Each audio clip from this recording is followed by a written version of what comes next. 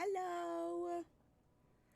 How's it going? Happy Friday. I hope y'all are having a good day. Welcome to stream.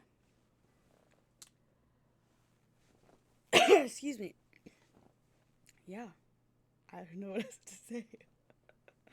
um, it's been a week, TM. It's finals week, y'all. I have been working on papers.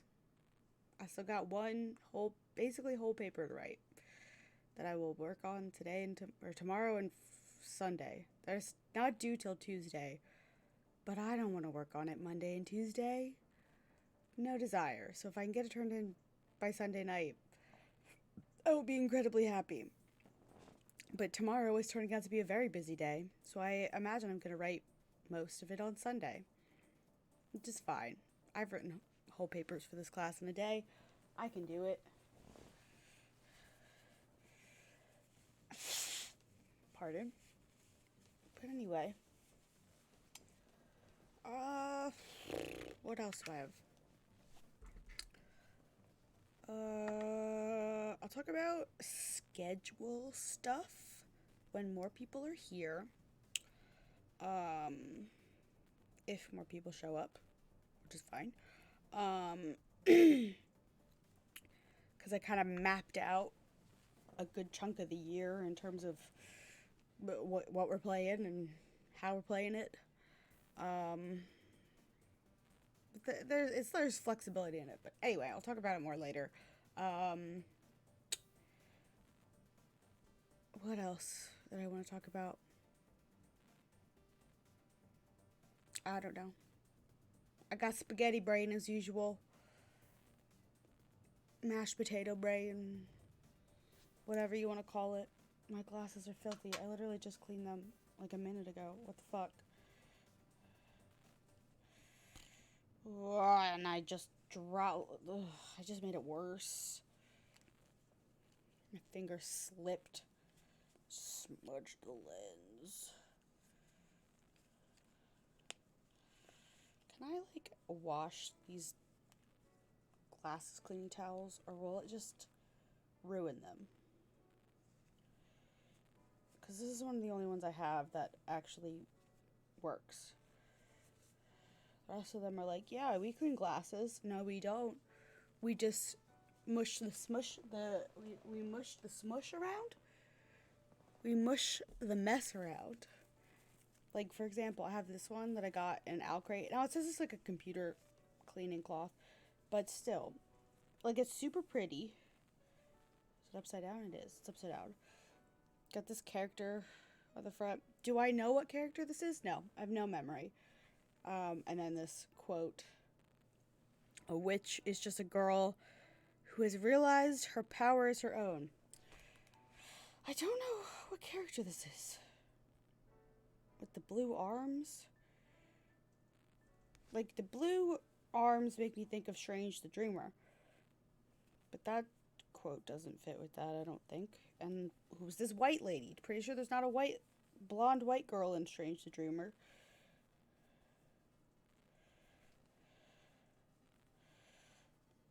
I don't know. I wish that, like, when they did quote things like this, they put at the bottom, a little, like, author name, book name, like, just something. Because your girl doesn't remember. Even when I know the book, I don't remember all of the quotes. But anyway, it's cute, but it's that slippy, like, slick material. It is practically useless for the things it says it's supposed to be. I would not use it to clean my glasses or my computer screen. Oh, I need to trim my nails.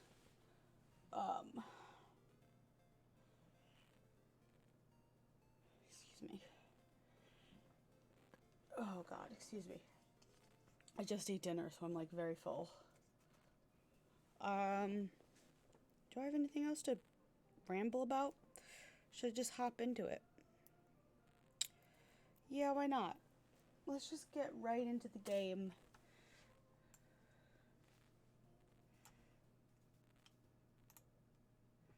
So we can Thank you, Journey of the Prairie King Overworld. Alright. The imprisoned turnabout beginning. Is this correct?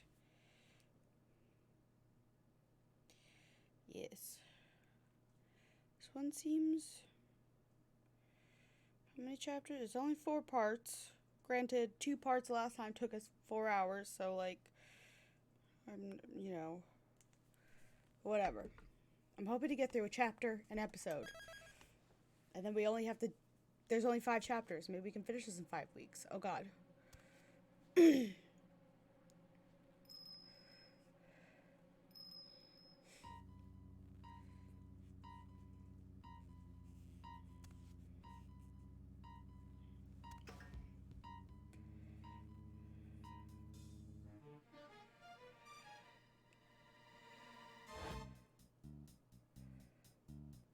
I like this funky music. Oh god, it's you! From last time. Do I remember your name? Absolutely not, but you were a dick. I'm not sad to see you dead. This is the prison? Was he murdered in the prison? Was it by the killer? A dog? What was that? Was that a dog face? I didn't see it super well. It's my birthday. It's March 27th. It's my birthday.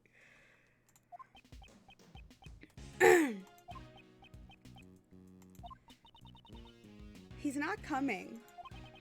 He's not coming, sir. How long does he intend to keep us waiting? Now, Mr. Edgeworth. There's no need to get your cravat in a twist. Ethan Rook's murder. 2 days after the incident, we visited the detention center. Naturally, we were hoping to meet with the defendant, Horace Knightley, that's his name. His trial was set to begin the next day, with me serving as prosecutor. Still, he is rather late. You there, do you know what's going on? It is certainly strange. I'll try calling him one more time. It's terrible! It's Knightley. He's been murdered. What? What did he say? Murdered inside the detention center. Oh, I did not see this man show up. I was staring at him. Did not notice this one up here. Mr. Edgeworth, let's go check it out. You there, take us to the crime scene, post haste. Yes, sir. Edgeworth can just kind of go wherever the fuck he wants. Knightley's not in his cell? Thought he was being held there. What are you doing, sir? This way. Oh, a vault? Where are you taking us, pal? Through through this door is the... Ah, it's the prison. Prison? Then what were the small rooms back there? Those cells are just past... We just passed are part of the detention center. They're used for holding suspects temporarily while they await their trial. What lies ahead is a facility that serves a completely different purpose. This is where criminals who have been declared guilty serve out their sentence. Oh, this is where criminals who have been declared guilty serve out their sentence, pal. It's the one place a great thief does not want to end up, Kay. I'm opening the door now. Please follow me.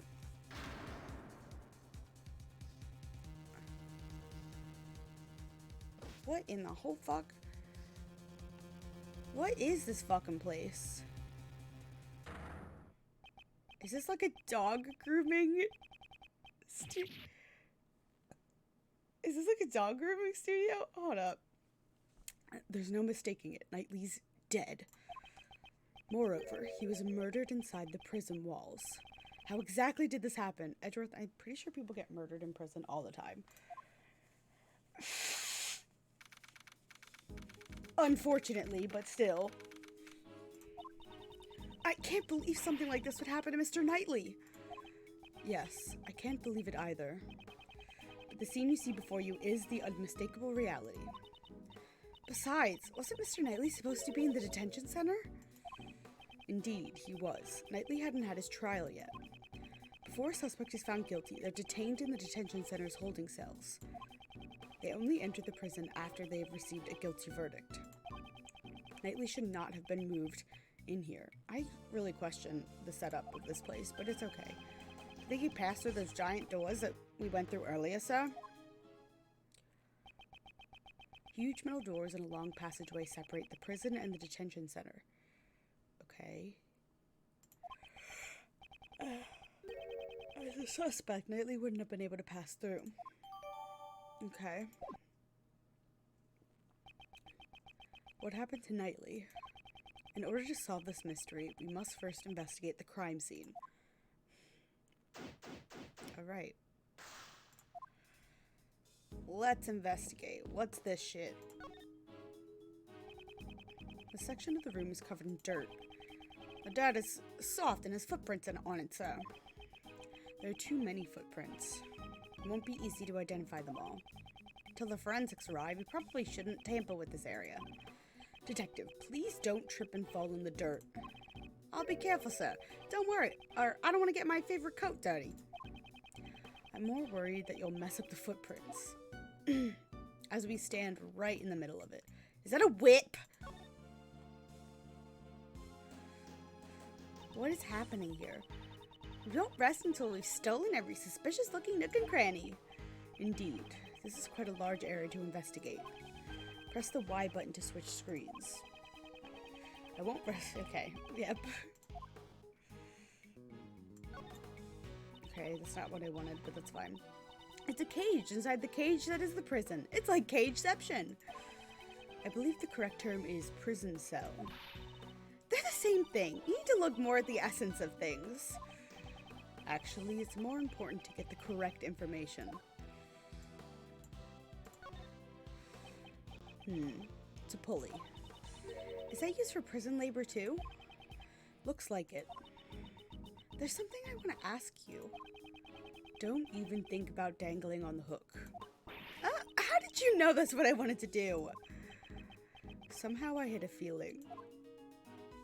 I love these two dorks. I wasn't clicking on that. Those are some colorful sheets. I mean, that's not what I was looking at, but sure.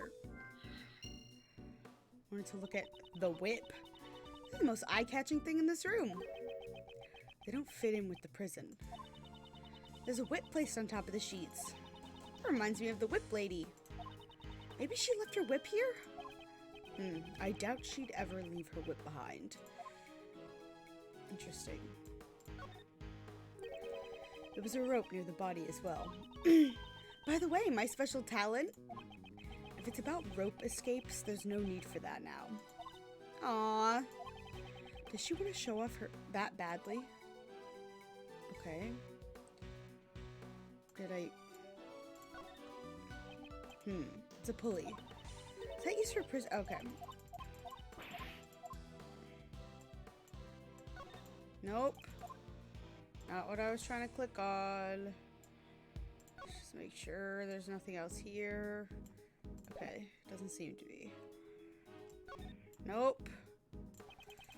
Yes, I know. I know I did. I just clicked the wrong button because I'm a doofus. There's a wash basin over here. Are there any clues that could be useful for this case? I don't smell any signs of treasure. I'm searching for clues here, not treasure. Okay. There's a bunch of strange tools here. I don't see anything out of place. I'm kind of picking up the scent of animals. Do you have special smelling abilities or something? No, it's just a feeling. But I can smell the scent of treasure. I feel like I'm so nasally right now. What is happening? I don't know if I actually sound nasally or not, but I feel like I do. My, nasal passages are clear. Sorry, it's just, reverberating in my head, and it's bugging me. Remind me to lock up all of my valuables in a safe. Come on, Mr. Edgeworth, I wouldn't steal your valuables. So you would steal someone else's valuables? Look out. Excuse me. I would like to get around this body, please. Thank you. A bunch of strange... So the vials.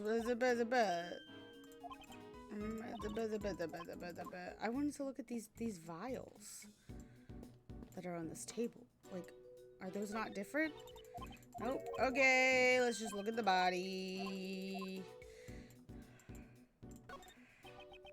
Horace Knightley, murdered right before his trial.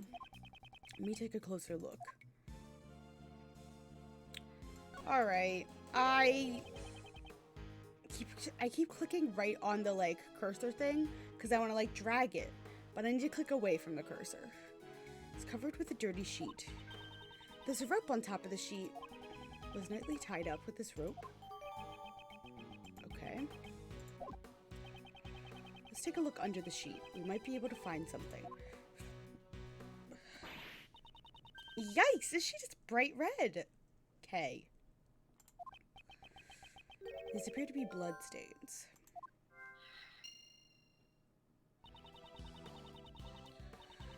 Might be able to find something. Let's search this area a little more closely. Okay. Huh? What's this? Mr. Redruth has something similar in his office. It's a portable chessboard. It's probably the victim's. Ah, Mr. Knightley enjoyed chess, right? He was probably using it to pass the time in the detention center. Okay, pieces are stored.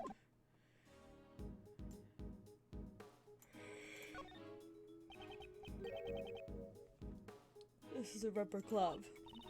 Yeah, there's no mistake, it's a rubber glove. How come there's only one? Let me take a closer look. It's got shit on it. It's covered in mud up to the wrist. Maybe someone was playing with mud in the prison? I want to get on the action too. Do it on your own time, not when we're investigating a case. Okay. And then there's...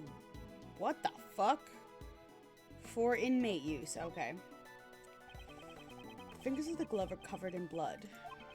This glove was dropped after the pool of blood formed. Why is that? If it was on the floor before the pool of blood had formed, the blood would have formed an outline around the glove. I mean, maybe. Blood would have only gotten on the edges. It probably would have also seeped under it. This glove was discarded after it was covered in blood. That must mean the killer left it behind. Indeed, it's highly probable. At the very least, the person who dropped this saw the body. Okay, that's all it wanted me to examine? You there. What is it, sir? Do you recognize this glove? Yes, sir. The inmates use these for prison labor. That's odd. Rubber gloves are usually kept in the inmates' rooms. They're strictly regulated, so you can't just take them out in the inmates' rooms. There's no sign of any other rubber gloves in the rooms. Okay. Okay, we're not done. Ugh, the blood from his neck has stained his brace bright red. The cause of death was most likely from his neck wound. He probably died instantly. He couldn't even cry out in pain. There are small bumps on his head. Are these bruises?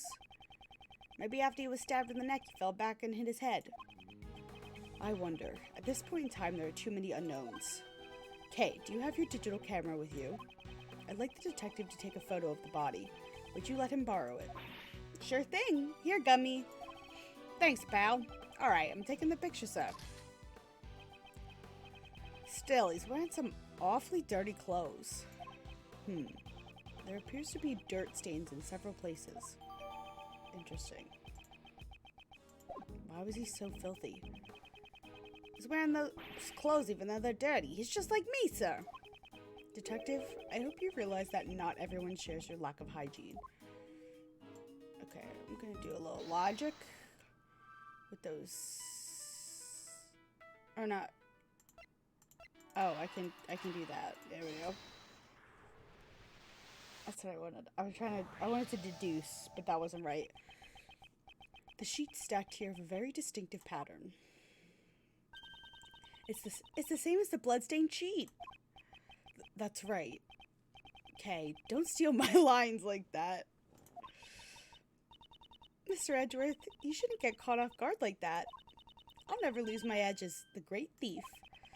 Thought she was on hiatus.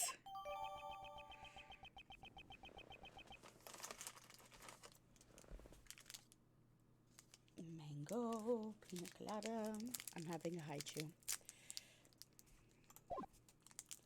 Of course, it's not a great talking snack, but...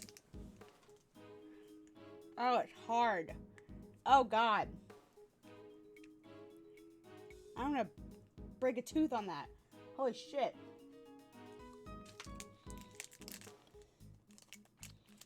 I'm gonna have to, like, suck on it. I guess I bought this a long time ago. Alright, what's next?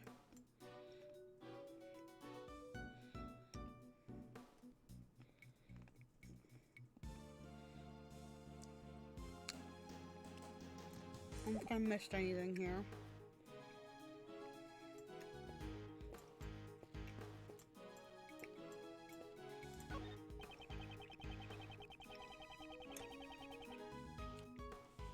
It's a reservation form that lists the inmates who are scheduled to use this room.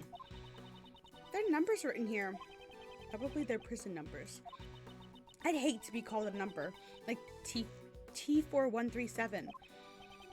Yes, that's why we were born with a name. I'd rather be called Great Thief or Terminator. What about your name? Okay. What am I missing? I got nothing else to logic. Found everything here. I was told not to look there. What am I missing?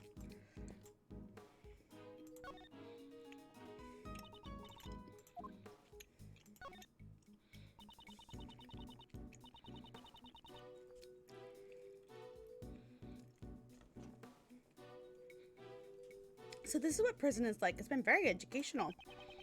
You're more enthusiastic than I am gathering information. Oh, maybe I need to talk to Gumshoe. You need to work harder at gathering information. Otherwise, you'll be in trouble when the time comes. I don't think the time you're talking about will ever come. But I do need to gather more information. Okay. Maybe I gotta talk to Gumshoe. That would make sense, because he's not my partner.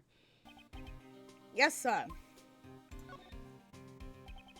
He was arrested on the afternoon of the 25th.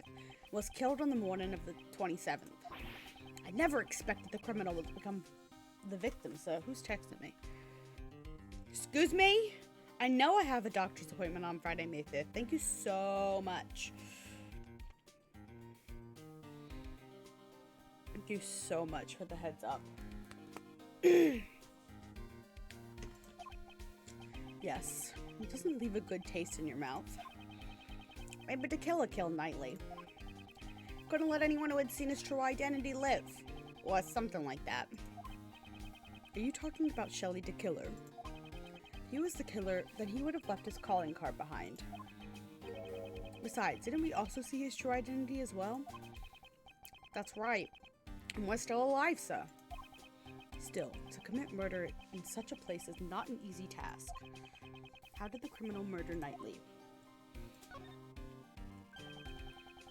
It's nice that the prison and the detention center are connected, sir. As they both get to share the visitor's room, it's actually quite convenient. Well, it is an unusual design, but it is convenient for the visitors. Why did the detention center and the prison need to be separated in the first place, sir? The suspects go in the detention center, while the convicts go in the prison. It might seem similar, but they're actually two completely different facilities. Those cramped, dark, uncomfortable cells all seem the same to me, sir. If you're still having trouble understanding the difference, why don't you step inside one? I think I'll pass, sir. Okay. About the guard. Anything out of place? Yes, sir, if I had to say. What is it? There's a dead body over there. Yep, that's definitely out of place.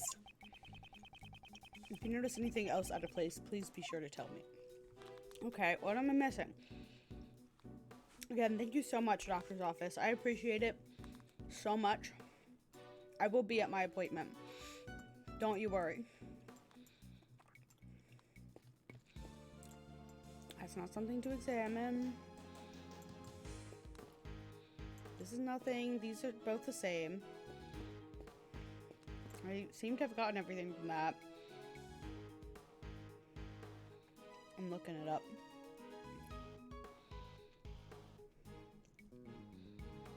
I missed examining something here. Okay.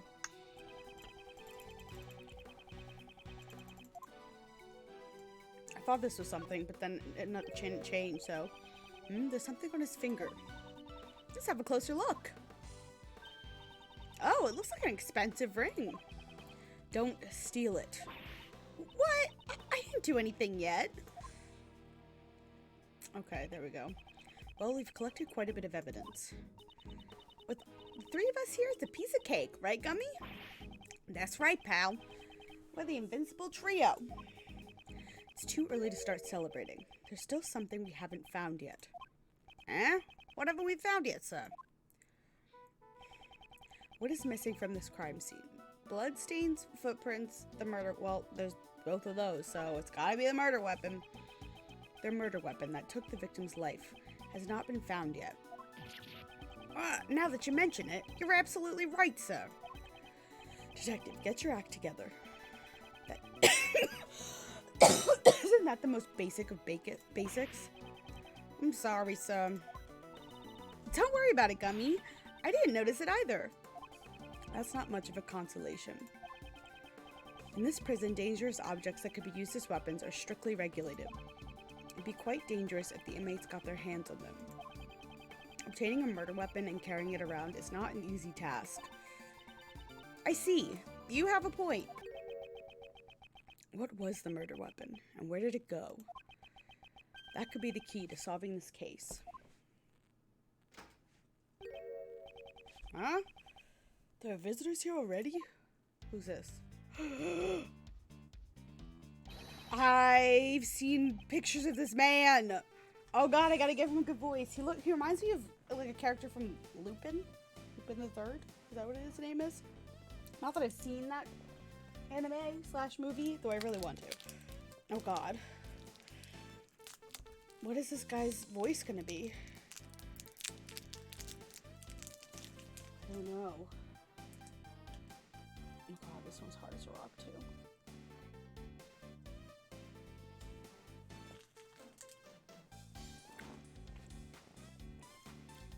Sorry to barge in like this. Is this the crime scene? Huh? Aren't you... That piercing gaze. That furrowed brow. It's been a long time, Mr. Shields. Yes, yes. That frilly thing around your neck and that stiff greeting. There's no doubt about it. I love you, little shrug! Prosecutor Manfred von Karma. Fancy meeting you here. Oh, Edgeworth. Baby boy. What are you saying, pal? Mr. Edgeworth's not that old man. Detective. It's fine. Oh, it's you, Prosecutor Edgeworth. I thought you looked a bit young. You two are so similar. Looks like your Uncle Ray got you two mixed up again. I kind of love him. You never change. How many years has it been since we last saw each other? I've already forgotten. Your Uncle Ray's been overseas these past few years. But you know, there's something I still haven't forgotten about you and your betrayal. Sorry, what? I'm getting some bad vibes over here. Do you know this guy, Mr. Edgeworth? Allow me to introduce him to you. Raymond Shields, attorney at law. Is he going to be a bad guy? Because I kind of love him. Okay. Ace Attorney Ray Shields at your service. I'm pleased to make your acquaintance. Where's our Ace Attorney Ray Shields game, Capcom? Excuse me. I really hope he's not going to be a villain. I'm Detective Gumshoe, sir. Hey, Faraday. Nice to meet you. I'm a great thief. But I'm currently on hiatus. Great thief? Well, well. That sounds romantic. How wonderful. Oh, Mr. Shields, you get it right. I'm currently recruiting new members. The registration forms are easy to fill out. That's splendid. Uncle Ray would love to join your little gang. I'm sorry, but we're only accepting bright, cheerful, and energetic girls. I see. That's too bad. Well, how about a hug then, as a sign of affection? Okay, maybe he's a creep? No. Guess not. Ha ha ha. I don't know why I can't laugh. I just can't do it. This isn't Europe, after all. Was that him being a creep? I can't tell. That was creepy, though. Mr. Shields, what are you doing here? Oops, that's right. Sorry. Preventing the attorney from investigating the crime scene is the Von Karma way, isn't it?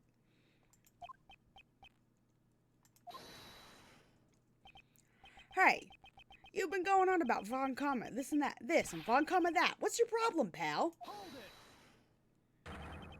Detective, restrain yourself. This can't be helped. Huh?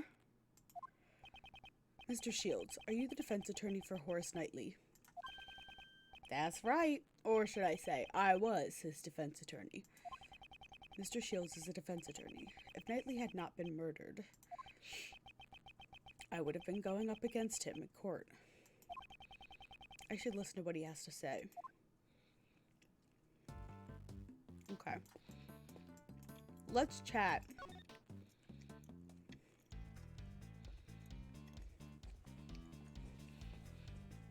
I like his music.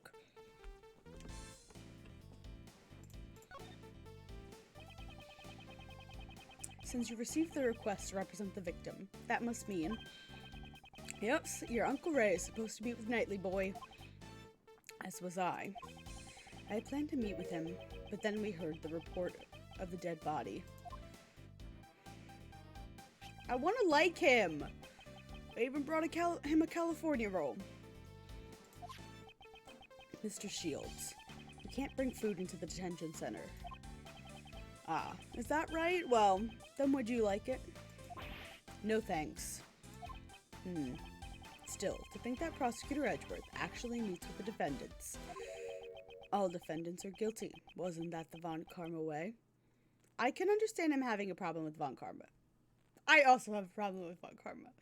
But I think he needs to maybe... He's been in Europe, he said, for a couple of years. So maybe he missed it, but I think he needs the awakening that Von Karma tried to frame Edgeworth for his own father's murder. I think he needs the wake-up call. Please tell him, Miles.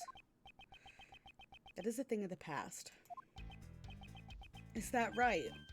So, you sure you don't want it? I told you I don't want it. Just take the fucking sushi. Did you meet with Knightley? We met yesterday. Why are you air quoting that, my man? They called me over as soon as Knightley boy was arrested. He was being quite hostile. Oh yeah, he mentioned you.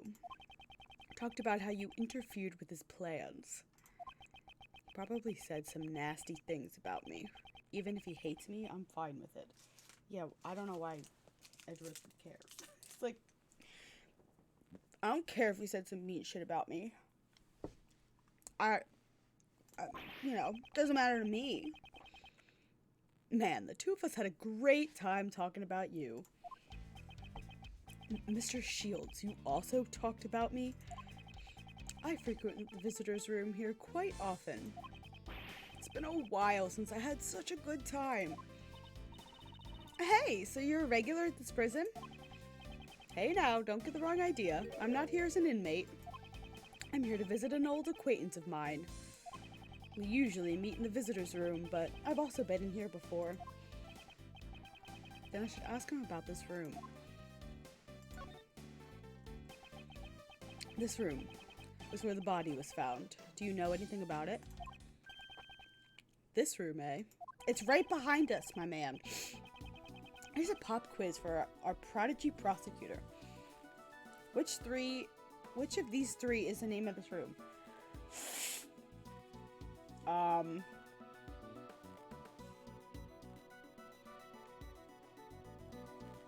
don't know.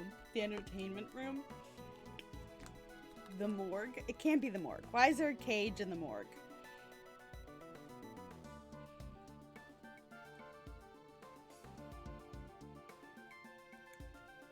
I don't know. The entertainment room is my gut. The entertainment room? Wow, Prosecutor Edgeworth sees this as an entertainment room. And why not? There are plenty of toys here. Well, let's reveal the correct answer. Prosecutor Edgeworth's answer is wrong. The correct answer is the workroom. You didn't give me that as an option. I'm starting to like this man less and less. All three choices were wrong. I hate it when he does that. The inmate carries out various kinds of prison labor in here. It also serves as a rehab program, allowing them to receive job training in prison. So, how do they monitor this room? Who's in charge of the keys to the entrance? Prosecutor Edgeworth! Even your Uncle Ray doesn't have all the answers. I want to like this guy. Is he gonna be like our antagonist? Hey, you there, could you tell us? Yes, sir, this room doesn't use any locks and keys. Instead of locks, doors are equipped with sensors. What do you mean by that? All the prisoner inmates are wearing electronic bracelets. When a bracelet passes through the door, it activates a sensor and... Wee-oo, wee-oo, wee-oo. An alarm will sound. After a certain amount of time, the bracelet will emit a painful shock. If the bracelets are tampered with, it will emit electronic shock three times more powerful. Jesus. That's terrifying. It's to ensure that the inmates follow the rules, although it seems a bit harsh.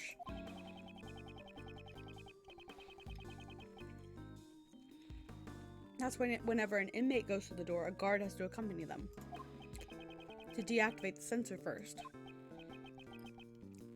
And that's that. Did any of the inmates use this workroom today? In the past few days, no one has used this room. I'm sure of it. So not one inmate has entered this room today. Okay.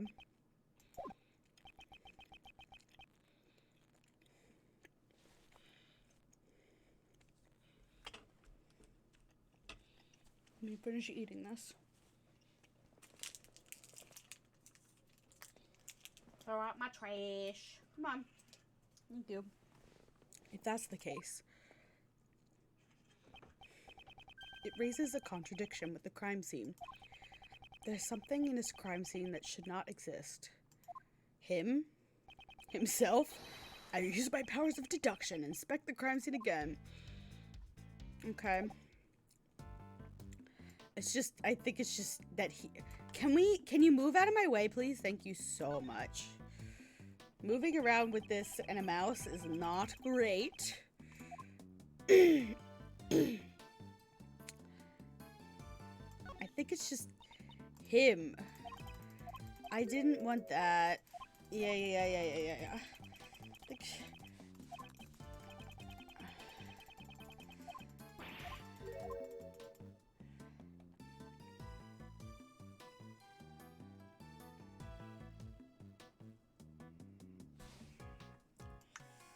Okay, what is the things what do I have?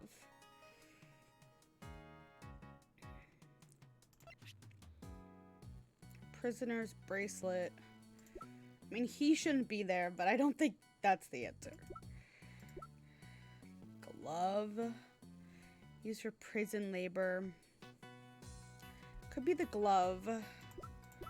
I mean, this is the thing obviously that it's going to want us to connect it to. So what's the thing that makes sense?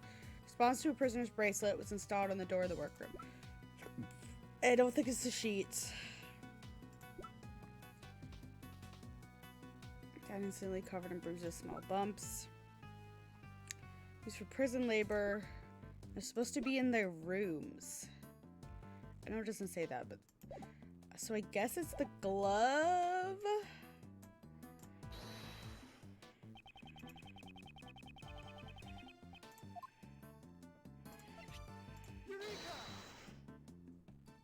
Okay. The inmates cannot freely enter this room, as they're wearing bracelets that set off the sensors. According to the guard, it seems that no inmates were scheduled to enter this room today. However, a rubber glove used by the inmates was left in here. That is a direct contradiction. Then who left this rubber glove in here, sir? I don't know, yet. However, it seems that this rubber glove is connected to our case. Well, yeah, it's covered in the man's blood. Okay. Guard, aside from the inmates and the prison guards, does anyone else have access to this room? Well, this is a prison facility after all. Only inmates and prison guards come here. There are other people! Mr. Shields? What are you saying? There are others that come in here. Aside from inmates and prison guards, there are certain things that can enter this room. Are you talking about them? But they're dogs. Mr. Shields, what are these things you speak of? It should be obvious. You came all the way in here without seeing one, Prosecutor Edgeworth. Or you came all the way in here without seeing one, Prosecutor Edgeworth. Usually, you can find them walking around the prison facility. Well, you'll see one once we leave this room, Prosecutor Edgeworth. Hey, you're just saying that to get Mr. Edgeworth to leave, pal. What now? Don't you trust me? Mr. Detective, you have a big body but a small mind. Oh my god! Ow! I know Edgeworth says way worse things, but this is coming from a stranger. What did you say, pal? Detective Gumshoe. Sorry, sir. Come on, follow me. I'll show you what Uncle Ray has been talking about. I want to like him. Look at the way he walks, like a doofus. What is this? Like, what is this? Are we in a cave? Is this like a fine art sculpture in the middle of a what the fuck is this? Oh my god! Place is different from your normal person. There are more than just prisoners and guards living here. Animals? Look at this tiny horse. It's Panicula.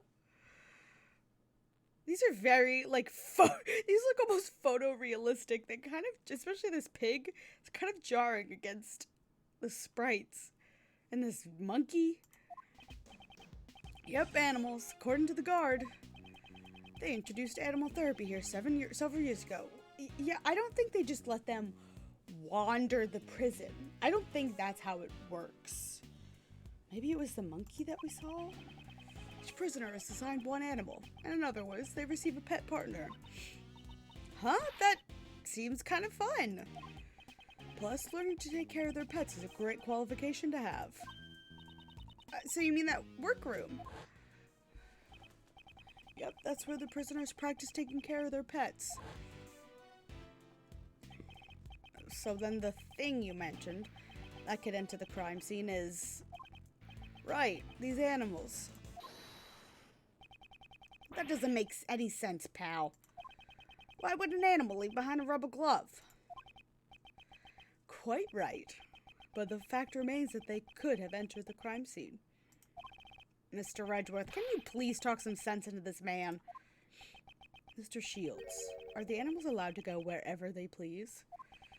Most of the doors in this prison are fitted with sensors. The sensors not only sound an alarm in response to the prisoner's bracelets. I've slipped into Gumshoe. They also respond to the animal's microchip and open the doors for them.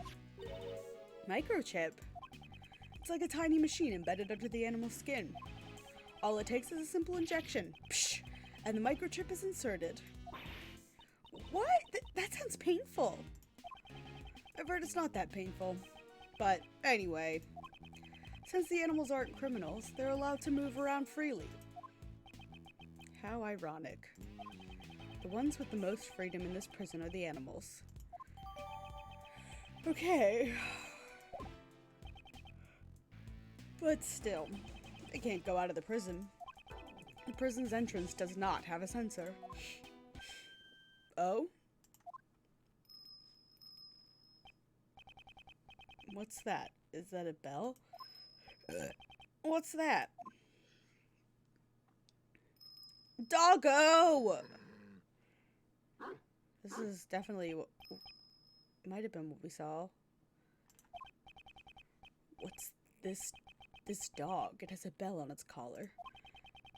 Was that the sound we heard earlier?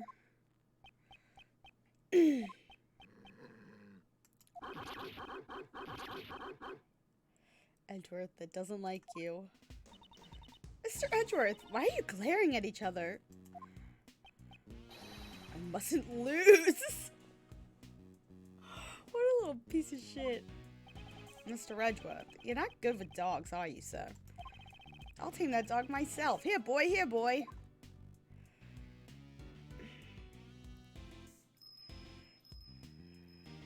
There he goes. Completely ignored me, sir. Compared to the other animals, there's something different about this one. Alright, sure, Edgeworth. I'm sensing a great hostility towards me only. It's because I don't think any animal really. Maybe cats would be your thing. You need like an aloof cat, though. Now that I've introduced you to the animals, what's next on the agenda? Of course, we question those related to the case, pal. Yes, we should gather information about the state of things when the body was discovered. We'll start with you in that cell. Tell us what you know. It doesn't look like that man is wearing pants. Oh, hello. He's completely ignoring me, sir. You there. Do you know anything about the incident? Ugh. He's scary. Don't be so cold. Come on, you can talk to us.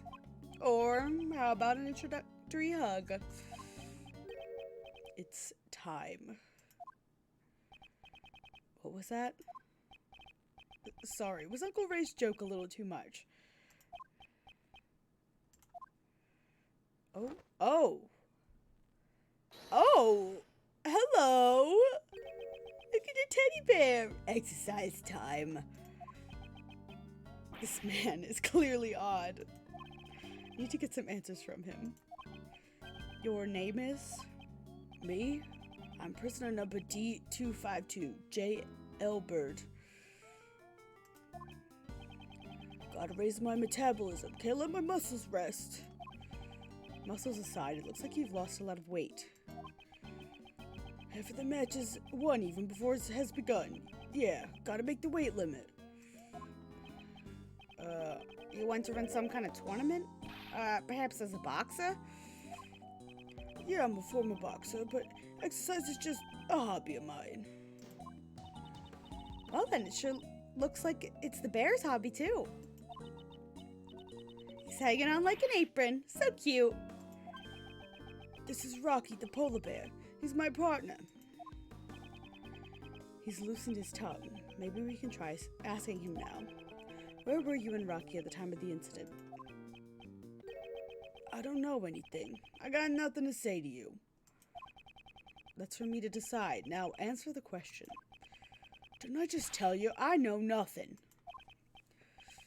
He has no intention of talking. Yeah, I wouldn't talk to anybody if I was in prison about anything.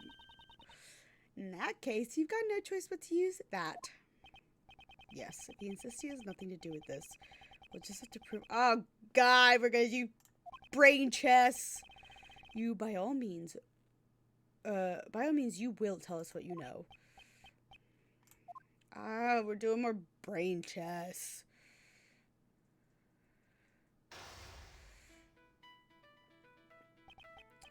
Now, let's analyze the situation. A fighting stance. Seems he's become agitated. He was in that fighting stance before, my love. In these circumstances, a direct confrontation would be pointless. My opponent becomes agitated. I should calmly wait and see. Hi, Carly! How you doing, friend? Happy almost birthday! Tomorrow. My God. When I see an opening, I will not hold back.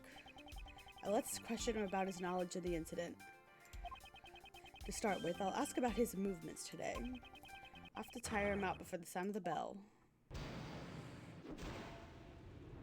Begin. Can you tell me what you have done today? Answer me. Huh? Want to fight with me? Get into your fighting stance.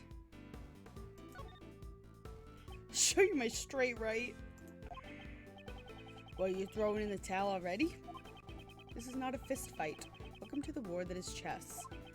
By the way, hasn't all that moving around tired you out yet? Don't underestimate my stamina. You want to test me with that body of yours? This little toothpick body?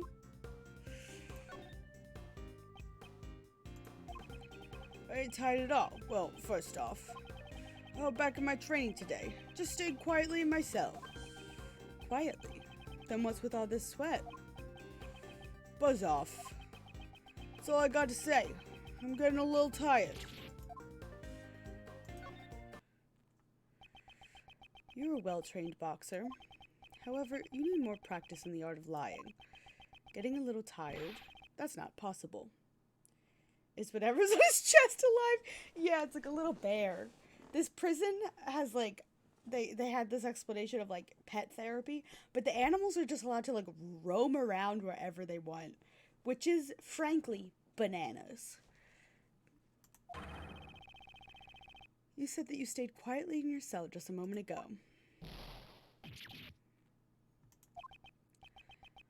Rocky, looks like this is going to be a tough opponent. I do love this little bear's goofy face. Yeah, the Deadman is the guy from the last time, the stupid Mohawk guy who murdered his partner and faked the assassination. That man, he got stabbed in the neck and murdered in prison.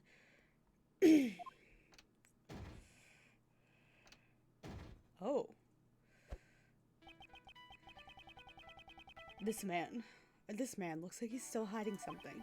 Next, I'll ask him about the time of the incident. Do not need to use fists. My words alone are enough for a KO. You are so cringy, Edgeworth. I'm sorry. Do you recall what you were doing at the time of the incident? Sleeping. Rocky was too. The incident happened just a few moments ago. You look wide awake to me.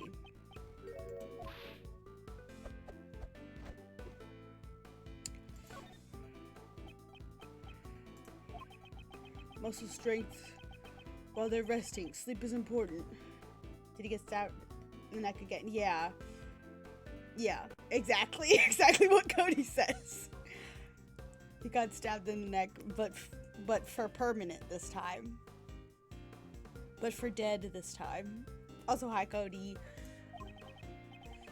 Well then, I'm sorry to have woken you. Rest is part of training, right? Uh-oh. So you get it after all. Not bad, Mr. Prosecutor. If you don't want to fight, get out of the ring. It's too passive. Great. He enters his fighting stance during those times. I should calmly wait. Yeah, I know. Oh, great. I gotta fucking click through all this shit again. No, I fucked it up again. Oh my god. Okay, shut up. I get it. You want to eat a knuckle sandwich? That was a weird. Yeah. I'm aware. I'm fucking it up big time. Alright, we're gonna not click the center of the goddamn screen. Alright. Just speed my way through. Oh. I don't recall ever introducing myself as a prosecutor. How did you know? That's the conversation we had when we first entered this room. Did you by any chance eavesdropping on us? In that case, there's no way you could have been asleep. You lied to us. Okay. You got me there. You pack a nice punch. Yeah, I lied about sleeping. So what? I was just exercising in this room. You got a problem with that? I know he's awake. Should remember this clue. When the incident occurred, did you notice anything unusual about the prison?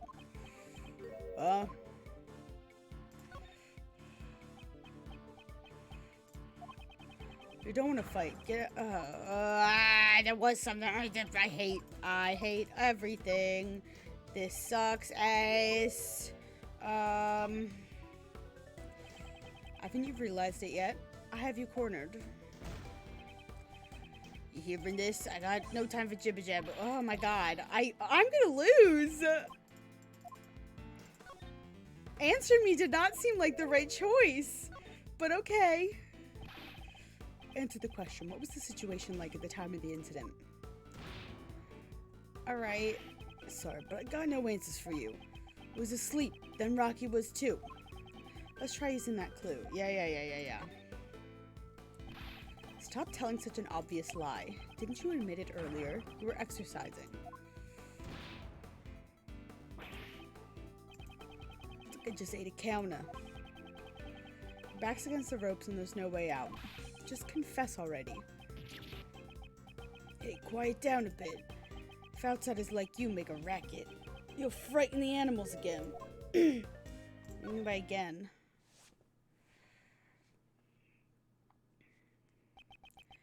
You've been persistent. However, I'm afraid you're about to hit the mat. Jesus. You said again just now. Did something happen earlier? To frighten the animals. Bang! Damn it. How could I have gotten sucker punched like that? Hi, Nico. Yeah, there was this great scream back then. It started the animals. We're never lost in the real ring. Checkmate. Alright, nerd. Out of your little mind chess. Nerd. Believe this proves that you do know something about the case. Damn, okay, I'll talk. You did it, Mr. Edgeworth. Don't lose focus, Kay. The real game has just begun. Let's just stop for a moment. Uncle Ray's got one important thing to say. It must be fate that has brought us together after all these years. Oh! I've received the opportunity to observe your skills. I didn't know how to react to that. I've received the opportunity to observe your skills carefully, and I'll be giving a detailed report to that person about how much you've grown. Who's that person? You didn't know. Truth is, this doesn't concern Kay. She doesn't need to know. Whoa there, you scared me. Don't get so worked up.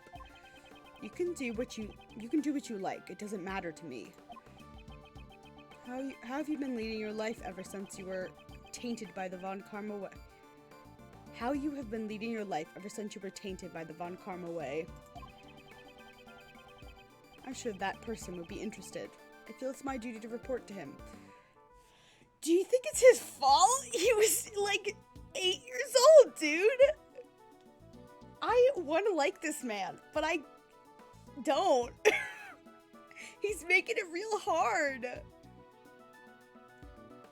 This guy, Ray, oh god, what's his last name? I forget what it begins with an S. He knows Edgeworth from like when he was younger, when he was with Von Karma. He called him Von Karma when they first met up. And he's got something against Edgeworth, but Edgeworth just refuses to, like, talk about it.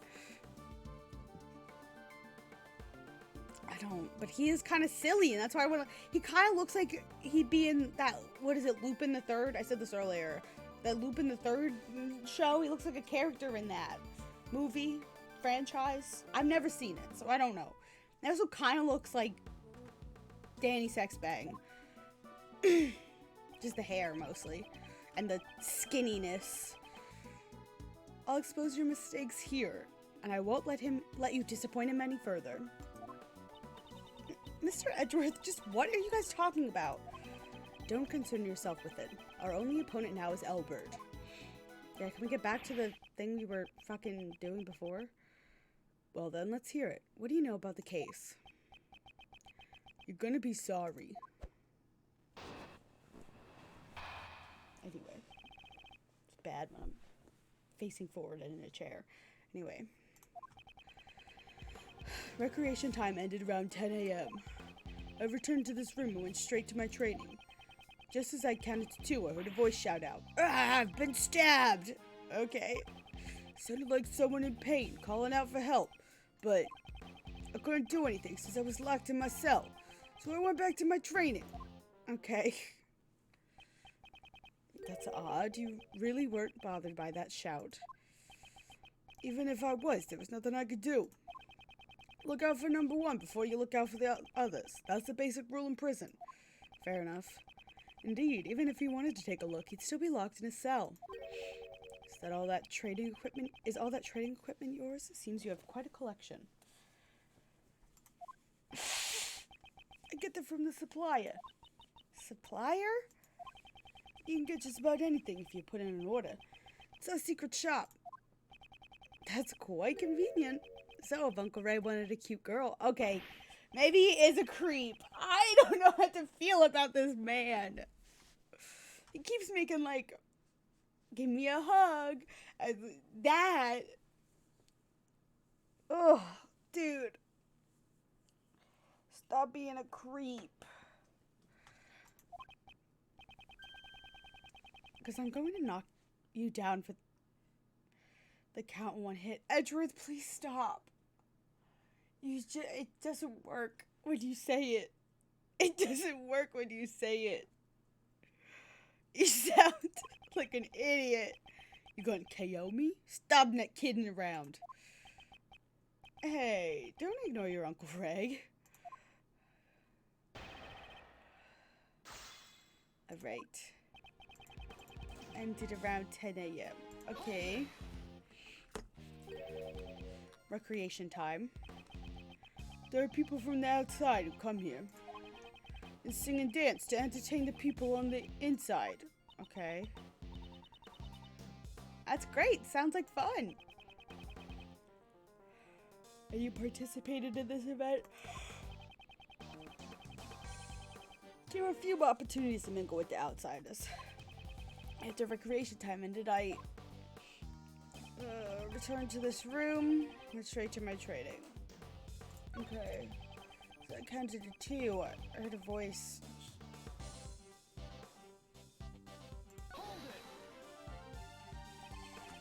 You described that voice for me.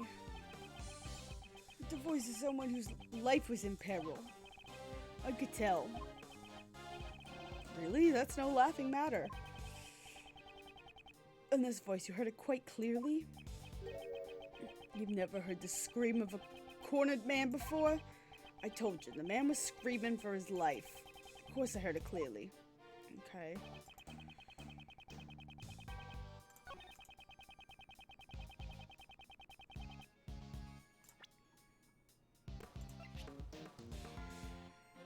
He was stabbed in the neck and died instantly. He couldn't have screamed out.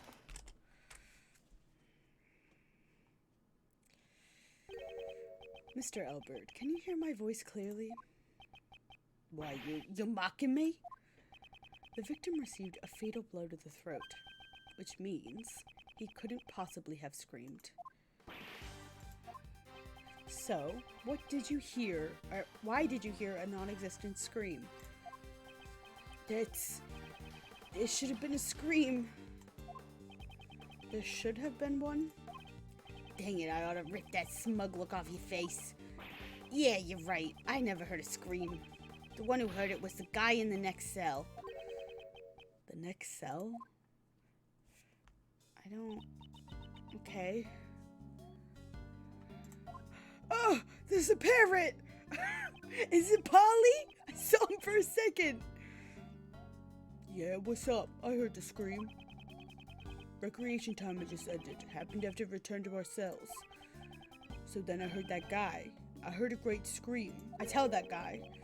I heard a great scream. Can you describe that scream for me? Sure. I never told that guy about the contents of the scream, though. Aye! Someone come quickly! A man's been... Something like that. Oh. They just heard the guard scream. So it wasn't the victim. But rather, it was the first person to discover the body who screamed. I see. That solves that mystery. So, there was nothing wrong with Mr. Albert's testimony. Is that really true? Or is there still a problem with this testimony? Yeah, I think there's still a problem. Because there's usually a problem. Even if I don't know what the problem is, I assume there's a problem. No, in this case, a new problem has presented itself. Mr. Albert, why did you not hear the scream? It's odd he didn't hear the scream, sir. Hey, you! Why didn't you hear the scream, pal?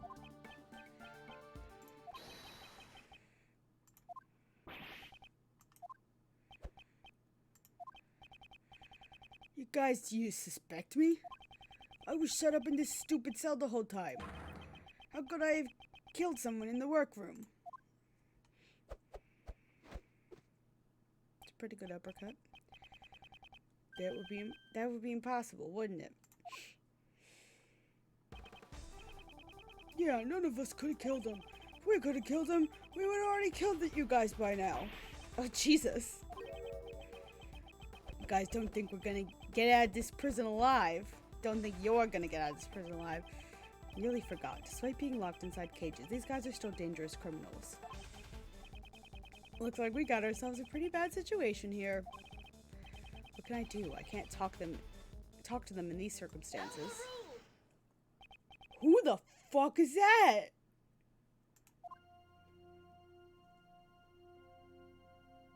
That sounded very British. Am I gonna have to whip out my bad British accent? Please be silent. Who are you? Can't you see we're busy here? Is this like a judge? Silence is golden.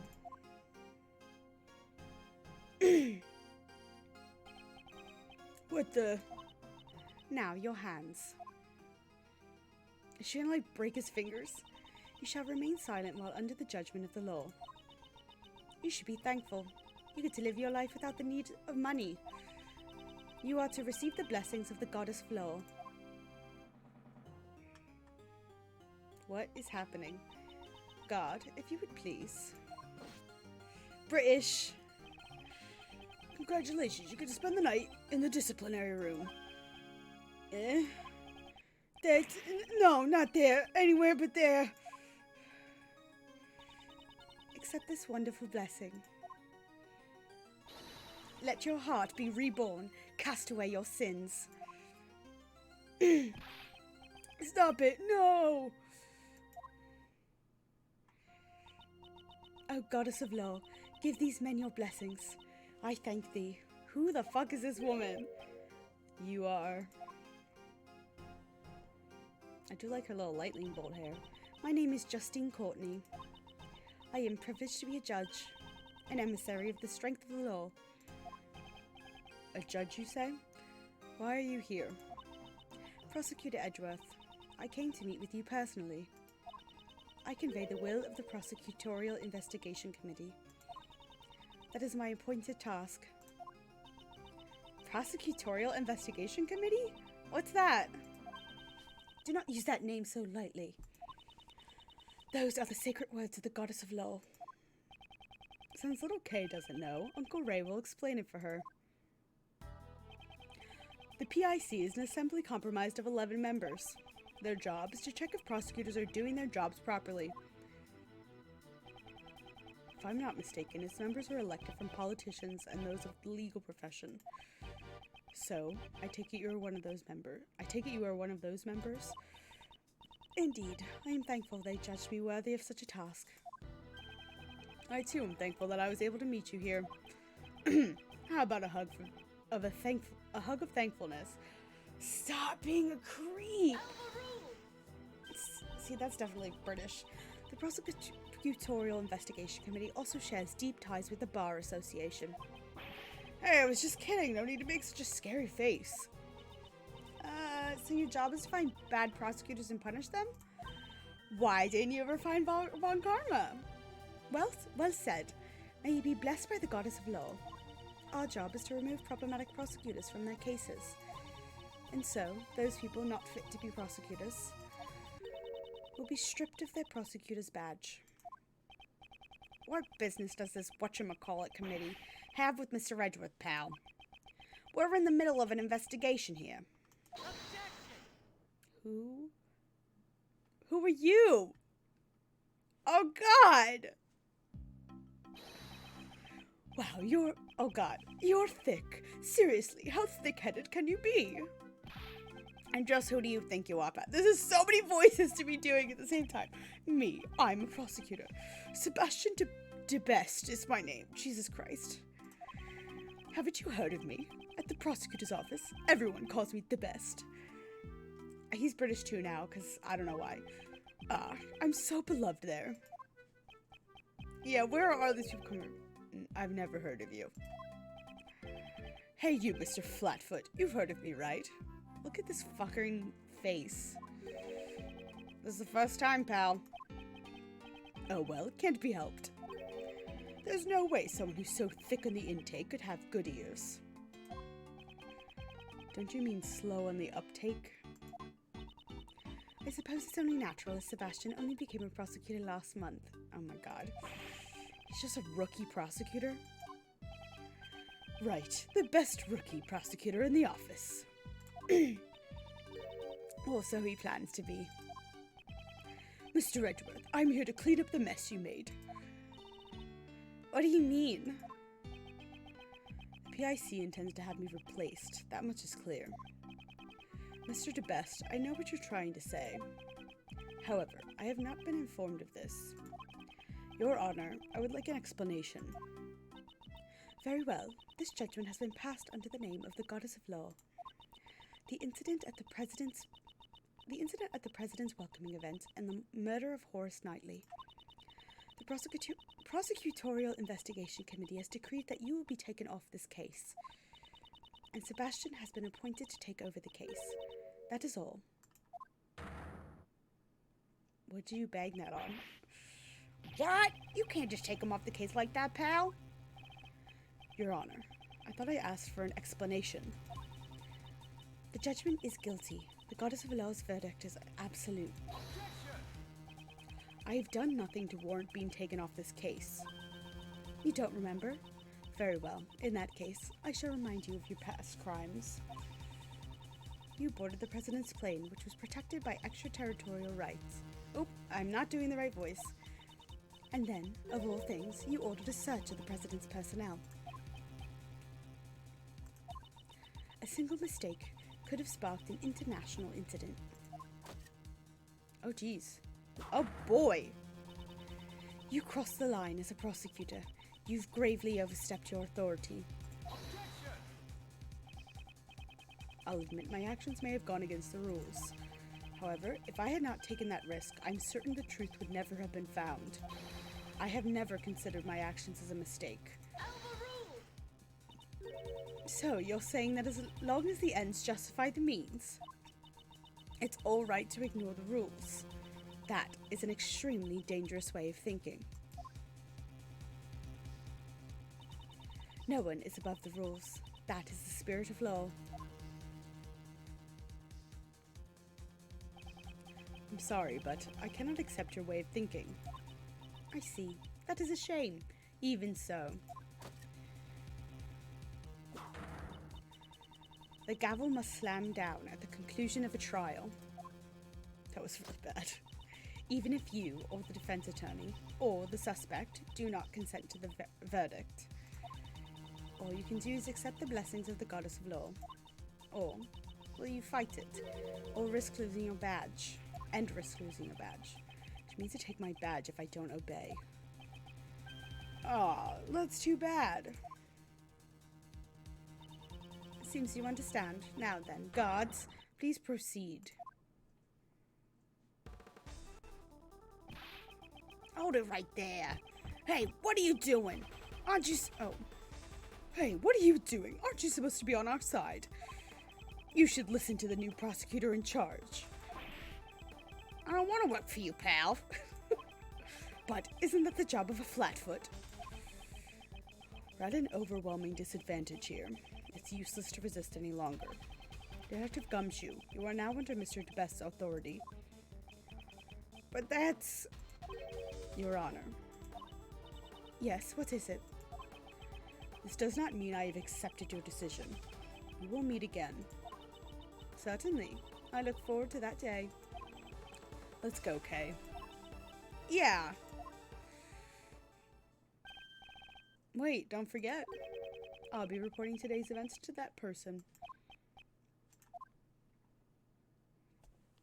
I don't know why they didn't just say to them. To be continued. Okay. Everybody stretch. Everybody take a moment. Drink some water. Have a snack. Oh. My back just cracked like twice. Oh. Anyway, now that we have a slight break, I want to talk about my scheduling stuff. So I mapped out. I did some math this week when I should have been working on my papers. And so we have, let me see if I remember all the math. We have one, including this game, 1, 2, 3, 5 Ace Attorney games left, okay? This one, the next 2 mainline games, and the 2 Great Ace Attorney games. Based on all the other games, took like 5 streams a game. Apollo Justice took 6, but 5 a game. So I did the math, and I did it based on just by like number of streams and then number of hours, and it will take like 32 weeks to finish this series, okay? Which is a lot, and that's also me like adding a week or 2 just for like buffer. But it takes roughly 32 weeks to beat this game, saying that it takes like 6 streams each, because like these games are starting to get long. Especially the Great Ace Attorney games, the 2 of them are as long as the 3 trilogy games.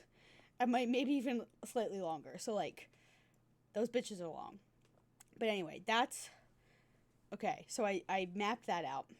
So this game, if it takes 6 streams, will be done by like May 26th. Okay. Then my schedule gets wonky.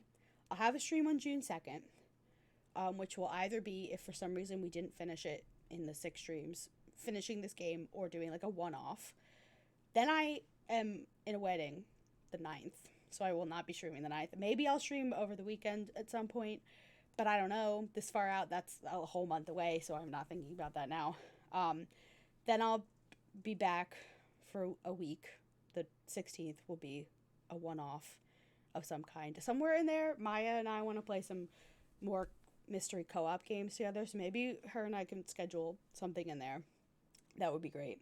And then I'm gone the next Friday because I'll be at the beach with my family. So kind of like June is a little bit crazy, but once I'm back for the beach, the 30th, we're gonna hit the ground running with Dual Destinies, and we're gonna plow through that, okay? And that takes us to the 11th of August, roughly. Actually, to the 4th of August, okay? Possibly the 11th if it takes an extra week, right? From there, I can't just start another game because it's going to be Halloween, and I'm gonna start playing games in September of spooky games because I'm thinking we're gonna do The Evil Within 2, and that's gonna take a while. So I want to like give myself plenty of time to do that because the first one took forever. So I want to like be preemptive. So the end of August, we'll see what we do. We might start horror games like August 25th. I don't know. We'll see how it's going. But then we'll start back up with the Ace Attorney after that with Spirit of Justice, I think it is. Yeah. And then we'll go from there. But that's what I have mapped out for at least till November. Like the start of November. It's all subject to change depending on how fast or slow it takes to beat these games. But for now, that's the rough estimation of like the summer into the beginning of fall. I was really procrastinating at work on like Tuesday and decided to do this. But yeah, that's the plan. Also, we're 2 weeks out from Breath of the Wild. I'm so excited. I have it's marked in my calendar because I'm taking the day off to just play it all day. So even though we're playing Ace Investigations, I will be probably rambling about how good or bad the game is, depending. Yeah, summer's coming fast. It's already almost May, which is bananas. Absolutely wild. Today's my sister's birthday. I gotta call my seamstress tomorrow so she can make alterations to my bridesmaid's dress. Yeah.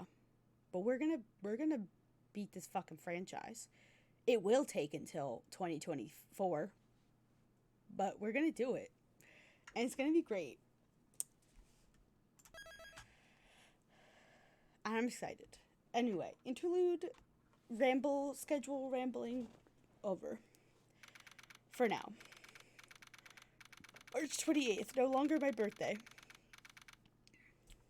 Our office has been cleaned up from being a murder site. Mr. Edgeworth, just what happened yesterday? Those two people, their attitude was just unforgivable. Mr. Edgeworth, I'm here to clean up the mess you made. The Prosecutorial Investigation Committee has decreed that you will be taken off this case. And Sebastian has been appointed to take over the case. That is all. Judge Courtney and Mr. DeBest, they were certainly ruthless. But what I'm more concerned about is... just what is the PIC thinking? I'm worried about what they will do from here on. I have a bad feeling about this. Hey, Mr. Edgeworth, are you listening to me? Yes, I'm listening. You're not going to give up on this case, are you? No, I don't plan on backing down. Not with the current situation as it is. If I were to silently stand by, that would only validate their claims. But I no longer have investigation rights. What should I do now? Oh. Please answer it. Thank you. What is it, Detective Gumshoe? Bad news, sir. I heard something down at the precinct. Sounded like they've already arrested a suspect in yesterday's case. What? Who is it? I don't know yet, sir. But if we go down to the detention center, we can ask. Let's get going, Mr. Edgeworth. Even if I can't investigate, meeting the suspect will not be an issue. Alright, we're headed over to the detention center now. I feel like it would be an issue, but that's fine.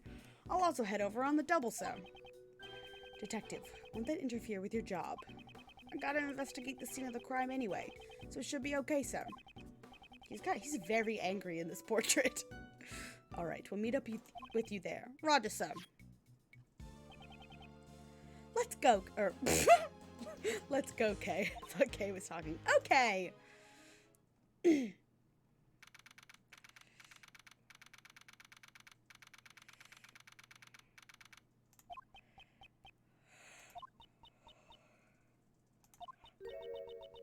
not coming, is he? He's not coming, is he? He's not. It's happening all over again. Don't joke about that.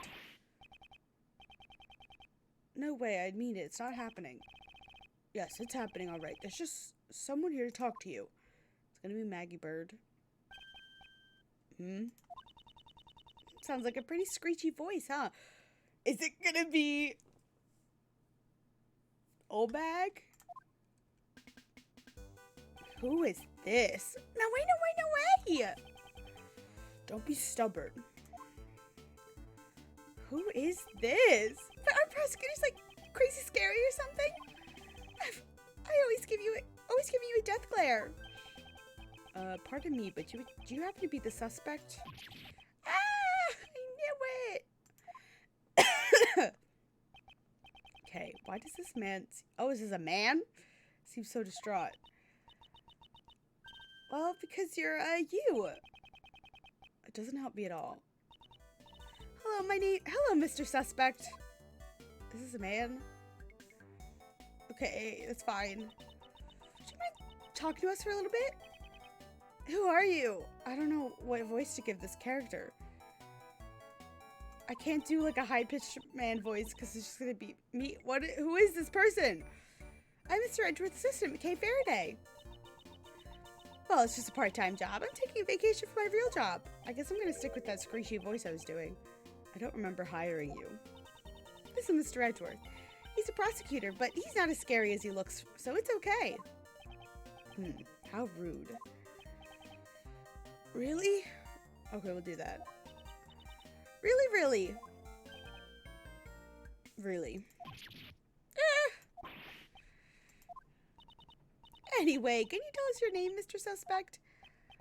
Yeah, I'm Simon Keys. Nice to meet you, Simon. Oh, nice to meet you, Simon. You can just call me Kay. Kay? I'm Miles Edgeworth, a prosecutor. I'd appreciate a word with you. Please, it's for your own good, Simon. Really? Finally, it looks like we'll be able to get something out of him, thanks to Kay. This is a very strange... I don't understand it. Does it, like, unzip just to the pocket? I don't know, I'm just very perplexed by this character and their introduction. First, I'd like you to tell me a little about yourself. No way, not that! I couldn't do that! Impossible! I'm not worthy! There's nothing interesting about me! Your occupation? No way, not that! It's no big deal, honest! Yeah, I'm just a regular employee. Good grief. About the victim, Knightley. I don't think he's going to talk to me about this. Kay. Simon, did you know Mr. Knightley from somewhere? Knightley? Yeah. Gotta run and get a package back in a bit. Okay, Carly. Good luck getting your package. I did. He was a friend. A friend? So he did know that Knightley was arrested. Did he know then? Did you know that Knightley was arrested? Yeah, I came here to meet him. So we visited the detention center too. When was that? When did you visit him here? It was 2 days ago in the afternoon. I received a call from the police, so I came over right away. From the police? Why did you get a call from the police? It was a request from Knightley. I had a message. He had a message for me. A message? Yeah, he wanted me to bring him his pocket-sized chessboard. So I retrieved it from his house and came here to give it to him. Did he say chessboard? Did you say chessboard? Is Kay stealing my thoughts? No, Mr. Edgeworth, it's just written on your face. I was just guessing from your facial expressions. See, I can be a useful assistant, right? So did you know what we need? Do you know what we need to do next? You bet. We gotta show that to Simon, right? Oh. My back is killing me. Let's see. Let's present it to see how he reacts.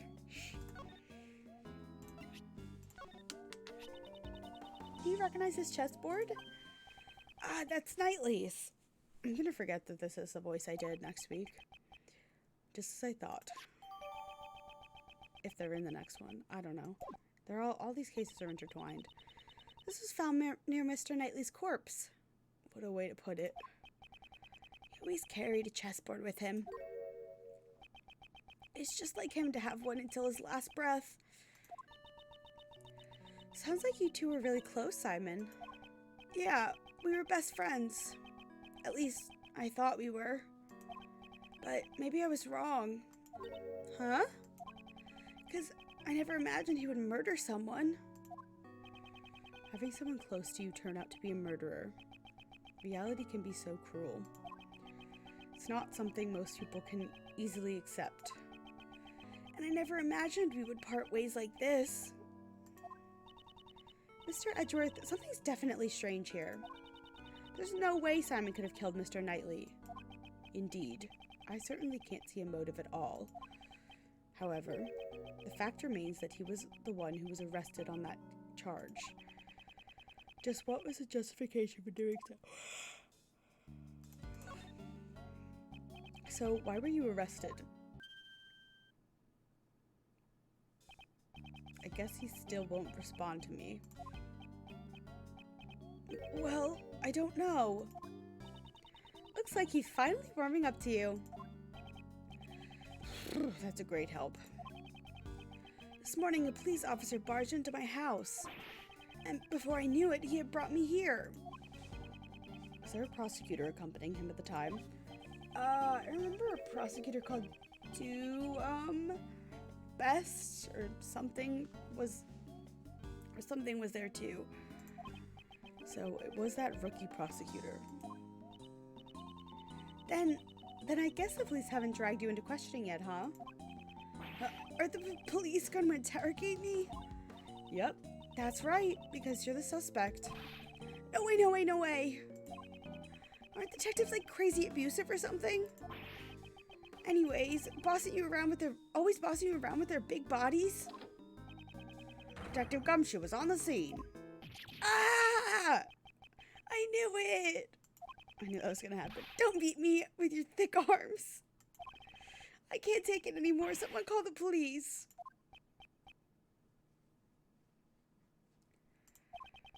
What's gone into him, sir?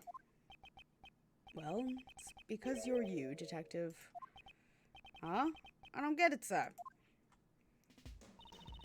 I know Simon has to be innocent, Mr. Edgeworth. Can't we do something? Simon Keyes. Yes? You were Mr. Knightley's best friend. You only just met with him 2 days ago. You say you didn't kill him. Are you certain about this? Yes, I am. I wouldn't harm a fly. I see. That's enough for me. I shall offer my assistance in proving your innocence. What's the point in helping little old me? Not just for you. This case, I have a personal stake in it as well. That's right. We gotta get back at those two from yesterday. Yeah, I'm fired up, sir. But I don't have any investigation rights at the moment. Since I won't be able to obtain information myself, your role is most vital. I'm sure we can rely on you to fill in any holes in the information we have. Help us help you. That's all I ask. I just had an idea. Why don't you just borrow a defense attorney's badge, sir? Come on, there's no way Mr. Edgeworth could do that.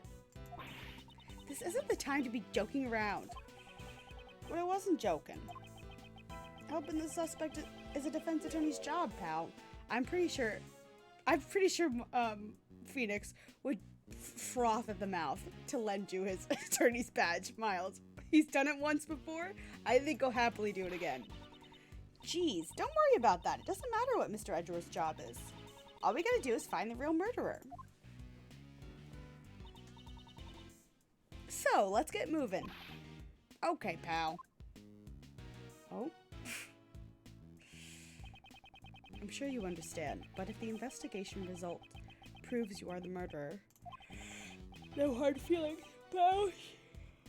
I will show no mercy. But you don't need to be scared. I believe in your story, at least for now. All you need to do is believe in us and wait patiently. There's nothing to fear. Now, if you'll excuse me, I must be off. His sprite is so sad looking, Simon's. Eat free, live free in prison. What? What the fuck is this place? So, we're all fired up and ready to go, but we still can't enter the part of the prison where the murder occurred. We can't investigate. The only thing we could do now is defend him in court, sir. How are we supposed to do that? We can't. Who is this? Oh, it's you. Hi. It isn't Prosecutor Edgeworth and his merry gang. What are you guys doing here? Did you come here to harass Mr. Edgeworth again, pal? What are you talking about, big guy? Uncle Ray's just here to do his job. Your job? Oh yeah, you're a defense attorney, right? Okay, you're such as cutiful as ever. Oh god. Cutiful? I might not look it, but your Uncle Ray's a hotshot defense attorney. I'm here to meet with a new client today. What was his name again? Shy Monkeys or something? What? You mean Simon Keys? That's it. Kay, looks like you know the deal. Mr. Edgeworth, he's the defense attorney. I thought as much. Guess we have no choice but to resort to that method.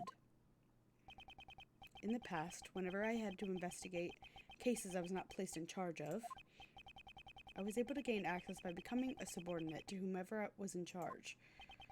Not my preferred option, but it's the only one I have now. Mr. Shields, if I may ask, why does British lady get a voice over line, but he doesn't? Like, her overruled got a voice, but his doesn't get anything. By the way, I don't take on sidekicks. I refuse to take on male assistants who lack any charm. Especially someone who was like a son to Von Karma. Mr. Shields, as I thought, he won't forgive me so easily. Mr. Shields, I understand that you cannot forgive me for what I've done.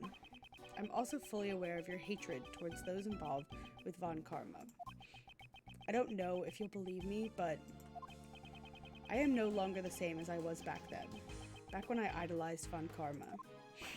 Yeah, pal, Mr. Edgeworth's a changed man. Sure, he may have been a cruel, inhuman prosecutor in the past, but now he's completely different, pal. When you put it that bluntly, it kinda hurts. As it should. You were an asshole. That's right, Mr. Edgeworth's not a bad guy anymore. I wouldn't even call him a prosecutor. He's more like, a hero. Yeah.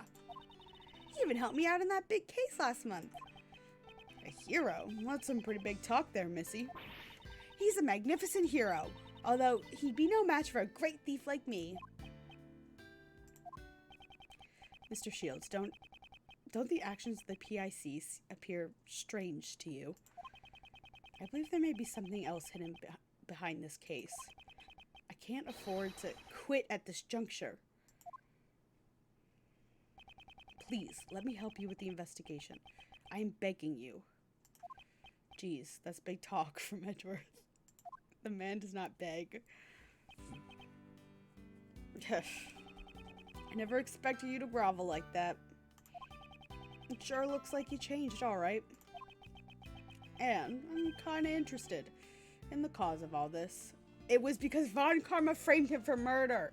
Edgeworth, just fucking tell him that he framed you for murder of your own father.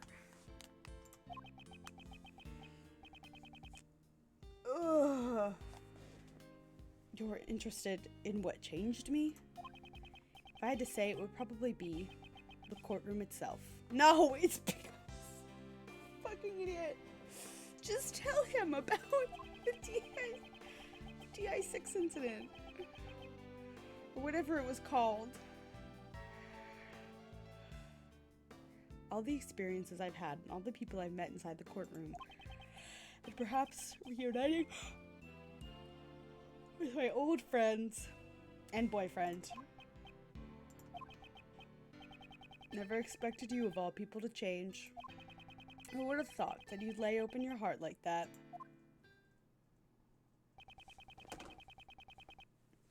I'm sure that man would be surprised as well. Guess I can't turn you away. Maybe long overdue, but I allow me to properly introduce myself. I don't know why they have to say that person, that man. Just say, like, a pronoun. Them. He. I'm out of tissues. This is gonna be a problem. Properly reintroduce myself. You can do that after I grab a tissue. 1 second, Ray. Whatever the fuck your last name is.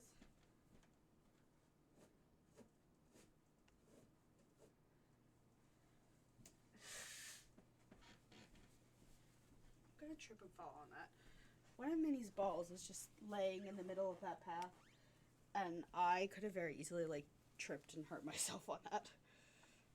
And that would have been embarrassing.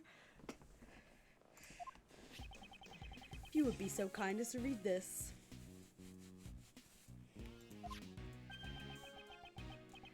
Edgeworth Law Offices, Raymond Shield, head attorney. Oh, was this his dad's partner?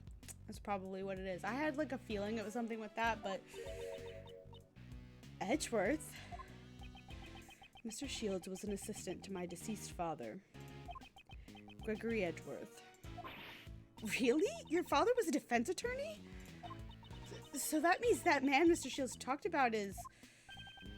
Correct, my cute little Kay. Prosecutor Edgeworth's old man. I never changed the name of the firm. It's my way of showing my appreciation for his help. Prosecutor Edgeworth? No, wait. Miles. Uncle Ray doesn't fully trust you yet. It may have been temporary, but the fact remains. You were once a disciple of Von Karma.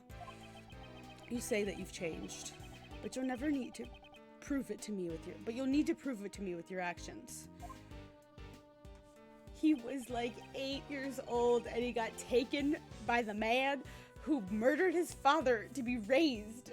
Like, what do you want from him? He was a child.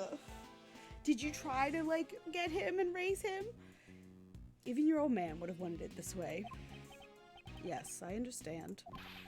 Alright, I'm getting tired of all this stuffy talk, so let's give it a rest and move on. For now, I'll make you my temporary assistant. How does that sound? I'm sorry to trouble you. But this outcome is kind of moving, yeah? The prodigal son returns to work in his late father's law firm. What about me? What about me? Of course you can help too, Kay. Alright, thanks a lot, Mr. Shields. I mean, Boss Shields. Now then, let's get right to work. Let's see, first off, what do you think we should do, Miles? It's throwing me off that he's calling him Miles, even though I call him Miles, but nobody else does. That's right, I had some unfinished business yesterday.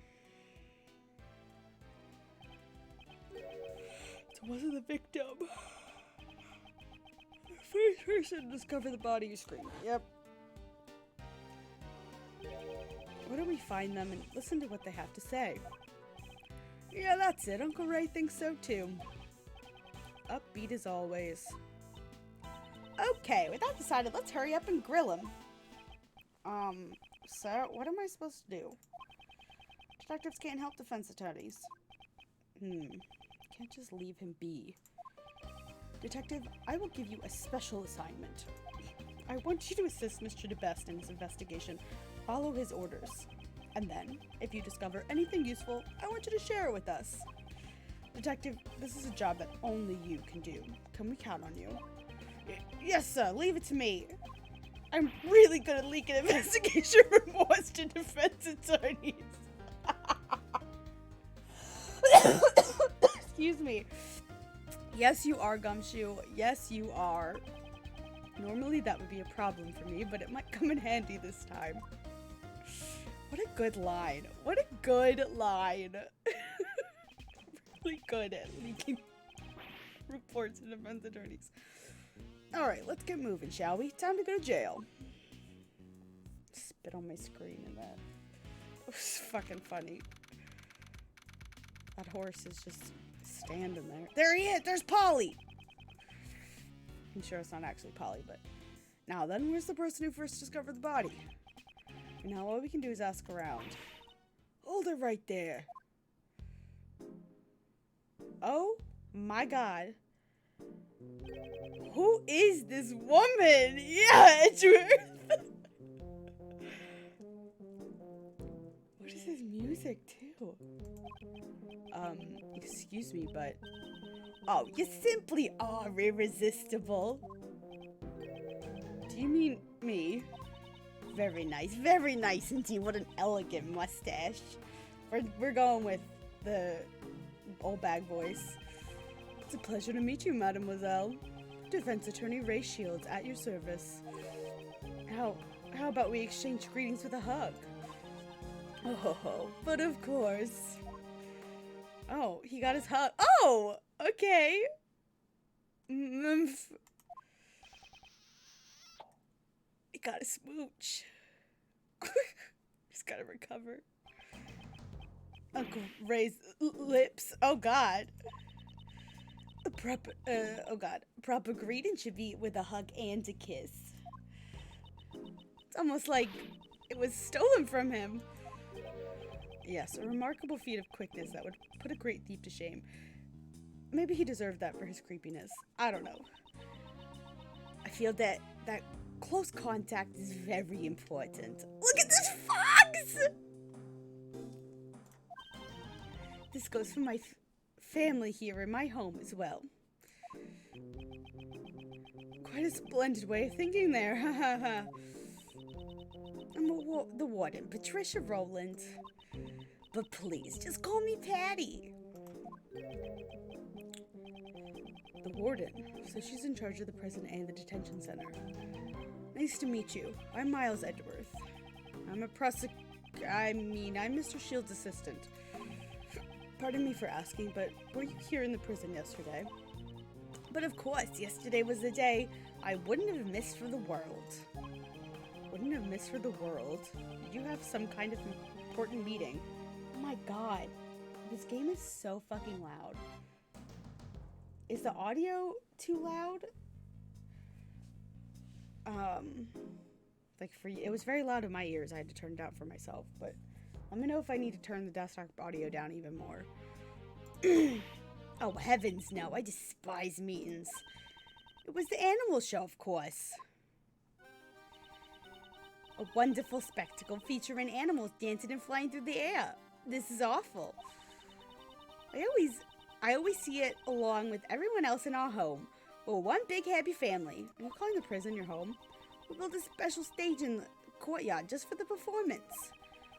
Performance for the prisoners' enjoyment. Yesterday, Elbert mentioned some kind of recreation. I suppose the animal show was what he was referring to. When did the show take place? It started at 8 a.m. and ended around 10 a.m. It's exactly when the body was discovered. So whoever saw the show would probably have an alibi. Now, if you'll excuse me, I must be going. I have business to attend to. Please take your time and have a look around our home.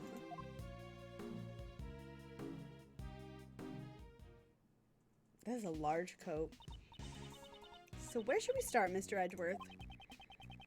There was a prisoner who heard the scream from the person who first discovered the body. Let's start by talking with him. Polly! You can talk to the horse? They even have a pony. Little kids could ride it. How nice, it's like a zoo. Although it's the humans who are treated like animals in here. Do you think they'd find out if I took one home with me? I think that if you did that, you'd be the one behind bars. I like that the prompt is talk, not examine. It's you. Where's the person who first discovered the body right now? Around this time, I think he was in the workroom. In the back? The workroom? I should go take a look. Okay. There's a pig. There's that monkey. Kitty cat, bunny rabbit. It's interesting that only some of them are animated. Is this it? Hello? Is this occupied? okay. It's not a restroom. Hey, guard, do you have a minute? Sir, what is it? Is anyone using that workroom right now? Presently, there's one prisoner working inside. Positive he's been in there since the noon roll call. We would like to ask the prisoner a few questions, if that is acceptable. Yes, sir, I'll bring him out, so please wait a moment.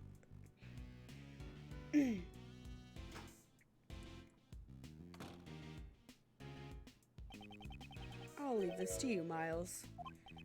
What do you mean? I don't know what kind of scary guy will come out of that room. Mr. Shields, you're a scaredy cat, even though you're an adult. Same to you, Kay. Here he comes. Oh.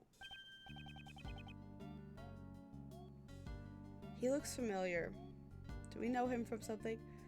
Good day to you, sirs. Are you the ones who requested my presence? He doesn't seem like a dangerous criminal. Maybe it's just somebody who used that, like, body motion before. Or maybe he was... No, I think he might be someone from a previous case. My name is Miles Edgeworth. I'm a prosecutor.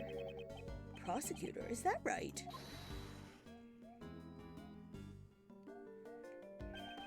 I'm Ray Shields, a defense attorney. Mr. Shields, his demeanor completely changed once he saw who we were dealing with. Sorry about that. My assistant says strange things sometimes. He's not a prosecutor, just my assistant. Hey, get your act together, Miles. I guess I messed up. Forgot about my new job. No worries, I thought you were different from the prosecutor who visited me yesterday. Looks like he's already spoken to DeBest. May we ask you a few questions? Oh yes, of course you may. My name is Frank Sawit. Yep. Oh my god, wait, is he the one from the... One of the first... I gotta look up what case he's from. He's from the original trilogy, obviously, but he might be from, like, the very first one.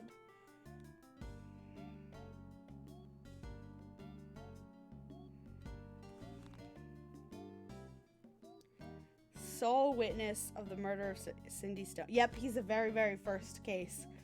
Yep, he's the one who murdered the girl in Larry's apartment. Cindy Stone. Okay, go for it, Miles. Guess I'll be asking the questions after all.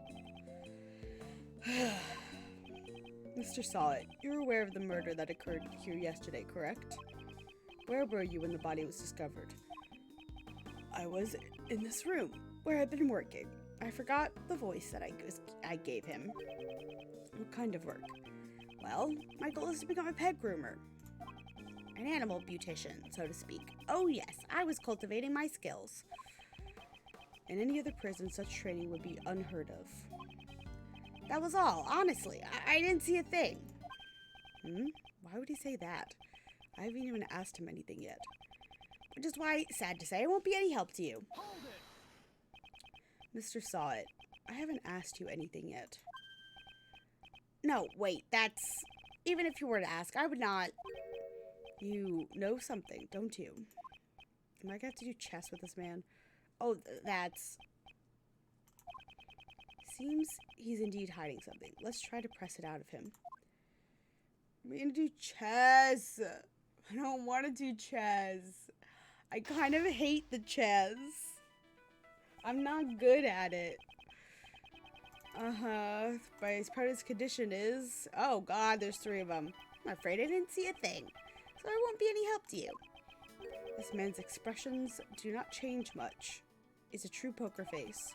It may be difficult to read his emotions from his body language. I how he phrases his words. That may reveal what's on his mind. Now for the opening move. I'll start by asking about who this man is. Even if he hides his emotions, if I push the right buttons, I'm sure I'll cause a change.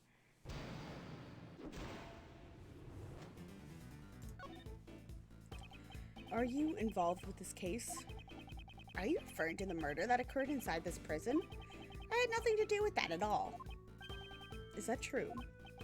I I would never dream of being involved in a murder plot. How should I put it? I'm an upright model citizen, after all.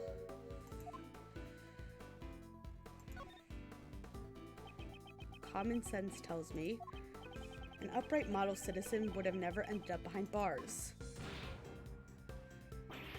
Oh, well, that is. Tell me what you know about the incident.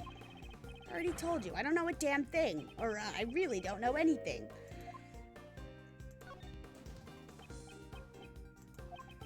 I apologize from the bottom of my heart for that outburst. But I'll be of no assistance. Pardon my rudeness. It's just that the murder occurred in this rather confined prison. Seems unnatural that you do not know anything about it. Oh, unnatural. Is that so? If you're looking for the person who discovered the body, you should try someone else. Did I say who we were looking for? How did you know we were looking for the person who discovered the body? I don't recall saying a word about that. Are you sure you don't know anything? No, it was merely a hunch I had. But a humble pet groomer in training. I honestly have no recollection of the murder. I am positive that this man is hiding something.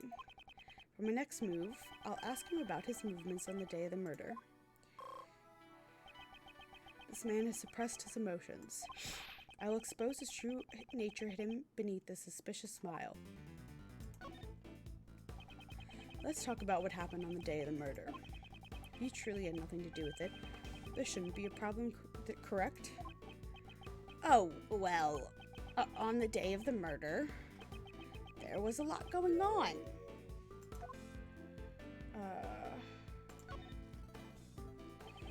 Tell me what you were doing on that day. As I mentioned earlier, I was cultivating my skills as a groomer in training. I was trimming the coats of the animals at the time. Nope, no you were not. Didn't the murder cause a panic? I imagine the entire prison must have been in an uproar. Well, but there was no panic. I could even hear someone's voice.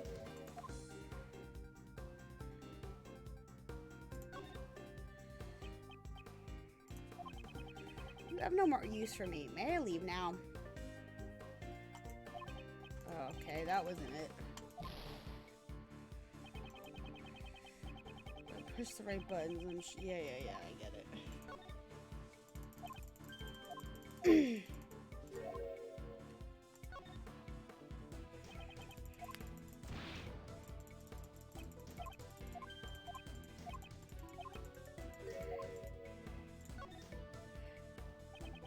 Someone's voice, judging the circumstances, I suppose it was a scream that you heard.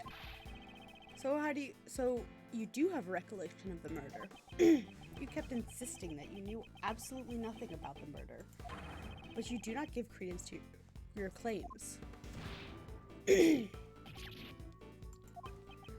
Well, I thought I heard someone's voice, but in any case, I don't remember it very well. The scream at the time of the murder. It might be a clue. Better keep that in mind. Let's talk about what happened on the day of the murder. You truly had nothing to do with it. There shouldn't be a problem, correct? Well, on the day of the murder, there was a lot going on. What was the state of the prison at the time? I don't remember it too well. My memory is rather poor. Let's try using that clue. You don't remember? Ridiculous. Didn't you say earlier that you heard a scream? That wasn't... I could very well be mistaken. At any rate, I honestly do not remember. You still do not remember? Enough with your lies. I ain't lying, you. I mean, I'm telling the truth.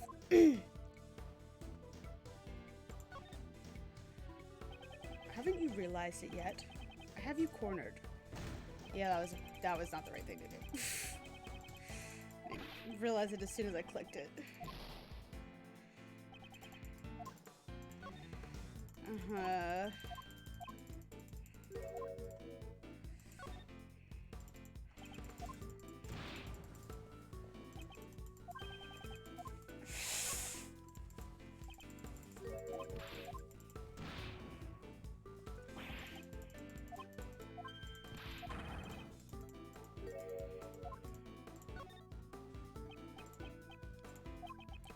any case, I was absorbed in grooming the animals. By the way, how skilled would you say you are in animal grooming? My technique with the scissors still needs some work, but I'm very confident in my handling of the animals. When the animals became frightened, I calmed them with my gentle hands. Frightened? Why would the animals have become frightened? I don't think that's a common occurrence. Oh, well, it's a good thing, isn't it? Perhaps the reason they were frightened was because of someone's scream? Why are you trying so hard to hide the fact that there was a scream? Are you concealing some vital information from me? I'm doing nothing of the sort. It's true that I heard some sort of scream, but I'm not trying to hide it. He's starting to show his true colors. I should be more aggressive with my next move. I'll ask him about the scream. Thank you for giving me my time back. It's time to give him a taste of the futility of keeping a secret from me. When did you hear the scream? That's it! I just remembered. At the time of the murder, there was an event going on. It was the animal show. I had gone there to see it. So you're saying that since you were watching the show, you did not hear the scream? That's completely different from everything you've said up until now. Shut up. So what if it is? I mean, my memory is just so hazy.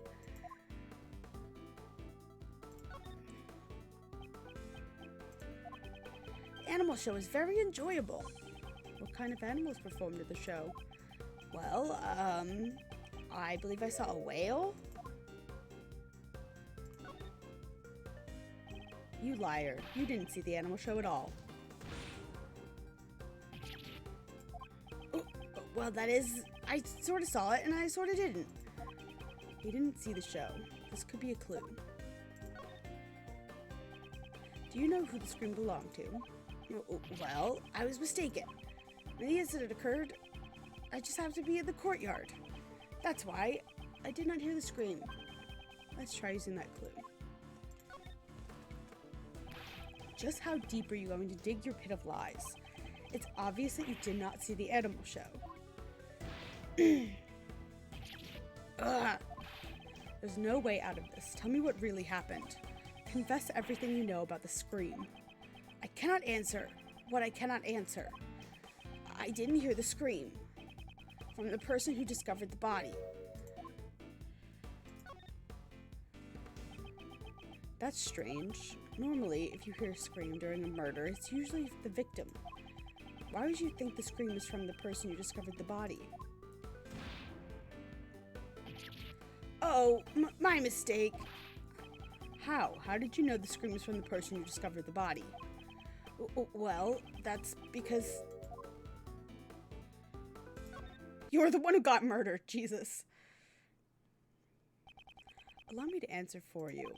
That's because you're the one who discovered the body.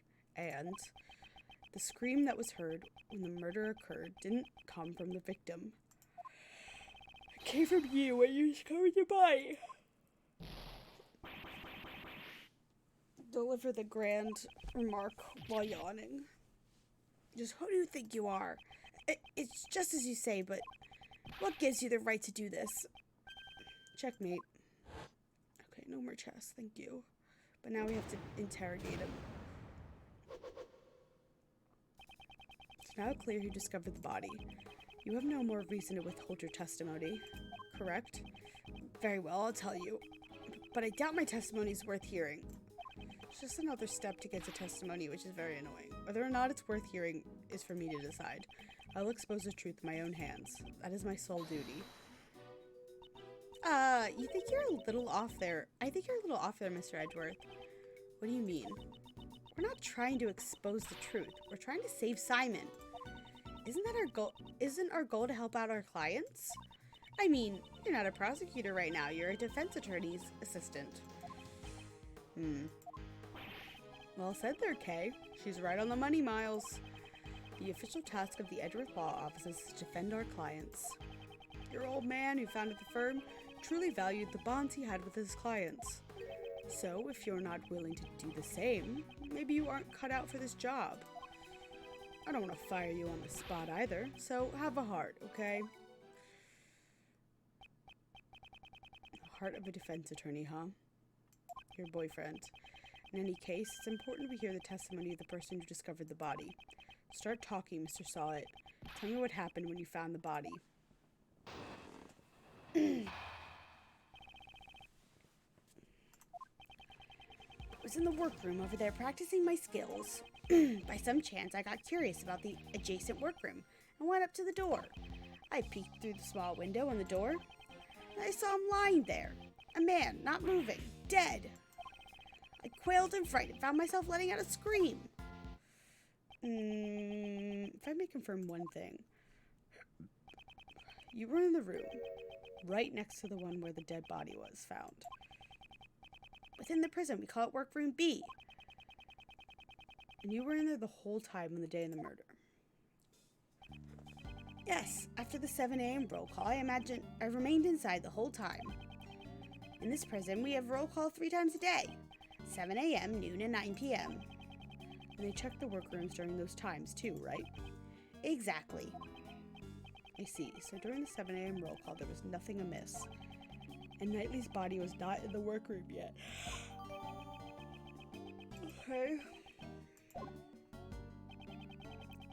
Sounds like the murder occurred after 7 a.m., huh? And that's right when the animal show started. Correct. The other prisoners went to see the animal show. Meaning anyone who did not see the show does not have an alibi. Do you understand what I'm saying, Mr. Sawit? Yes, that is certainly true. However, I merely discovered the body. His testimony has a clear contradiction. I should press him about that first. Yeah, how did he look through the window with the collar?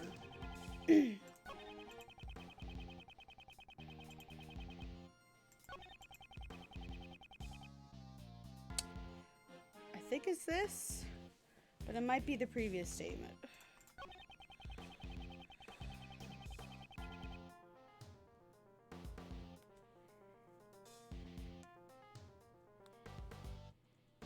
He went up to the door. I'm gonna do it to this one, even if it's wrong. Oh, just kidding. Oh wait, is this that one? There we go. That was right. You went some exactly. It was 50-50 shot. And I got it right. I'm glad I went with the first one. Mr. Sawit, please stop telling such feeble lies. You don't seem to understand your position. You might have lost your Animal Crossing village. How? Oh my god. Did it just like delete your save data? You don't seem to understand your position. My position? I used to be a newspaper salesman, but then I took up the pet grooming trade. Your new switch. Oh.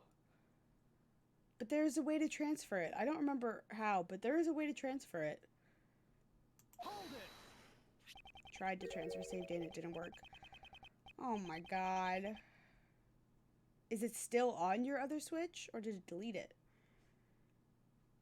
What about that bracelet on your wrist? It proves that you are unmistakably a prisoner. As long as you wear that bracelet, you should not be able to move around as you please. You managed to save your Zelda save data, thank Christ. Oh, that's good at least. The old switch is gone. Oh my gosh. As soon as you went through the door, the sensor would have sounded the alarm. Oh, that is... Peeking into the adjacent room is impossible, and you couldn't even leave the one you were in. Toby's playing on it since your brother didn't want it? Gotcha. Ugh, I'm sorry, Nico. That fucking sucks. I need a better system for transferring save data. It is not good. Hoo-wee, nice one, Miles. That was a real humdinger. But doesn't that mean Mr. Sawit didn't see the body? I'm not sure. Perhaps. We should let the man himself explain it to us. You see, that is, well... Forgive me, it appears my previous explanation was lacking. I shall clearly explain how I was able to see the body. Very well, let us hear your revised testimony.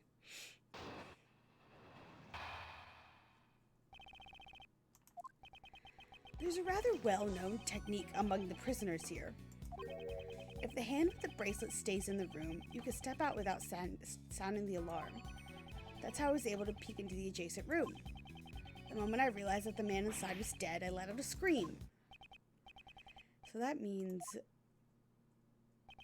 yeah, he could have done that. He kept his arm inside workroom B while he peeked into the adjacent room. I'd appreciate if you didn't mention this to anyone, especially the guards, okay? Is that what he was trying to hide earlier? I should try asking him for more details about a few other things as well. Yeah, did he, like, wipe the switch?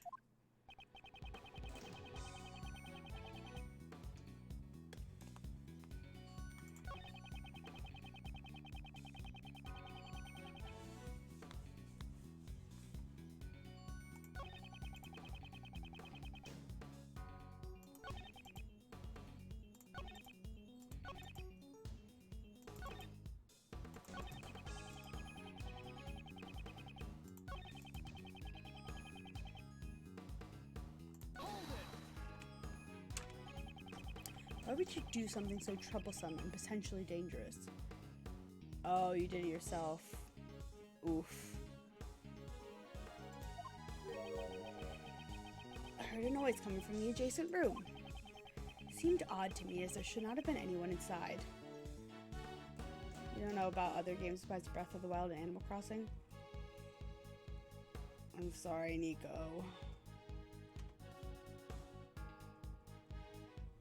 Still, that's really annoying. If you need us to bring stuff over, let us know. I will. Oh, you no teleport run. You said you managed to save Zelda, though.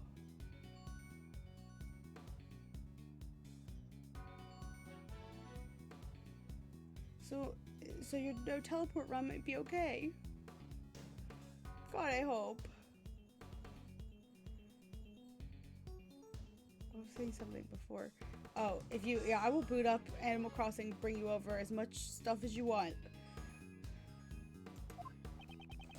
So you peeked into that adjacent workroom as soon as you heard the noise? You were so scared. Oh yeah, okay. That would have been, that is a terrifying feeling. One of the main reasons I'm not getting a new Switch is because I don't want to lose anything. Yeah, you want flowers? I'm pretty sure you gave me a lot of the flowers that I currently have. And I'm sure they've grown out of control in the year plus since I've played it. I peeked as soon as I could. I see. Is there a problem with that statement? Yes, probably. So you looked into the adjacent room immediately after you heard the noise. If that was true, then you should have seen more than just a dead body. You should have seen the person who made the noise. That makes sense. You're downloading to see if...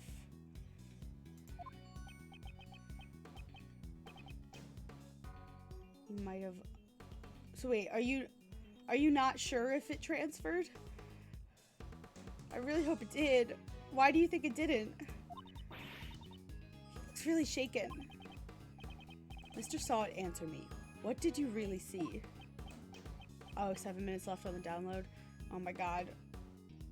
I hope so too. You intend to remain silent. I will have no choice but to assume that you are complicit in the murder. Nico, I hope you realize my heart rate has spiked and I'm going to be sitting on the edge of my seat until I know. Because your Switch cleared off all the data on your on your SD card. I fucking... it probably was like, we need to reformat. Wipe. I hate that shit. I get so scared every time I take the SD card out of my, like, my 3DS and put it back in. I'm always afraid it's gonna be like, need to format, wipe. Or if I put it on my computer to, like, do stuff. I have no choice but to assume you're complicit to the murder. Oh, please forgive me. It's just that I couldn't even believe what I saw myself. It may have been just a dream, but I hesitate to even recall it. Tell me what happened. Very well, I'll be frank with you. I saw a dog. It was a nightmarish scene. A large black dog was biting into the neck of the victim. What did you say? It was a truly hellish scene.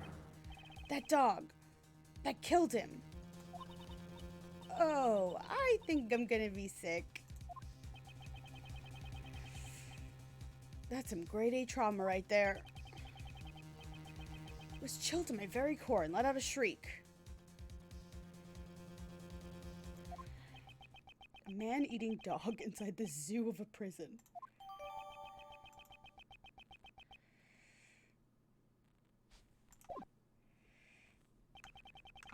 At the very least, I'm so glad it saved your Breath of the Wild data. Like, that was okay. That would be the one that would destroy me as well. As much as it would also crush me to lose my Animal Crossing Island and all the very many hours I put into it, I would lose my mind if I lost my Zelda save stuff. Do you believe me now? Yes, I do. I doubt one would be able to lie about something like that. Would you add that to your testimony? Certainly.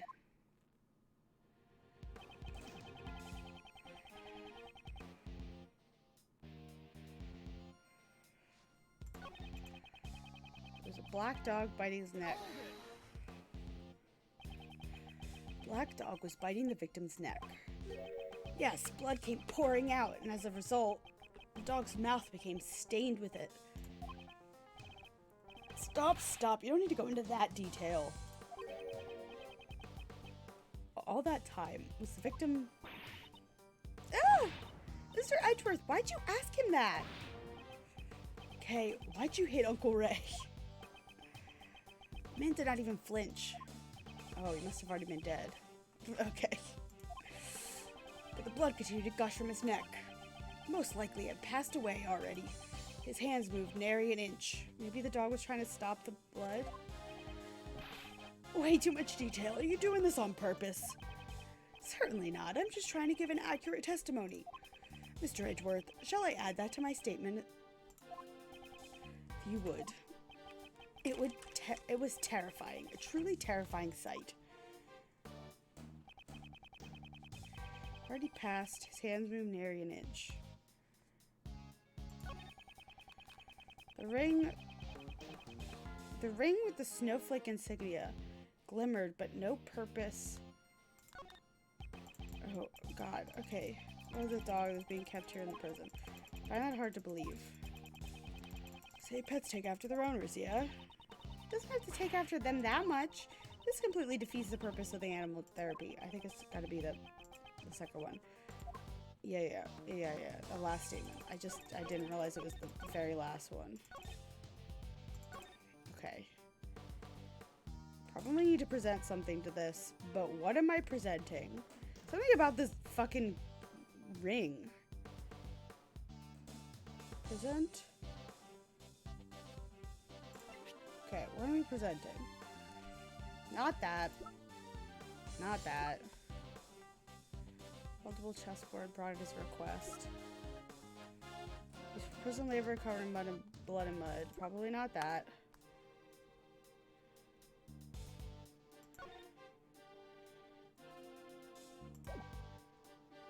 Penetrating wound.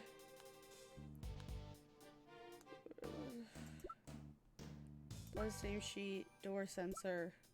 Prison roll call. I don't know why I'm skipping these. I don't think it's this blood.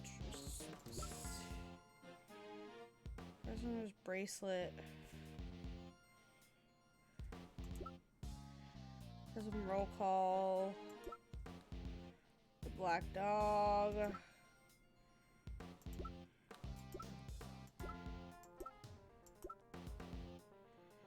I mean, this is the only one that might have something to do with the ring.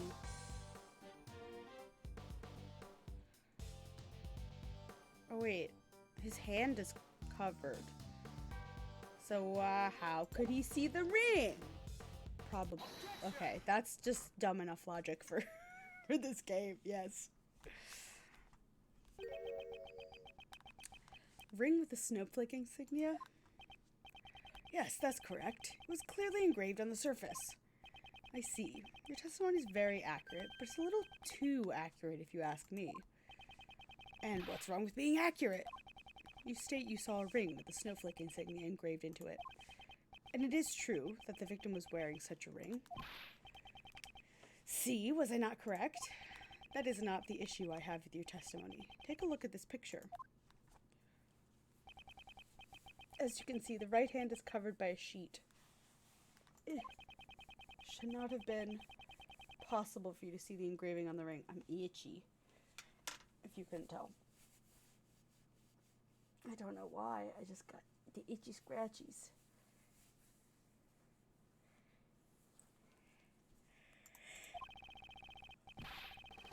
Unless you approached the body and lifted the sheet for yourself. You said you only looked into the workroom through the door. Yet you gave such a detailed account of what you saw. Who do you think you are, acting all high and mighty? I'm telling you I saw what I saw. Oh, the victim must have moved his arm after I saw it. I don't think so. You said it much earlier. The man did not even flinch. Must have been dead already. The victim was already dead. How would he have been able to move his arm? This guy's looking pretty suspicious now, yeah? Frank saw it. What are you hiding, you scoundrel? Oh, no I ain't. I am not. That is, you're wrong. I know what I saw. Oh. Oh! That was really gross. Shut up already. Stop making a fuss about every little thing I say. Did he do that before? Did he do that in court last time? You're just defense attorney's assistant. He's finally shown his true self. Whoa, guess the cat's out of the bag. Black hairy one at that. Just went flying. I'm just your friendly neighborhood witness. Are you really just a witness? I would say that you're rather suspicious. What was that? You saw something that could not have been seen from the outside of the room. How is that possible? The logic behind it is simple. This is where you saw the body from.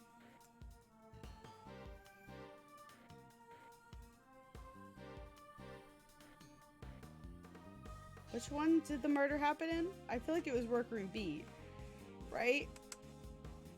Maybe it was workroom A? I don't know, I'm confused about that.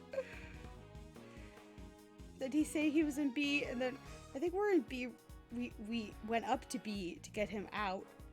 So I guess it's A? Yes, because we went up to this door to get him to come out to talk to us. So this one would have to be the crime scene. I hope. When you discovered the body, you went inside the room where it laid.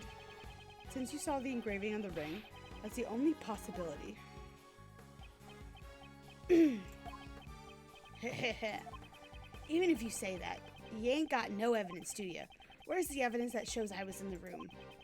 I was grooming pets at the time. The room adjacent to where the body was found. I even went so far as to borrow some rubber gloves. Show the evidence that proves, well, it's the fucking other rubber glove. Dumbass. Mr. Salt, what were you doing when the body was discovered? Didn't I tell you already? I was practicing being a pet groomer. I see. In that case, do you happen to recognize this glove? Oh, that's... This was found near the body. It's believed to have been dropped by the culprit.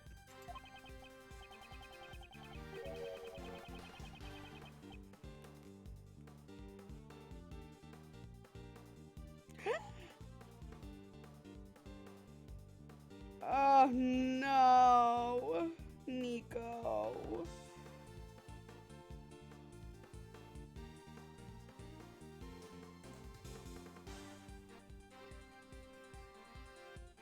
I'm sorry, friend. It's very pretty though. I just saw the message with the box. Tell me what I can mail you and I will do it. What I can come drop off at your island. I noticed you also have a rubber glove hanging out of your apron pocket. No, this is something else. Looks like you're missing one of your gloves. You could find gloves like gloves like these anywhere in the prison. Your evidence proves nothing. Perhaps we should hand this glove over to the police for fingerprinting. I'm certain they'll find some interesting results.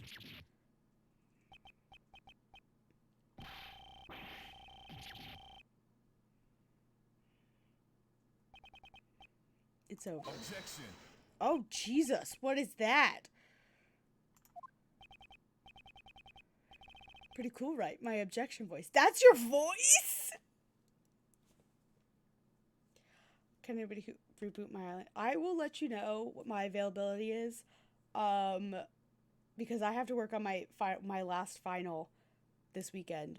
So depending on when people are around and doing things, I might be able to. But I'll have to see. Because you girls got to finish her final. Mr. Shields, could you save the jokes for later? I could probably do it tomorrow morning for a little while, like before 10 a.m. my time, which is like 9 a.m. your time.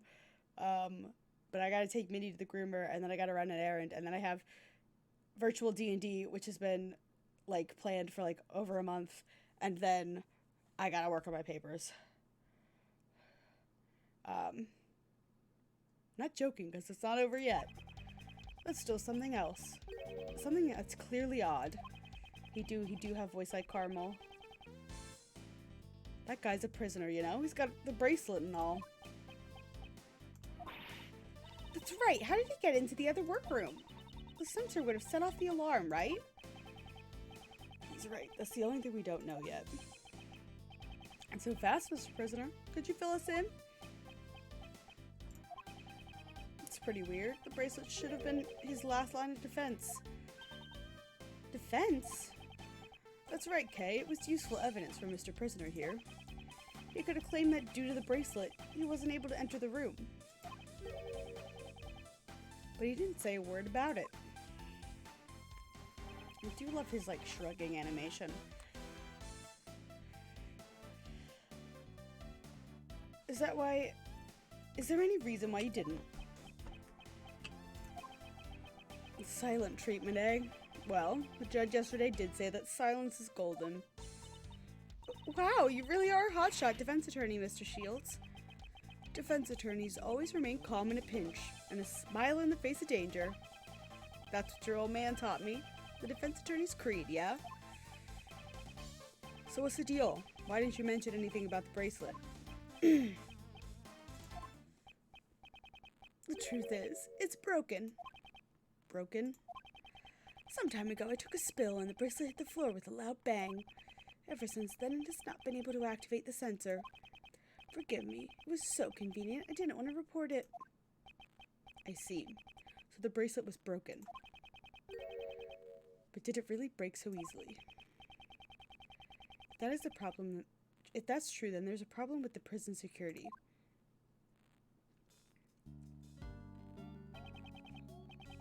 You, over there, may I have a moment? This man is always petting the kitty cat. Here, kitty kitty, you're such a cute little guy. Yes, you are, meow. Excuse me.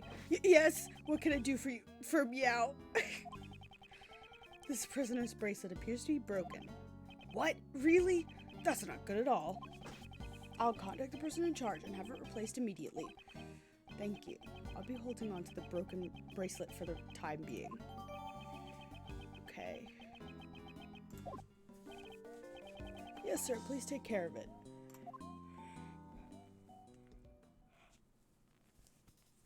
Okay. Now that bracelet's taken care of, shall we move on to arresting you for murder? What? Perish the thought. I didn't kill anyone. Oh, he is wearing the bracelet. But your bracelet was broken, right? Doesn't that mean you could have gone anywhere? Anywhere you wanted during the animal show? All I did was find the body, honestly. It is true that I saw the dog biting his neck. However, I entered the workroom after the dog had left. Why did you do that? Well, I was curious if he had anything of value on him. So he was preparing to loot the corpse? Jesus Christ. That's why he remembers Knightley's ring so well. Why are you looking at me, Mr. Edgeworth? I am a great thief. Please don't put me on the same level as him. But did it take a thing? The animal show had ended, and the other prisoners were making their way back down here. I hurried back to my workroom and let out a scream to deceive the others. And that's when you dropped your rubber glove. Okay. I guess the story holds up. What do you think, Miles? Whether he's a murderer or not is one big question remains. How did Knightley get all the way from his holding cell to the prison? You're right about that. That's a real stumper. And there's something Mr. Salt said in his testimony that I'm very concerned about. If that dog had any part in the murder... Mr. Salt. Yes, what is it? Were there any other prisoners who didn't see the animal show? Yes, there's only one other that I know of. And this prisoner wouldn't have been able to see the show even if he wanted to, correct? Yes, that's correct. Why do you ask? Just as I thought. I had my suspicions as soon as I saw that black dog. That fiendish criminal. I never expected him to be held here in this prison. Where is his cell? Do you intend to meet him? Him? Who's him? Is it Von Karma? Who is it? He's a very special man. He receives very special treatment and... Oh, forgive me. I need to watch what I say about him. However, if you value your lives, I would advise you to stay away from him. Who is this? Who are we talking about? Who are we gonna see again? Cut it out already. You're giving me the creeps. A puppet master in the shadows, huh? Yeah, I still value my life. He's being held in the special cell. Oh, I thought this said spatial cell. Spatial. Over there, in that direction. Monkey. The special cell? It certainly seems like he received special treatment. Is it gonna be Von Karma? Is it gonna be Von Karma? Maybe Godot? Godot? It could be. Maybe. I love Godot, though. I don't want him to be a murderer again. To protect my own life, I can't tell you what. Tell you that he's the oldest prisoner here. Oh, okay, not Godot. Maybe Von Karma, if they mean by age and not like the time. My deepest apology. Oh, is it red white? It could be red white. It's truly terrifying. Care to fill me in? Feels like you're leaving Uncle Ray behind here. Someone I knew in the past. Is it Von Karma? I don't know! Let's head for the special cell. I believe that black dog should be there as well. It could... But that dog was like a guide dog. Maybe it's Godot. I don't know. I don't think it's Godot because he doesn't have any connection with Edgeworth.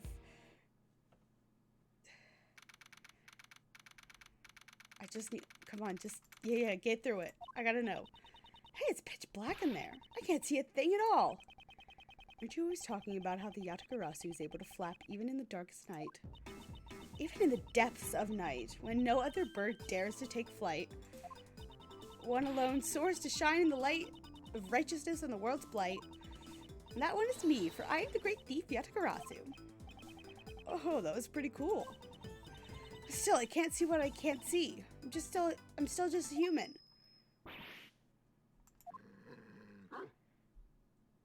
Okay, there's the dog with laser eyes. Oh, they run away. Mr. Edgeworth, I presume. That voice, it can only be. Has been far too long. Do you still remember me? Keh, it would be impossible to forget. Because it would be you who did what none could. And placed me here in this cell. Who is this? Don't tell me that the dog is talking to you, Mr. Edgeworth. There's someone else there. I can't see anything though. Down, boy. It was rude to frighten the visitors. Here, allow me to illuminate this dark room. Who is this? Who is this? It's not anybody we met before. Why does his shirt say boss?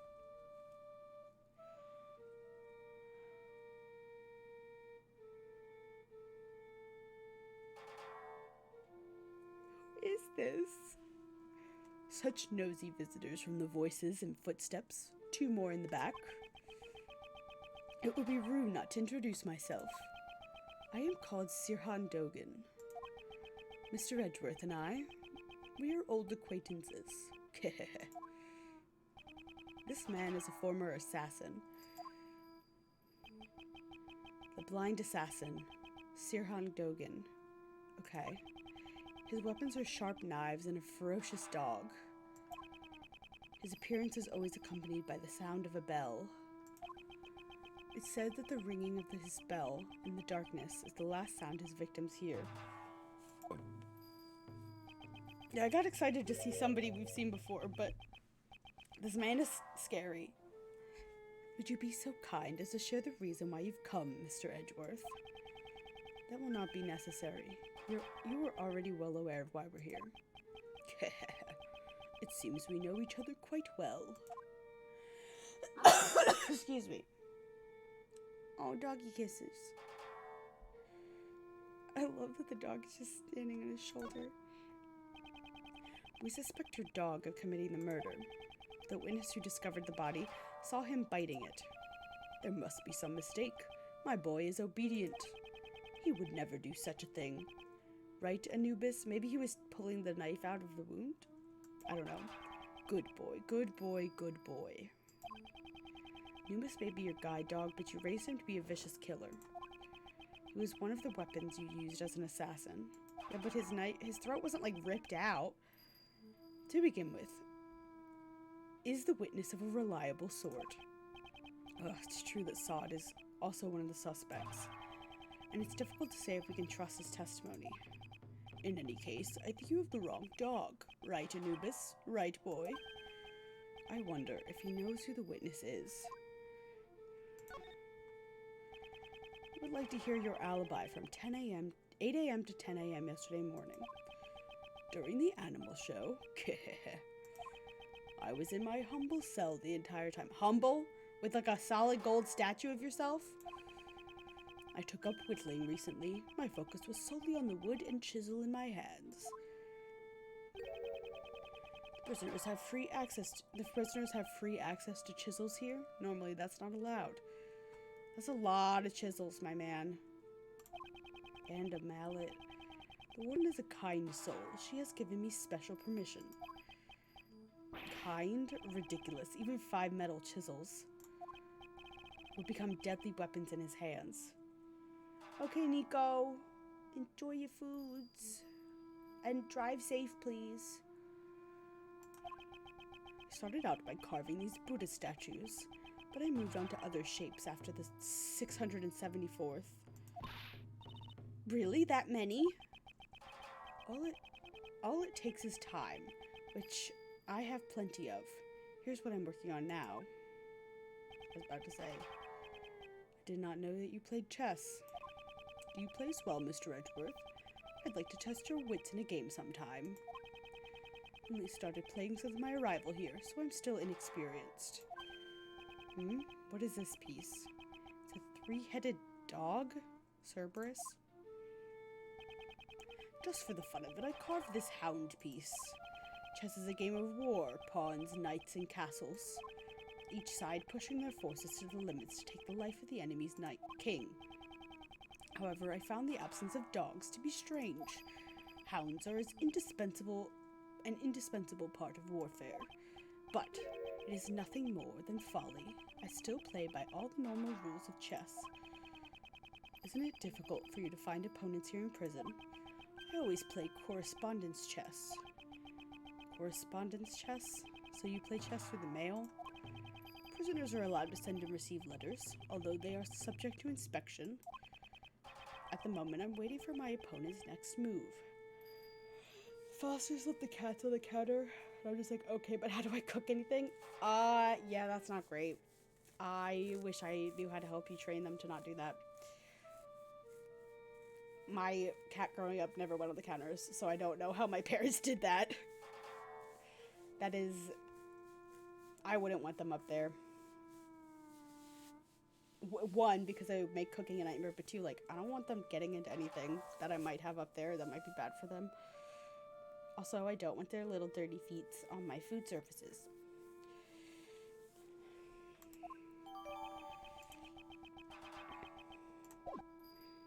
I love their cute little feet, but not where I'm eating. Yeah, I was gonna say that. You can put an aluminum on the edges, and then it'll freak them out. So we place chests with people outside of this prison. Do you know who was murdered? It was Horace Knightley, a most unfortunate lad. Your ears are as sharp as ever. You're all I can rely on. As I thought, he has full knowledge of everything that goes on in this prison. On second thought, he might be fortunate after all. Fortunate? How so? He committed a grave crime, but he was able to avoid punishment for it. An assassination attempt on the president. What a bold man. Assassination attempt? Hey, Mr. Edgeworth, didn't Mr. Knightley just... He may have killed his own superior, but he never attempted to take the president's life. Are they trying to conceal the fact the assassination was staged by the president? Whoa, whoa, whoa. Hold your horses. Knightley, Knightley didn't attack the president? But Uncle Ray was requested to defend him in court on charges of attempted assassination.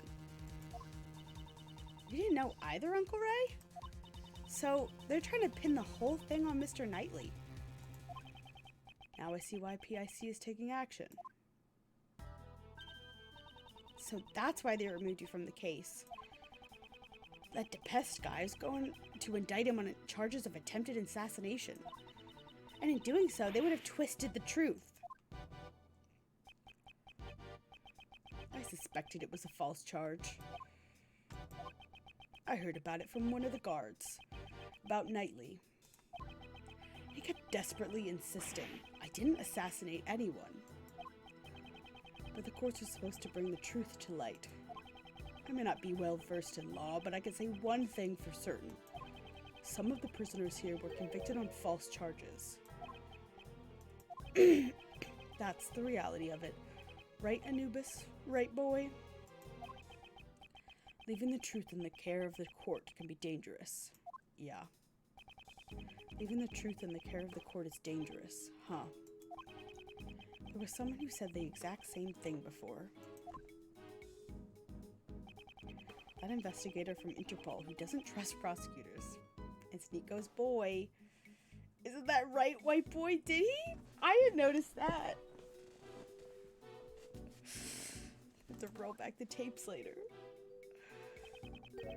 You're not twisting the truth behind those closed courtroom doors, too, are you?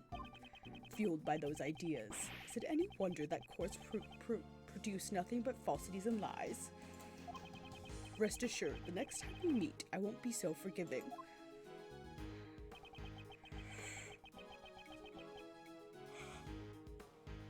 Excuse me. I doubt his distrust is cleared up completely. You feel the same way You feel the same way, don't you, Anubis? The truth of the courts and Mr. Edgeworth's reasoning both can't be trusted, right? Ugh. I hate when I blow my nose and then my eyes water. Or, like, bubble up. My, like, tear ducts are definitely connected to my sinuses.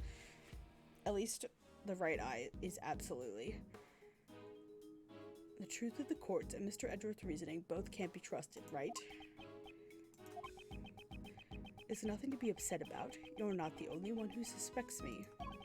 Yesterday, the other prosecutor and that judge came here too.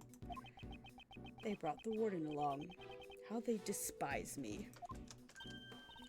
Oh, that must have been those two rude people from before.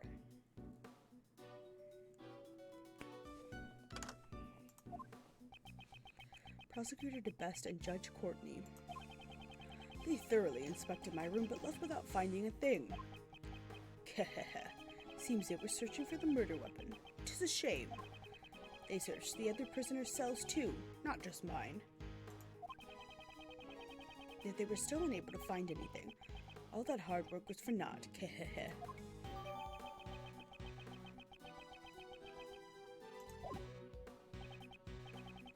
This is quite a problem. What should we do?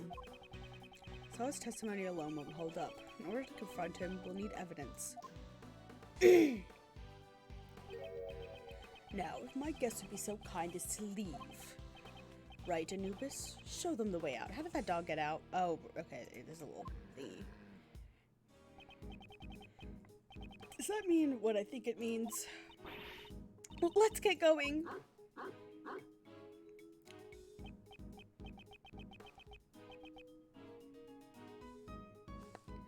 We shall meet again, Dogen. It would be a shame for our long wait of the room to end so soon.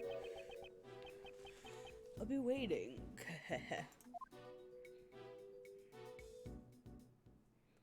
Calm, cool, and collected.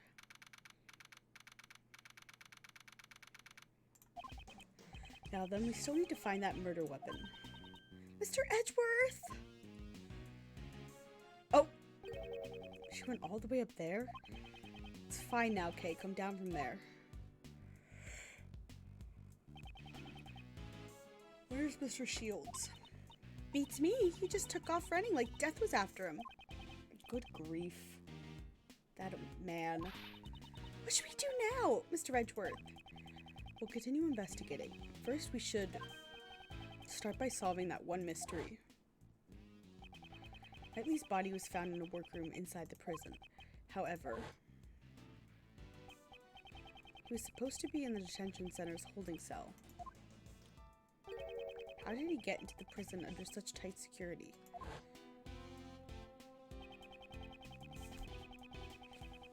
Ow.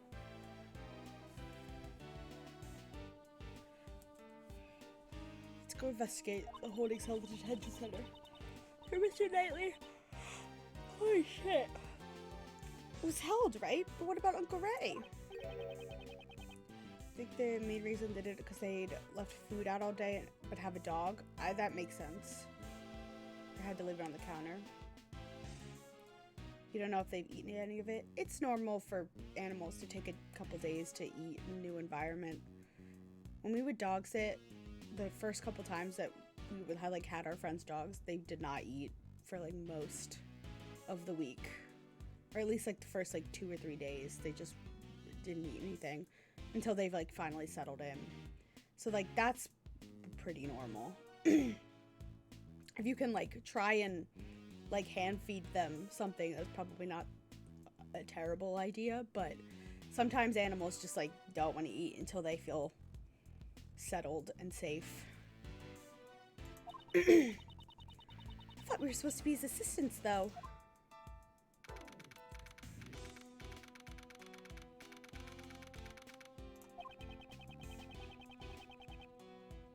Victim's cell in the detention center was this way. Let's check it out, Mr. Edgeworth. Do I gotta watch him walk there? Oh, this is truly dreadful. What's happened? Oh yeah, how did I know it was them? It's the warden, Miss Rowland. She must have come from behind that no entry sign. So he still won't talk, even after all the trouble you went through to get the evidence. Transfer for the precinct. Forgot the voice. That's right. I don't know how many times I've tried. I can't report back empty-handed. That assassin sure is one tough cookie, huh? Did you just say assassin? Oh my. Pardon me, but were you talking about Sirhan Dogen just now? Oh, eavesdropping, were you? You naughty boy. Did you question him personally, Warden Rowland?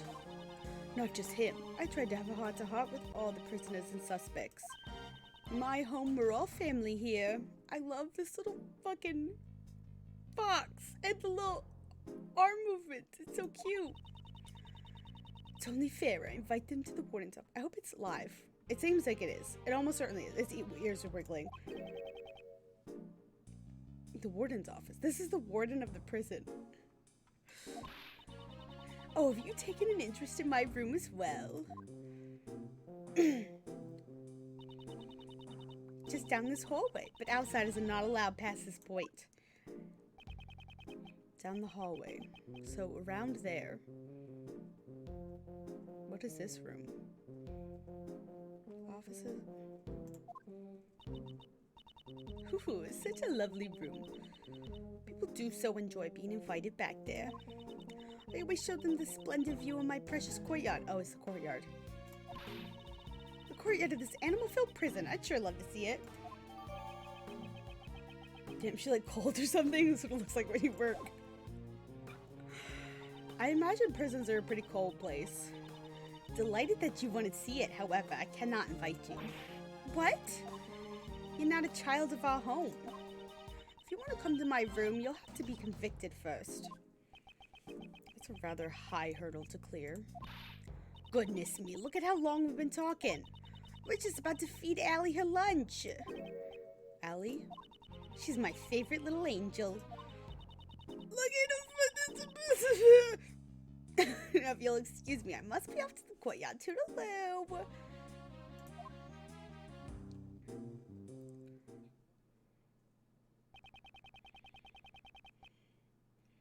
Never got a chance to ask her about Dogen.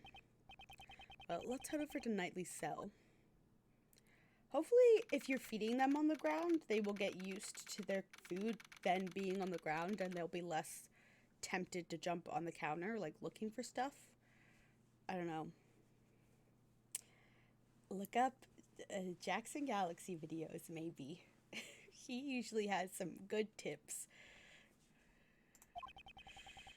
He probably has something about cats jumping on counters. It's the victim's cell. When did Mr. Knightley arrive in here again? Or when did Mr. Knightley arrive in here again? It was after the president's welcoming ceremony, on the night of March 25th. So when and how did he move over to the prison? Might be some evidence left. I can answer that. Alright, let's get cracking, Mr. Edgeworth. Alright.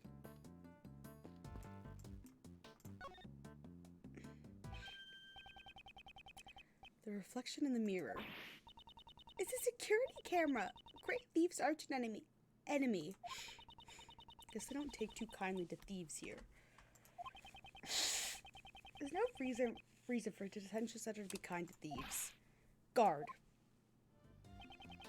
Would you like to check the footage of the security I would like you to check the footage. If you find any problems, report to me at once. Understood, sir.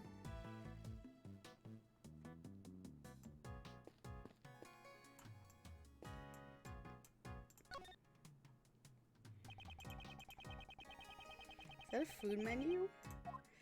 It is. It looks like I don't know why, but it looks like it would be for like a Mexican restaurant, like for the colors.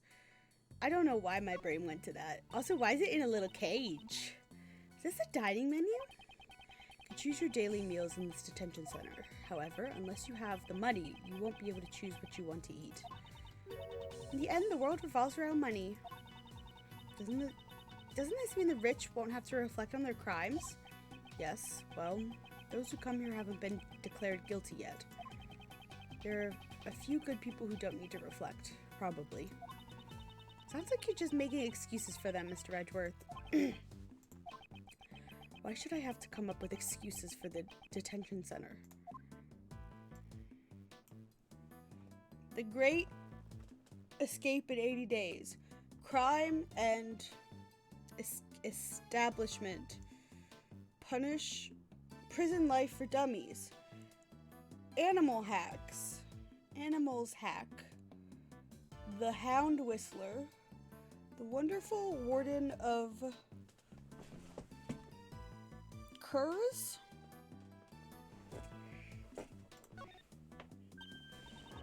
There's something on the desk.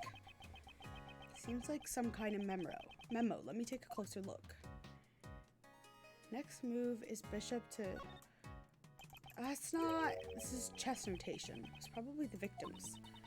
What's chest notation? Oh my god, was he the one doing the letters with the man? So I'm that records positions of the pieces on a chessboard. This is a good match. My next move would be pawn to... No, actually, before that. Mr. Edgeworth, this is no time to be playing chess. You're right. The position of the chess piece is recorded in this memo. I feel like I've seen something similar somewhere else. I should take a closer look at this evidence I've collected. Yeah. It's the fucking...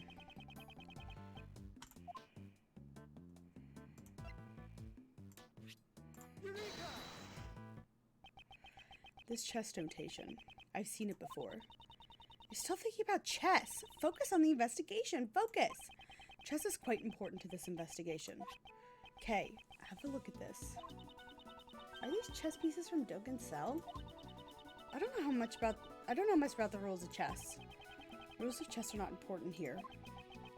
Look at the positions of the chess pieces in this memo. And the pieces in Dogen's cell. You notice anything? I don't know anything about the different chess pieces. But if you flip the board around, the positions are completely the same. Although the memo doesn't include the Cerberus chess piece, the position of the other chess pieces are identical. What's going on here? I always play correspondence chess. This might be hard to believe, but Dogen's chess opponent was... Are you saying he was playing against Mr. Knightley? With this, we now have the evidence to link Dogen with the victim. Okay.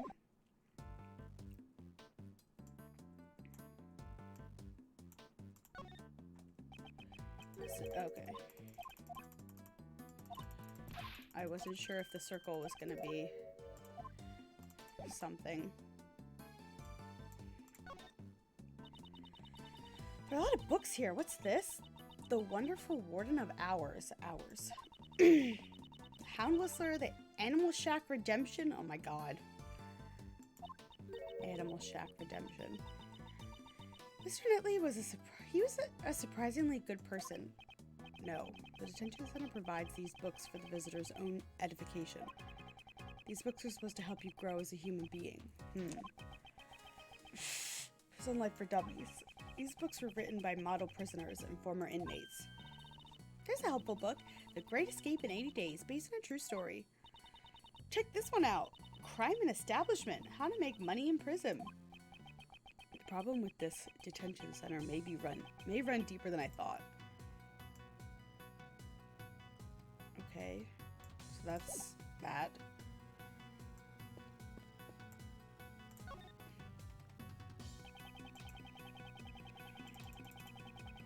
Yes, I really wish I could skip over him saying that every time.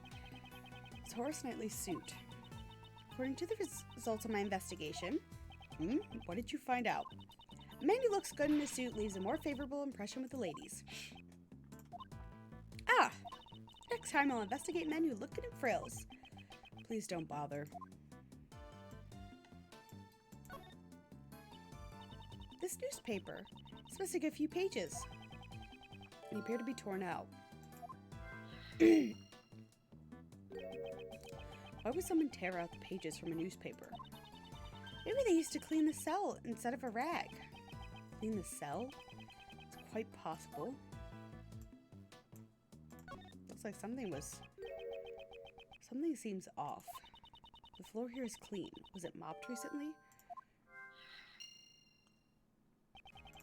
It seems strange that only the area in front of the bed has been wiped clean.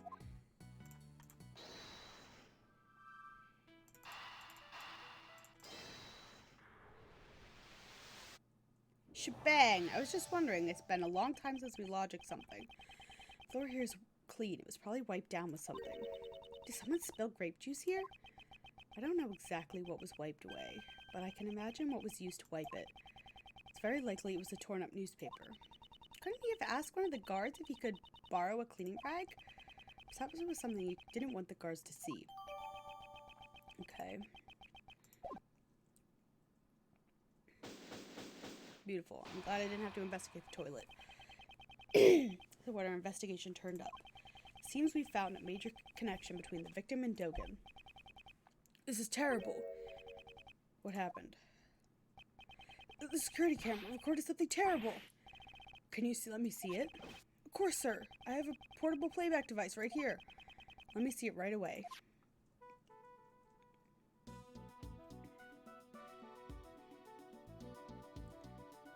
Oh, Jesus.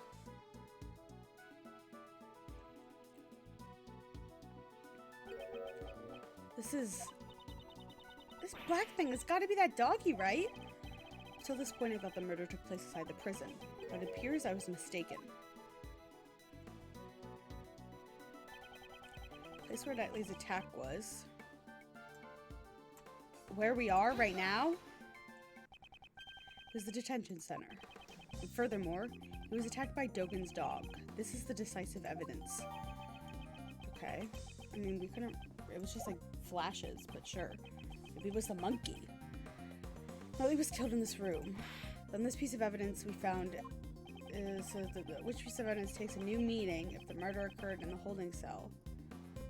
Oh god, I don't know.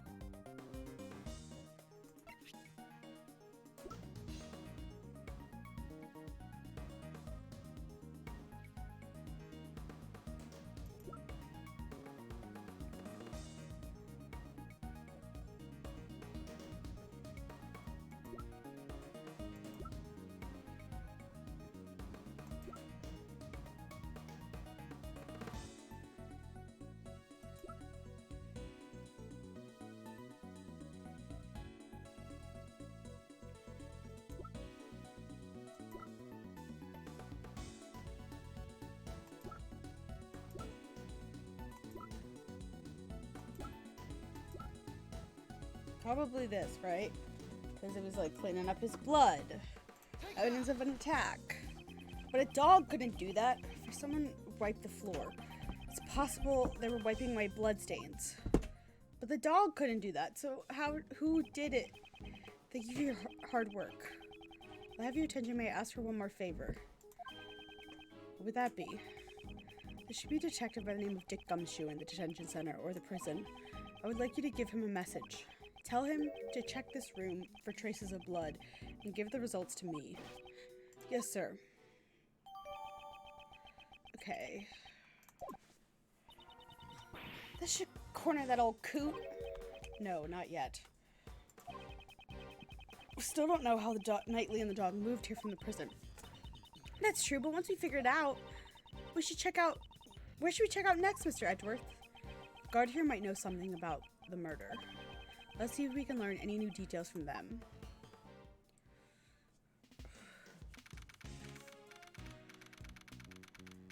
Oh, Nico.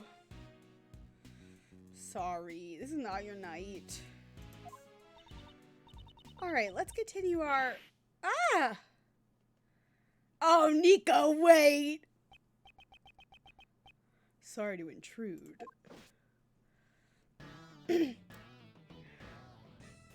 Nico, have I got a sight for you? Well, if it isn't Mr. Prosecutor and the little lady.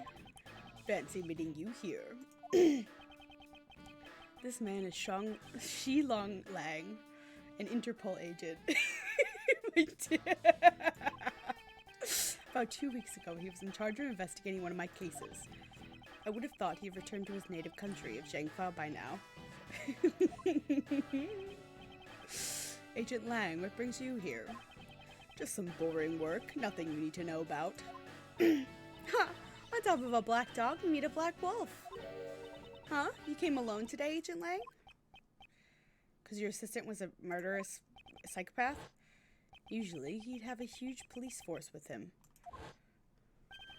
Mr. Prosecutor, seems you've been busy these past few days. These past few days? Is he referring to the incident with the Zhangfa president? I would have thought you'd be involved in his security too. Ha! Our president doesn't even trust his own country's police force. Look at the results of hiring a private company. It's a security company. It's laughable. Agent Lang doesn't trust prosecutors or the courts. That's why It brings along a large force of capable policemen to thoroughly investigate the crime scene. Yes, if you and your subordinates had been there, the results might have been different. My subordinates, huh? They're no longer with me. They're not with you? Funny, it looks like I'm a real lone wolf now. Agent Lang, just what happened exactly? Didn't I tell you? It's nothing you need to know about. Well, be seeing you, Mr. Prosecutor. That deep V. Mr. Lang, I wonder what happened. Yes, troubles me too, but there's nothing we can do about it for now. Okay, let us continue with our own investigation. Got it. First, let's ask those guards a few questions. This is becoming a very long part. Oh my god. You there, have you seen a black dog around here? Of course not. If I actually had seen it, I don't want to be standing around here so carefree. Did something happen with that doggy? Okay, let's not press the matter any further. Sudoka's dog didn't come by at the detention center. Ugh! Get out of my way! Hi, Maya! This is a difficult case. What's wrong? Something troubling you? Sir, one of my uniforms has gone missing. But I'm certain I placed it in this locker. Maybe the uniform grew legs and walked off somewhere. What kind of logic is that? In any case, I wish you the best in your search. I'll be rooting for you. Yes, thank you for your support. Okay. Oh, there you are. Here he is. Mr. Shields, where did you go? Where indeed? I've been searching for you guys this whole time. Walking all around the prison is hard work, you know. That's strange, seeing as you came from the opposite direction. I got some new information. You want to hear it? Do you?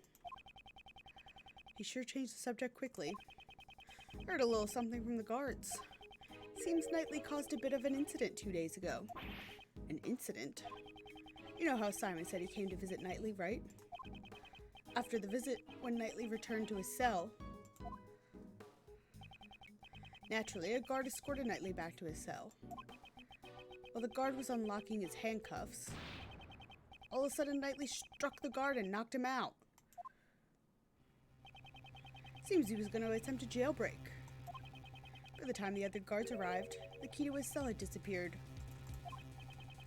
But there's been no reports of Knightley's jailbreak attempt 2 days ago. Exactly, it's strange, isn't it? Right up until his death, he was still in his cell. What's more, Knightley claimed he never stole the key in the first place.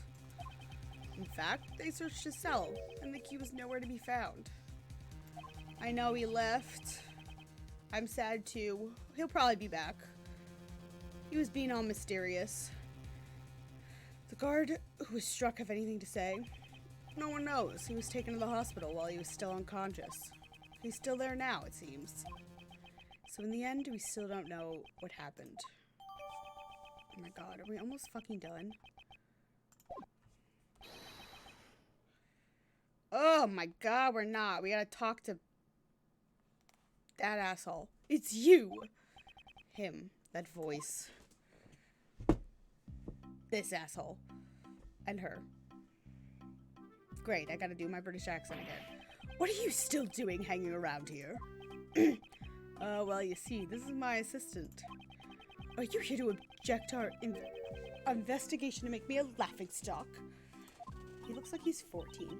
Sebastian, I believe obstruct is the word you're looking for. In a way, I think his expression was apt. A pleasure meeting you again, Judge Courtney. I know. You are Simon Key's defense attorney, are you not? Well then, let's skip the formalities and celebrate our happy reunion with a hug. Yes, beat the shit out of him. Or maybe not. Incidentally, I heard you mention an assistant a moment ago. Yeah, we're assistants at the Edgeworth Law offices. Prosecutors are civil servants. To open a side business is to betray the goddess of law. As long as profit is not our objective, there shouldn't be a problem, right? Yeah, that's it. Miles here is a volunteer worker. The purpose of my office isn't to make money. We're pro bono. What a wonderful heart you have, defending others without demanding payment. I do have an amazing charitable heart.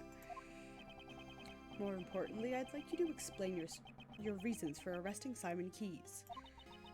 There's no need to. Is that a challenge against me? No, I was speaking with Judge Courtney. I guess it can't be helped.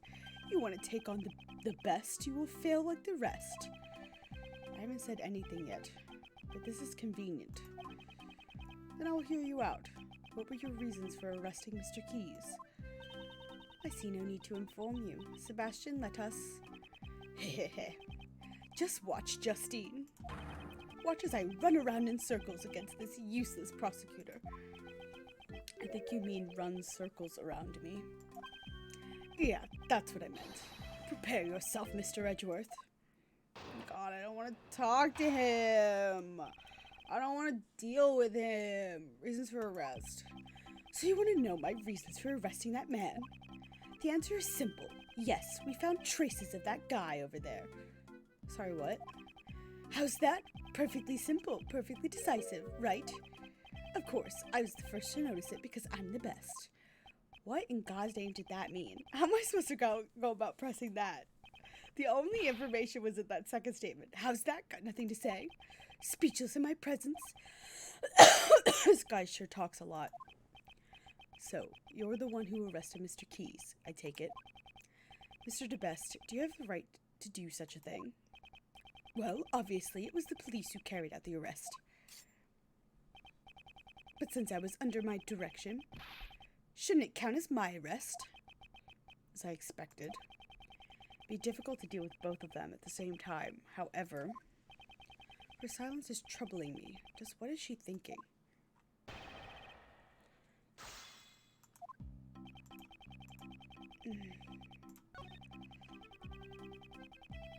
Yeah, what the fuck does this mean? That guy over there? That's certainly vague. Well, don't they say? The best hears one thing and understands 10. You're just being lazy. Explain it more clearly. Sebastian, if it's all right with you, would you please explain it to them in more detail? I'm sure that everyone wants to hear what you have to say. All right, if you insist, Justine. We discovered that.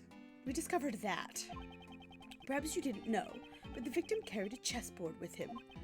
From it, we found that suspect guy's, Simon Keyes' fingerprints. Well done, Sebastian. I bless you on behalf of the goddess of law. Please amend your testimony. Are you all right with that, Prosecutor Edgeworth? Yes.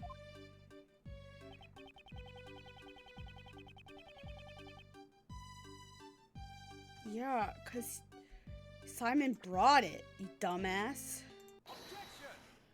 I just... Eat free, live free in prison. Fingerprints found on the chessboard. Is that the ace up your sleeve?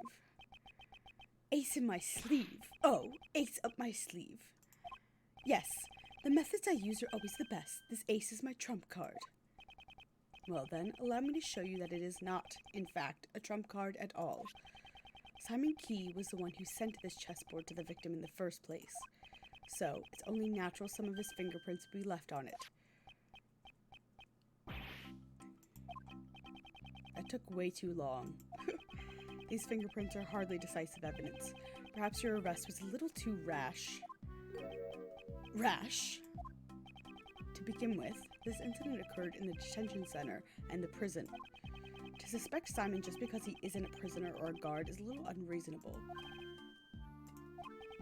What's with him all of a sudden? Wahahaha, I finally get what you're trying to say. Rash, you mean we were too quick to arrest the guy, right? He was stuck on that? Sure, I was the first to lay eyes on him, and I was the first to notice the evidence. That was even faster. But I am not rash. Sure, Simon Keyes isn't a guard or a prisoner, but... Sebastian. Judge Courtney. What are you doing, Justine? Don't butt in like that. Pardon me, Sebastian. Yes, your words on the suspect are very interesting. However, shouldn't you get over to the best part first? The best part? Why don't you tell them about your wonderful reasoning regarding the murder weapon? Good one, Justine. Nice suggestion. Mr. Edgeworth, listen to my first-rate reasoning. Will this reasoning explain why you're arrested, Mr. Keyes? I'm sure it will meet your expectations. I'm sure it won't. Judge Courtney just changed the flow of the conversation. Just what is she planning?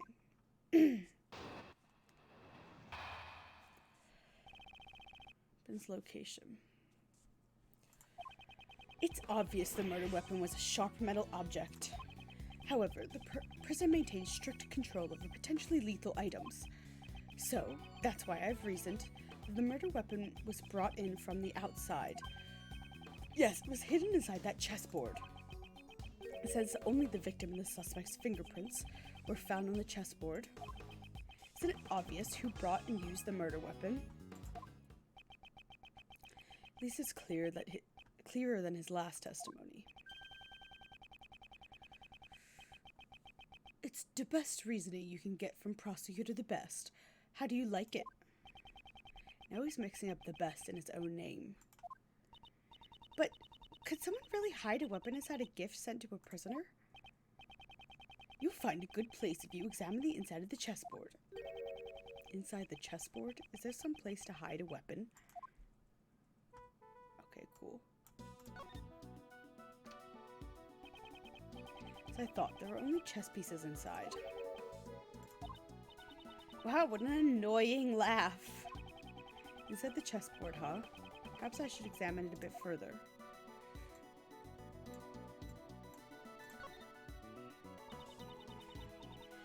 These are chess pieces, right? I saw something similar in your office, Mr. Edgeworth. Huh? But the pieces here are black and white? Those are the correct colors. My pieces were custom made. Custom made? That sounds like treasure to me. Her eyes are sparkling. Does she intend to steal it?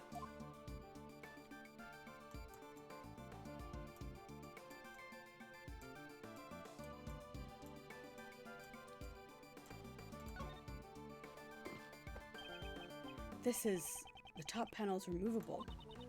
It's quite deep. Yes, there's more than enough room to hide a small knife. Understand now? This is how the culprit smuggled in the... What's with the It wasn't even finished. Mr. DeBest, there is something you have forgotten. There's a gate at the entrance to the detention center. Well, there is, but... He means the security gates with the metal detectors, Sebastian. Oh, he means the security gates with the metal detectors, Sebastian. We had to pass through the same check when we entered the prison, remember? Yes, that's it. I remember now. Looks like I completely forgot. It would be impossible to smuggle a sharp metal object into the detention center. Therefore, your reasoning never held, even from the very beginning.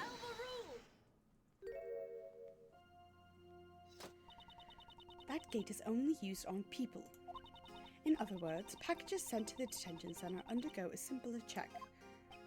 So they don't use a metal detector for that?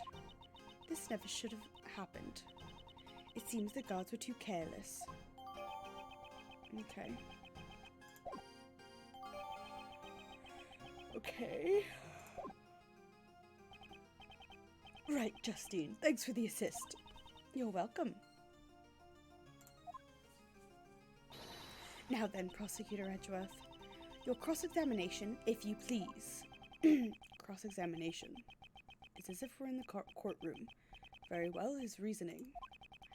Let's see how long it will hold up under pressure. Rebuttal.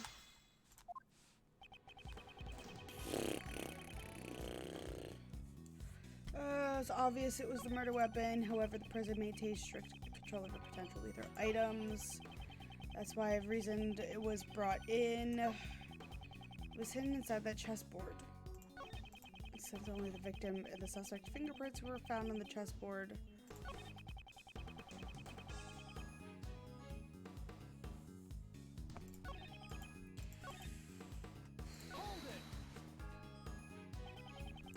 No weapon was found at the crime scene, not even inside the chessboard. So where did the murder weapon disappear to? I'd like to hear your answer to that. Well, after the crime, the culprit must have hidden it somewhere in the prison. Is there a problem with that statement? I assume so. The murder weapon is hidden inside the prison? I don't think so. It's clear from this piece of evidence.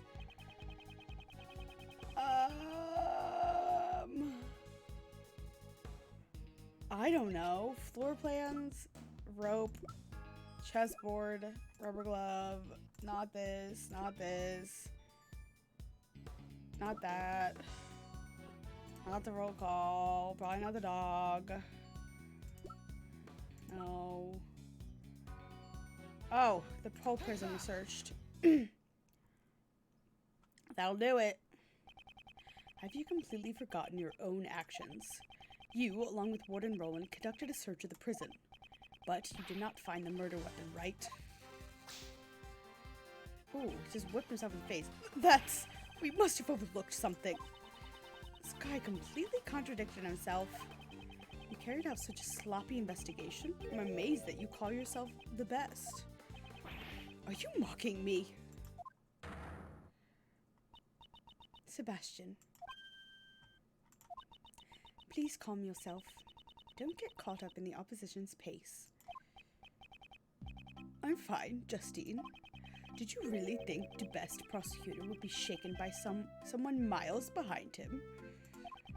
I wish he'd stop messing around with other people's names. Oh, in that case, Kay Faraday is far, far ahead. Okay, don't get caught up in this too. Yes, my best investigation didn't find anything. There must not have been a single weapon in the prison. In that case, there's only one possibility. The criminal must have taken the murder weapon with him when he left the prison. So it was only natural we didn't find it in there. Yeah. Who? No way the culprit could have brought the weapon out of the prison. And this piece of evidence shows why. Oh, God. The security thing that you just told us about, probably? Yeah, because they would have had to smuggle it out on their person. Have you completely forgotten your own testimony? That's twice you've insulted me. Oh, it seems you remember what I said earlier. But you do well to remember further than that. What is that? This guy, he really doesn't remember anything. Seems that way. The detention center and the prison are equipped with security gates. Anyone leaving must pass through these gates. Gates equipped with metal detectors. That's what you... Looks like he remembers now. Also, Simon hasn't been back to the prison since the murder. Like... Yes, there's no way someone could have brought the murder weapon through those gates. And so, the criminal could not have taken it out of the prison either. So then, Prosecutor Edgeworth, do you know where this murder weapon went to? Perhaps the weapon is still inside the prison. But we couldn't find it anywhere in the prison. The reason you didn't find it is because you believed it to be a sharp metal object. We saw the very moment when Mr. Knightley was attacked, after all. You could say that much, then perhaps you can enlighten us. What would you say is the murder weapon in this case? From this piece of evidence, the murder weapon becomes obvious. The dog, I guess? I don't, like... barks at me a lot. But, like, dog bites are, like, a pretty significant and recognizable thing. Here's the footage from the security camera. It shows one of the cells in the detention center. See it with your own eyes. I don't want to watch it again. I'm having war flashbacks.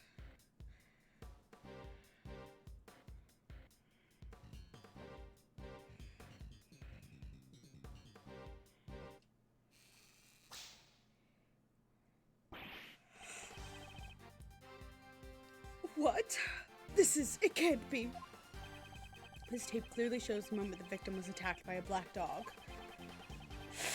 I believe this is sufficient proof, wouldn't you say? Indeed, this is vital evidence. Horace Knightley was killed in the detention center by that dog. After that, the body was moved to the prison workroom. Our witness claims to have seen the dog in the workroom when the body was found. Of course, a dog couldn't have planned this crime on its own. However, there's someone who could have. Overruled! That's enough. Prosecutor Edgeworth. Judge Courtney. It's true this camera footage is vital evidence. However, there is something else you must prove. Actually, you've already noticed it, haven't you? Just as she says, there's still a huge flaw in my reasoning. If that black dog is a prisoner's pet, how was it able to move between the detention center and the prison? Ah! What do we do, Mr. Edgeworth? Still don't know how the dog managed to move from one place to the other. I knew it. What? You're one to talk. You don't know either.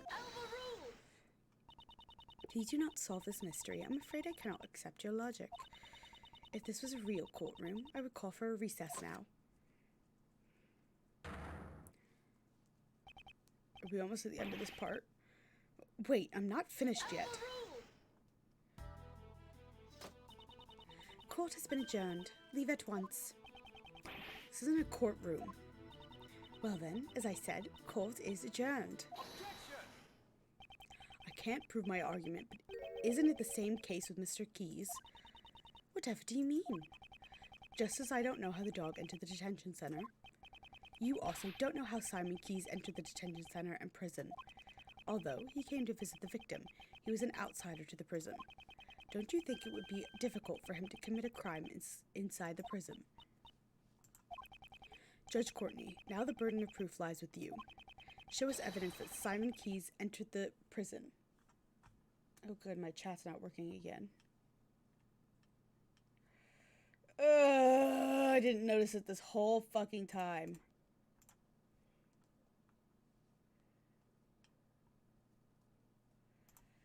Whatever.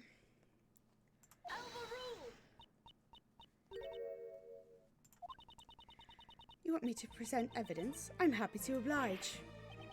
Does she really have evidence? It's about time I told you. Now that I know the basis of your reasoning, Prosecutor Edgeworth, what is she thinking? It seems you don't even know Simon Keyes' real occupation. He's a circus performer. Circus performer? Yes. Have you ever heard of the Berry Big Circus? Circus? Ugh!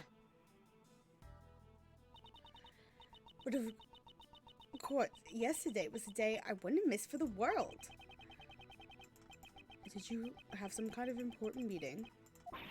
Oh heavens, no, I despise means. It was the animal show, of course. Seems you realized. On the day of the incident, an animal show was being performed at the prison, and the show was put on by the Berry Big Circus. I'm using the wrong voice. So you mean Simon Keyes entered the prison as a staff member of the animal show. That we know for a fact. This woman, she's been concealing this fact the whole time. She only planned to reveal it after hearing my reasoning. Come to think of it. What are you doing, Justine? Don't butt in like that. That is not his voice. Pardon me, Sebastian. Yes, your words the suspect are very interesting. However, shouldn't you get to the best part first? Mr. Best was going to say it then, but she stopped him. Wahaha. How do you like that, worthless prosecutor? You didn't do anything. Well then, now it really is time for a recess. I'll end with some advice. I had already doubted your abilities as a prosecutor, which is why I relieved you of your authority. You'd best not forget that. What are you trying to say? The PIC can still take away your badge. If you value your badge, I advise you to not show your face before me again. Is that a threat? The goddess of law is merciful, but that doesn't mean you can get away with everything. And one more thing. I must digress. I suggest you stop with this defense attorney act. That's none of your concern. I don't intend to abandon a case I'm involved in so easily. For defense attorneys, a relationship of mutual trust with their clients is vital. It is very different from the way the prosecutor. In any case, you didn't even know about your client's occupation. Well then, I must be going. May the blessings of the goddess of law be upon you. And there she goes. I need to go get a beverage before the next part. Did Simon lie to us? Seems he lied to Uncle Ray too. This complicates matters. Why'd he do that? Hey, Miles, don't tell me you've got cold feet already. Courtney Pie is quite a handful, but giving up is still uncool. A defense attorney's creed is to never give up. Remember, you're my assistant. Of course, I don't plan on giving up either. It's just my theory that he couldn't enter the prison no longer holds. Looks like we'll have to investigate one more time. Okay. I'm gonna be back in a moment. I need to go get a beverage. So BRB.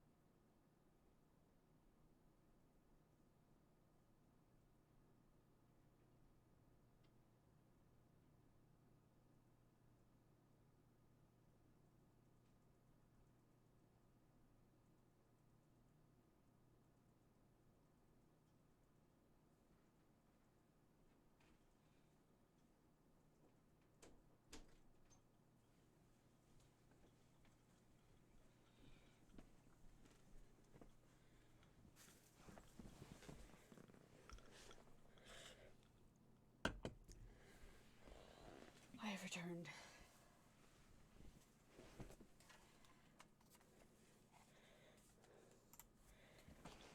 Hello. I made myself a Thai tea.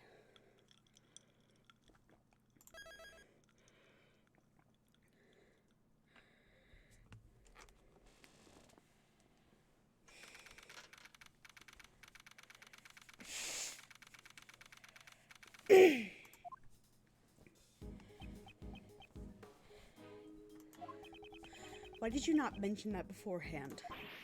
No, but I did. What didn't I mention? That you're a member of the Very Big Circus? No, it's just that, I'm not. I can't call myself a member yet. I'm just a new recruit. Regardless, that still makes you a member. Oh, God. So why didn't you tell us that before? I had told you I was part of the circus. It would have made me look suspicious, right? And I also knew Knightley and all that. I didn't think anyone would believe me what I had to say. Not even you guys, Kay. Didn't we promise to believe in you? But, Mr. Edgeworth, you're just kind of scary. Man, you're just terrible at getting info from people, aren't you, Miles? It's none of your concern. Looks like we need to have a talk with him again. So, what did you do in the circus, Miles? Or Simon? Miles. I guess you could say I'm a wild animal tamer. I'm still just an apprentice, though. Wow, that's incredible. So you command lions and tigers to do your bidding, right? Nuh-uh, nothing crazy like that. No way, no way, no way. Oh God, is there 2 more parts? There's 2 more parts. We're not getting through both of them tonight unless this one's super short. My partner is this little guy right here. It's not super short, y'all. Is the next part super short? Absolutely not. Oh my God. Yeah, we're not getting through both of them tonight. And that makes you a wild animal tamer? He's more like an orphan grinder than a wild animal tamer. Organ grinder. Orphan grinder? Oh my God. Ah! Hey, monkey. Cut that out. He can be quite a handful sometimes. You have your monkey with you in prison. Oh, it's a Ratatouille situation.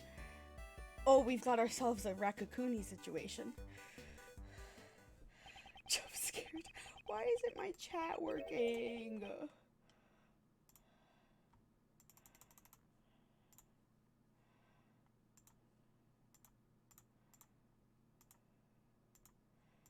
I'm so upset. And it hasn't been working all stream and I didn't notice it. Is it not working on all the screens? I guess. Ratatouille, I love you.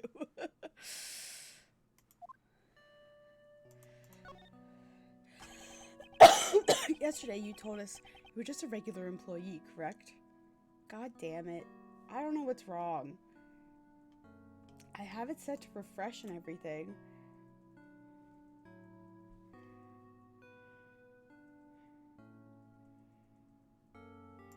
I've refreshed the cache about a dozen times at this point. It's gonna start working as soon as I end stream, like last time. Even if I'm a member of the circus, I'm still legally an employee. We're just like any regular company. The ringleader is the boss and I'm just a grunt. I even have a supervisor. She's the head of the wild animal tamer division. I really hate the animals in the circus thing. No matter what kind of fierce creature, they all immediately follow her every command. She might even be able to get a handle on Miles here. Ha ha ha. Joke's on you, he hates women. I'm not a wild animal, and I hate women. Did you and your previous supervisor take part in the animal show here at the prison? Yeah, it was just us two. It was only a small operation this time around. Basically, my supervisor takes center stage. I take care of all the dirty work. Well, I did have a tiny part in the performance. So there were only 2 members of the circus that are related to this case. So can you tell me about your movements around the prison? Okay, I went to meet Knightley 2 days ago around noon. Oh my god, I'm so itchy. Why am I so itchy? Aggressively gay Miles Edgeworth will not be tamed and hates women. Am I wrong? You're gonna look at me and tell me that I'm wrong? She wore a crown. I came down in a bubble dug.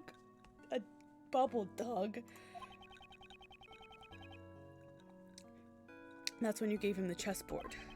That's right. And then that night, I started setting up the stage in the courtyard. It was pretty tough going back and forth moving all the crates by myself. I left everything in workroom A, I think. Just temporary storage. Workroom A. That's where the body was discovered. Didn't your supervisor help you at all?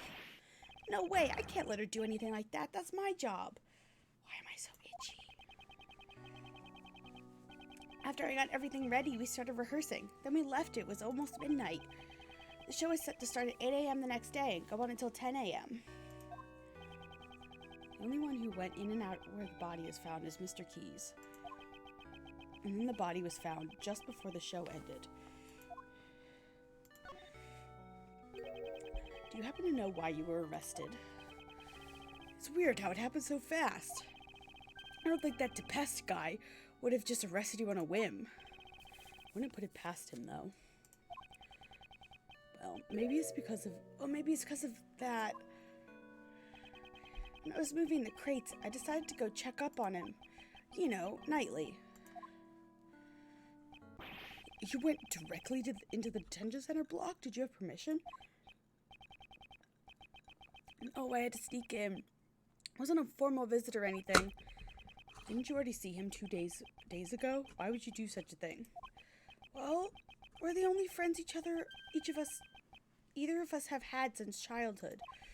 He was the same as me. We never had real families. I just wanted to talk with him for a bit, so I went to see him. You didn't have a family?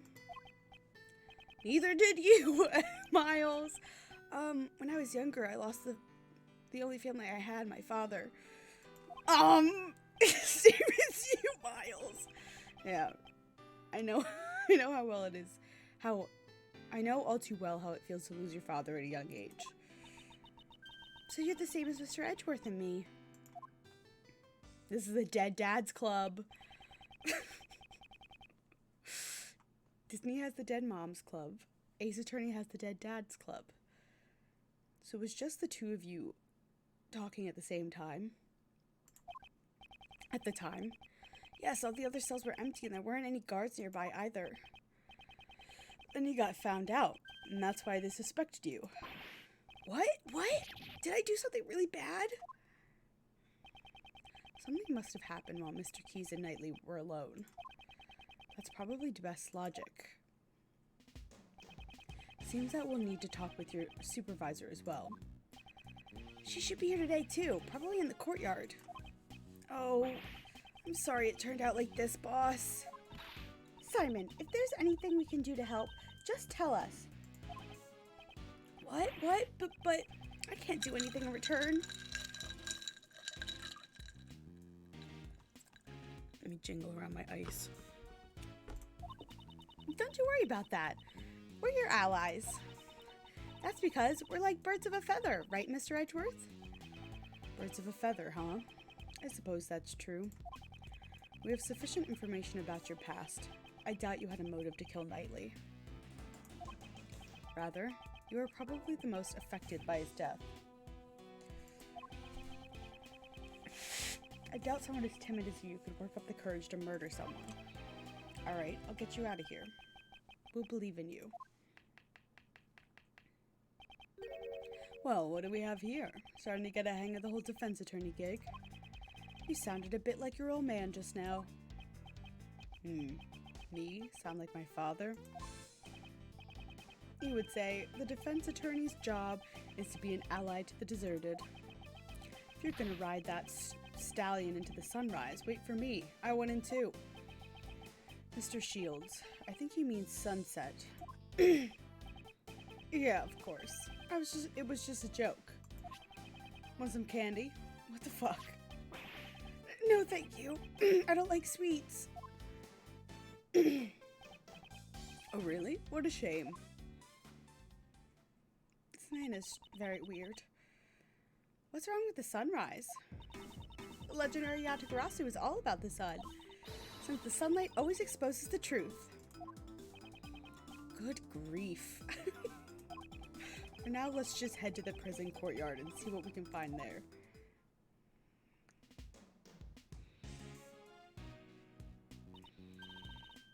The shutter is open. Yes, it looks like that way leads to the courtyard. So what are we waiting for? Come on, let's get a move on. She certainly is in high spirits. I have expected Shields to stop us and have some kind of heart-to-heart. So this is the courtyard. Just before the body was discovered, an animal show was held here. Looks just like a carnival. Man, I bet it was lots of fun.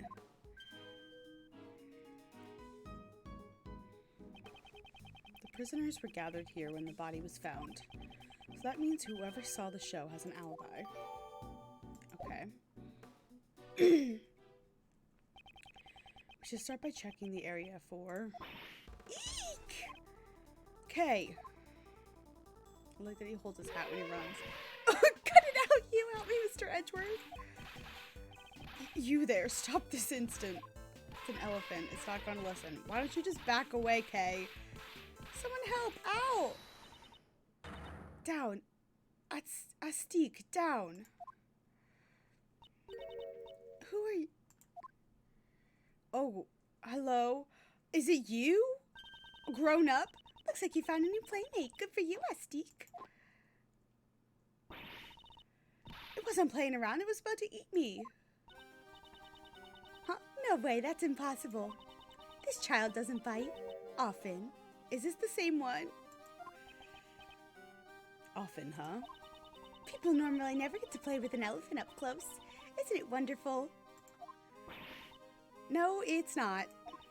It's wonderful. Right? It was simply marvelous, little lady. Mr. Shields. Really? Oh, that makes me so happy. She has an elephant now. She's a little more grown up. Maybe she's like 18 now, I hope. Shut up, Ray. Watch where you swing that thing. Weren't you taught not to hit people with your trunk? Ha ha ha. Looks like Astique is friends with everyone. I am an assistant of this defense attorney. My name is Miles Edgeworth. Ah, I haven't introduced myself yet. Was this the third game with this one? I'm Regina Berry. Yes, it is Regina. Nice to meet you. I'm the great thief and defense attorney's assistant, Kay Faraday. That's a rather complicated job title. And the one playing with Mr. Elephant is the defense attorney, Mr. Ray Shields. It's not Mr. Elephant, it's Astique, the fantastic Asian elephant. You're incredible, Regina. You make Astique stop right away. Well, I'm a wild animal tamer after all. Really? Then you must be Simon's supervisor. Yep, I'm the head of the Big Berry Circus Wild Animal Tamer Division. The one and only Regina Berry. It's a pleasure to meet you. I'm Ace Attorney Ray Shields. It feels weird to have the title Ace Attorney in front of somebody's name who isn't Phoenix. Or Apollo. Looks like looks like he's the one she has a handle on. Yes, she's perfect. What are you mumbling about, Kay? Look at her. She's energetic, fun-loving, and healthy. She could be the new member of the Yatagarasu. She'd be perfect as a great thief. A great thief? That sounds like fun. You could make a huge ruckus with the animals. You can't make a ruckus. A great thief is supposed to be quiet and sneaky-like. But the show needs to have a flash. Being quiet is kind of boring. Aw, I guess she's not very thief-like after all. It seems there has been a breakdown in negotiations. Alright, let's get started, Mr. Edgeworth. Let's check out anything that looks suspicious. We'll even look through the barbed wire if we have to. Yes, we need to gather more information about the case. We should also try talking with anyone connected to the case. Okay. Is this an investigation? This is a stage where they put on the animal show. I put on a great thief show. I wonder if anybody would come. Pretty sure the police would show up. Oh God, it's you! What the fuck are you doing out here?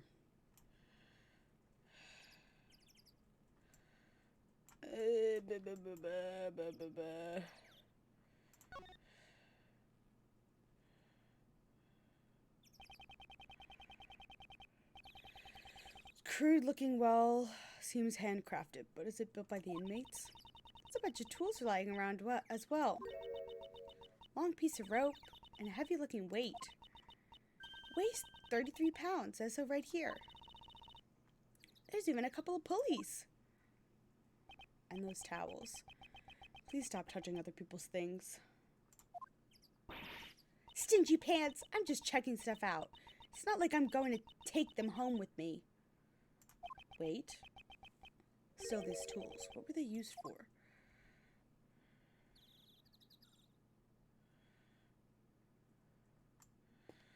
Okay. I don't want to talk to him if I don't have to.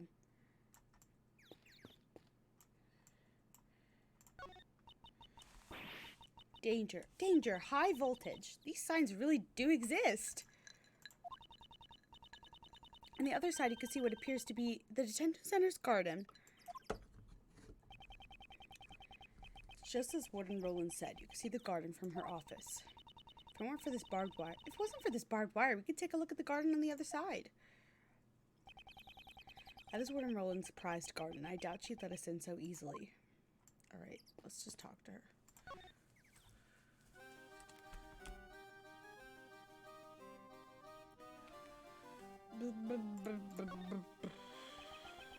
Okay.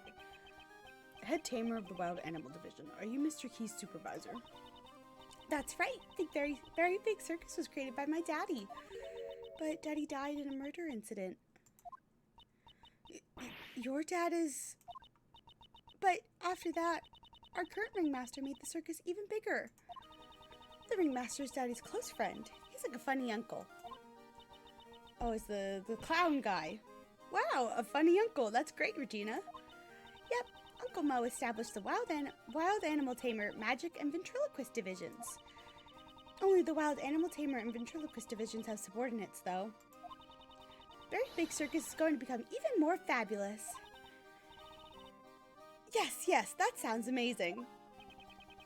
The way these two are carrying on, I'd hate to put a damper on things.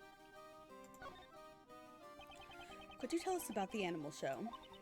It's an amazing show. It has a storyline and everything. What's more, it's a love story. Doesn't that sound wonderful?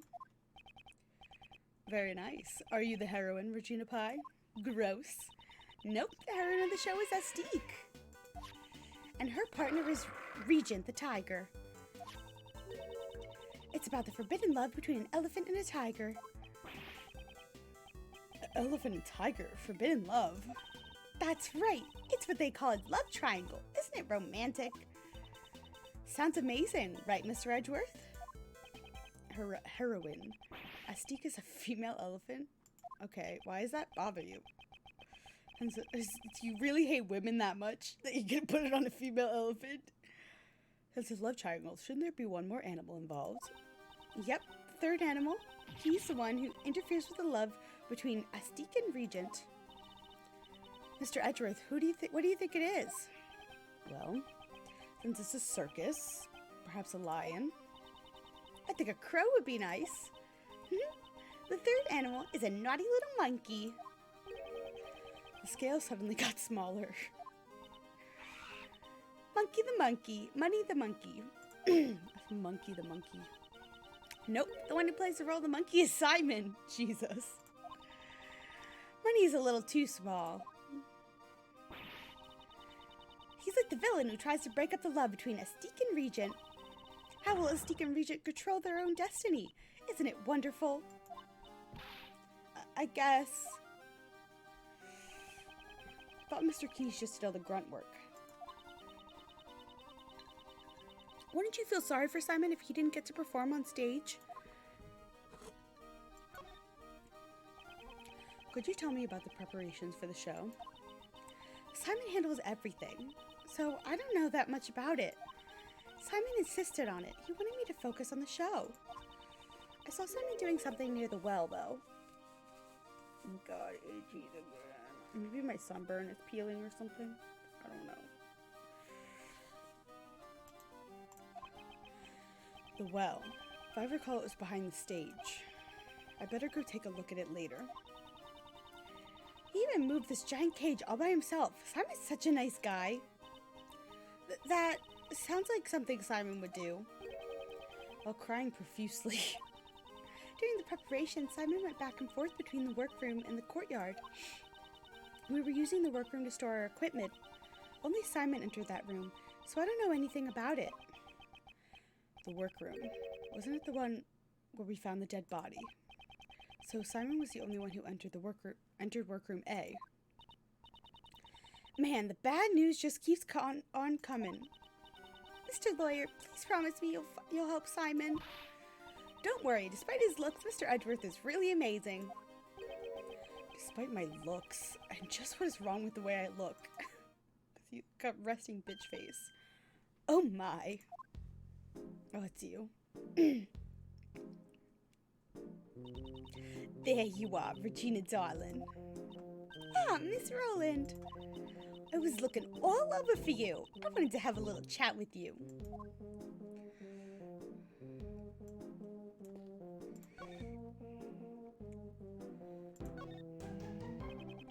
Could you tell me a little bit about this prison? Currently, this place is my pride and joy, which I like to call our home. When I first came here, this prison was in a terrible state. Terrible state? You mean the prisoners' attitudes? There are no bad children in my family. It was the environment that was terrible. That's why, after giving it a lot of thought, I enlisted the help of the animals. Being together with animals will soften up even the most hardened criminals. Right now, everyone is returned to their most honest self. Just take a look at Frankie. He's a model prisoner. Model prisoner who was trying to steal from a dead body.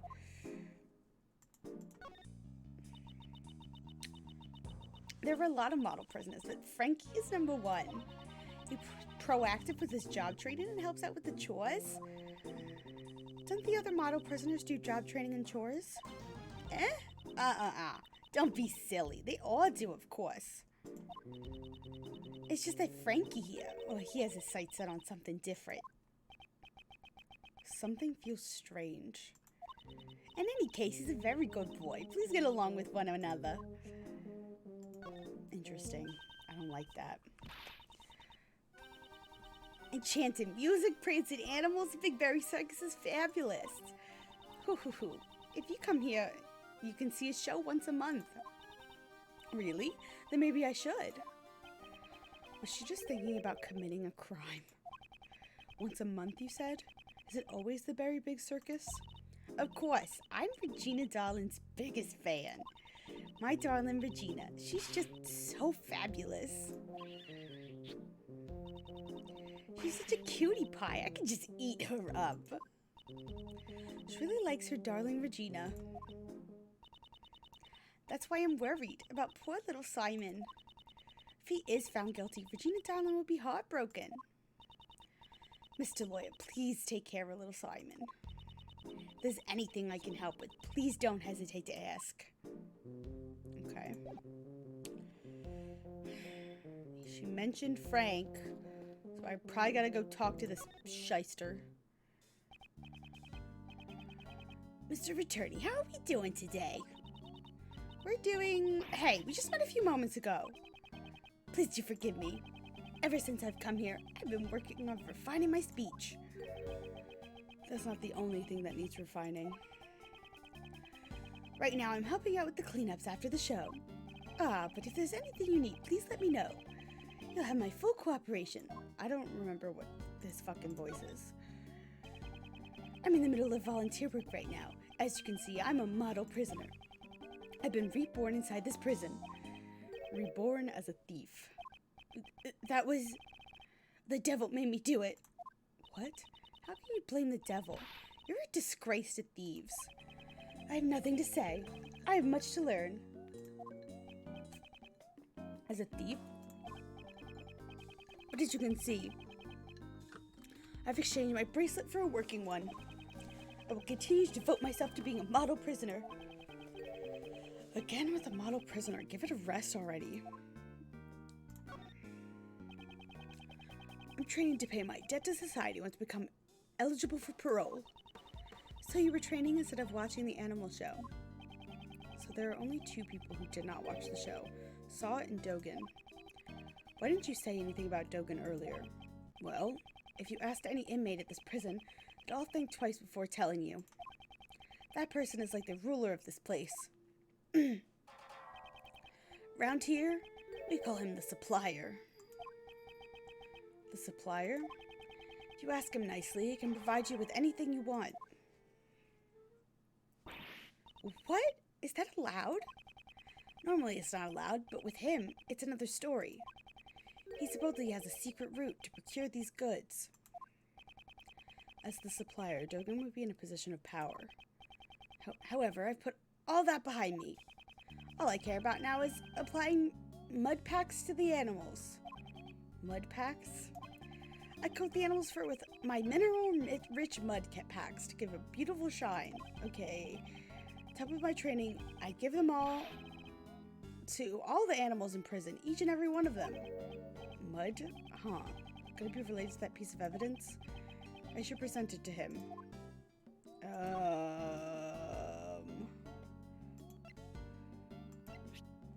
Wiped floor?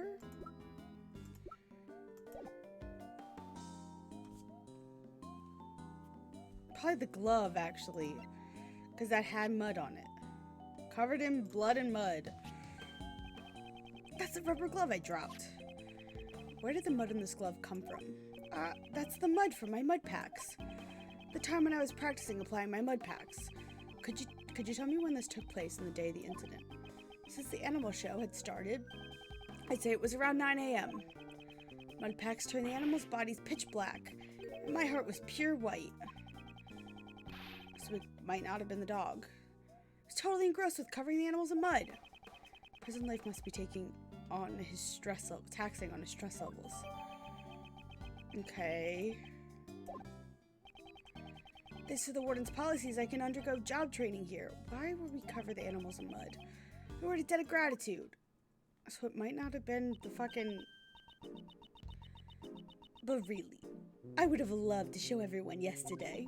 You did a wonderful job on the stage, Regina darling. I'm so happy to hear that. I'm glad all the prisoners came to see it. Well, about that, just between you and me, not everyone came to see the show. That would be Dogen and saw it, I imagine. There were 3 people who didn't see your show yesterday. Unbelievable, really. Excuse me, but did you say there were 3 prisoners who did not see the show? That's right. I took a count and there were 3 empty seats. I even had the correct number of seats set out. Doesn't that seem weird to you, Mr. Edgeworth? It does. We had thought that Dogen and Sawit were the only 2 prisoners who were not present in the courtyard during the show. But that doesn't add up. Where did the 3rd person go? Further investigation is needed. Oh, I was having so much fun talking to you, Regina darling, that I completely forgot. It's time to feed my baby.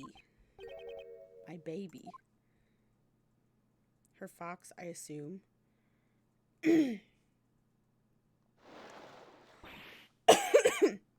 Oh, God. It's an alligator. Oh, Allie, you look as cute as ever.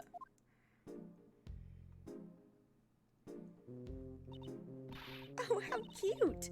So her name is Allie? Yup, she's Allie the alligator. He's my favorite out of all my family. How lovely. I want to try petting it. If Regina Darling wants to pet it, go right ahead. I'll allow it. They seem pretty excited. We need to go check the prison cells, don't we? That's right. Let's look for the third prisoner who didn't see the animal show. Okay.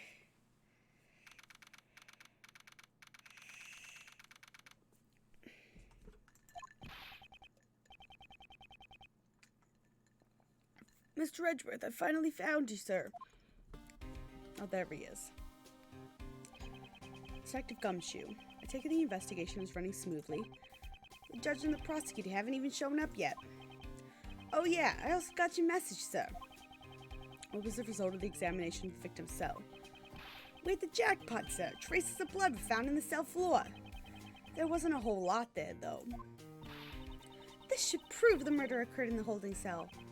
Indeed, the probability is increased. However, we still cannot say for certain. I thought you'd say that, sir, so I asked the lab guys to look into it a little bit further. They're running an analysis on the bloods, so we'll know as soon as it's the victims or not. Way to go, Gummy. Good thinking. Detective, you've outdone yourself. What caused this sudden foresight? I'm actually a little hurt that you're so surprised by it, sir. I hope nothing bad comes of this. That's foreshadowing if I've ever read it. Once we get the results, we can prove that the scene was a holding cell, which leaves finding out how that doggy managed to sneak his way in there. Might have been the monkey. And the way he was jumping around, covered in mud. Just leave that to me, pal. Since that other prosecutor isn't here, we can investigate as much as we want. That's why I brought my secret weapons with me. Secret weapons? That's right, pal. They've gotten us out of a few jams before. Take a gander at Dick Gumshoe's 7 secret weapons. Oh, is it with a dog and the tennis racket and the whatever? Want to take him up on his offer, Miles? Detective, please allow us the use of your secret weapons. Sure thing, sir. First, I'll give you a rundown. Secret weapon number 1, the trusty metal detector. Perfect for finding all kinds of metallic objects, as his name implies. Next, secret weapon number 2, everyone's favorite pal, Missile. Ah, yes, Missile. You can track any scent you want, especially the scent of food. He's much cuter than Mr. Dogan's dog. And then, secret number 3. This. Isn't that a fishing pole? What are you trying to catch? No, actually, I just brought it by accident. Never mind that. What's next, detective? That's all of them, sir. What? You call them 7 secret weapons? But there's only 3 of them. That's all I have for now, pal. We can use the rest next time. I can't just reveal them all at once. Why do you think they're called secret weapons, pal? It doesn't matter. We'll just use the 3 that he's provided. Alright, which one do you want us to use? Probably Missile. Feels the most, useful at the moment. Over here, Missile. Hi, puppy. There he is. First, let's decide what scent he should track down. Searching for the route Dogan's dog used to get the detention cell. This route would have also been the same path used to carry the body to the prison. So we haven't tracked down the scent of the body. That should lead us to the path. Okay. Don't you smell something sweet? Don't you smell something sweet? Really, all you can smell is the scent of blood. Very faint scent, like cake or something. Scent of cake from the body? Alright, Missile, get a good whiff of that scent, pal. Come on, let's follow after. That way is then towards a special cell. And he's gone straight inside. Yes, let's follow him. 424, blaze it. This is Dogen's cell, but it looks like he's been absent, he's absent at the moment. Maybe he's been interrogated? What's in here? Shh, I think he's found something.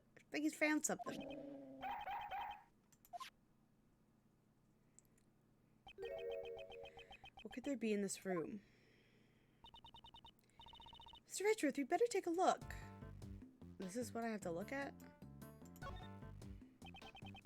It's a chisel Dogen uses. More than enough for him to murder someone with. Speaking of chisels, kind of looks like someone used a chisel on your forehead, Mr. Edgeworth. And what is that supposed to mean? See, that furrow between your brows getting deeper. Looks just like a carving. I would leave the subject alone if I were you. What about this specific one? Look at this, Mr. Edgeworth. There's a small chisel here. Not well versed in woodworking, but it seems to be a pocket-sized chisel. Pocket-sized chisel? Must be convenient to have one wherever you go. Is that from a thief's point of view? No, it's from a great thief's point of view. Shouldn't even skip a beat.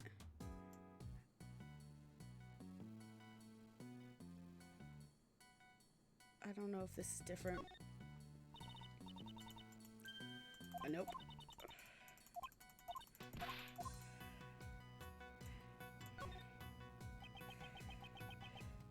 It's Dogen's chessboard. It still has the hound piece on it. That chessboard has legs. Aren't these things expensive? They can be. This is very good craftsmanship. Mr. Dogen playing chess is kind of unexpected, you know. I figured he's more of a Go player or something like that. Go. Do you play Go, Kay? I'm really good at Go Bang. But that's not Go. Oh. Missile, maybe? Is this what you're barking at? Whoa, hey, knock it off, pal. Chocolate cake is bad for dogs. That's how it's gonna be. I'll eat it all myself. Wow, that was pretty good. Good for you, but it looks like someone else has a problem with that. That wasn't fair, Gummy. I wanted to eat it too. I doubt it's wise to eat food you find lying around a prison. Anyway, I guess Missile was barking at the cake, sir. That was pointless. Is that police dog getting the job done? He's fine, pal. He's just following his stomach instead of his nose. Let's track down the scent of the body for the real time. For real this time, Missile.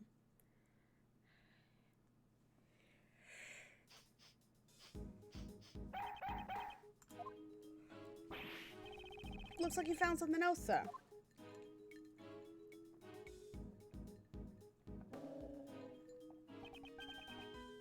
Now it's this cell. That would be Mr. Elbert's cell. I'd like to examine the interior. Detective Colligard. Roger that, sir.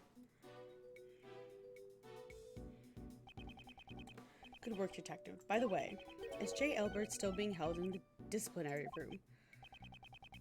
No, he should have already been returned. He was present during the noon roll call. He may have been assigned to work someplace else. I see. Well then, maybe we examine the cell. Yes, sir. Oh, God. There's so many things. Goal. 10 pounds. It's a poster of Mr. Elbert on the wall. What's that next to it? Is this his weight loss target? He was a former boxer. He probably continued with his weight management.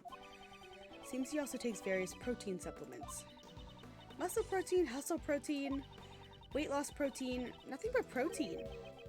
Which weight class is he aiming for?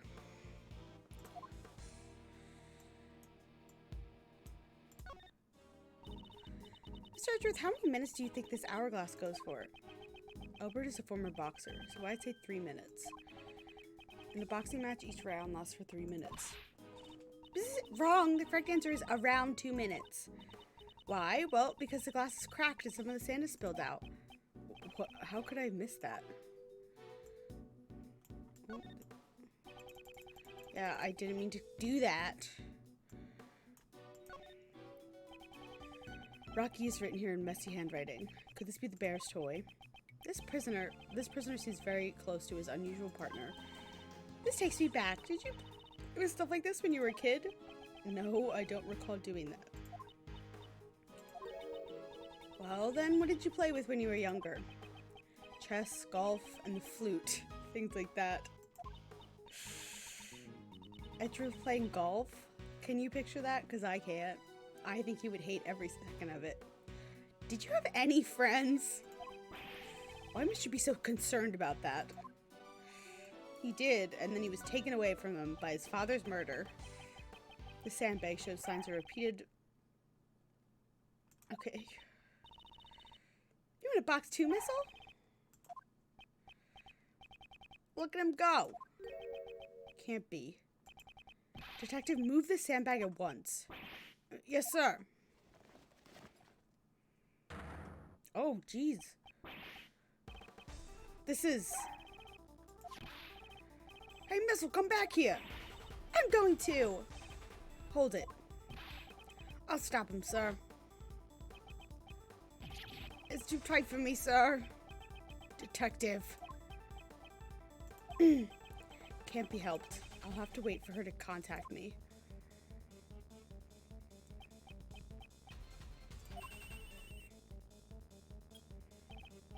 Hello, Kay, are you alright? Don't get so worked up. Right now I'm in the detention center. The detention center? That hole comes out at Knightley's cell. Really? Stay where you are. I'm coming there now.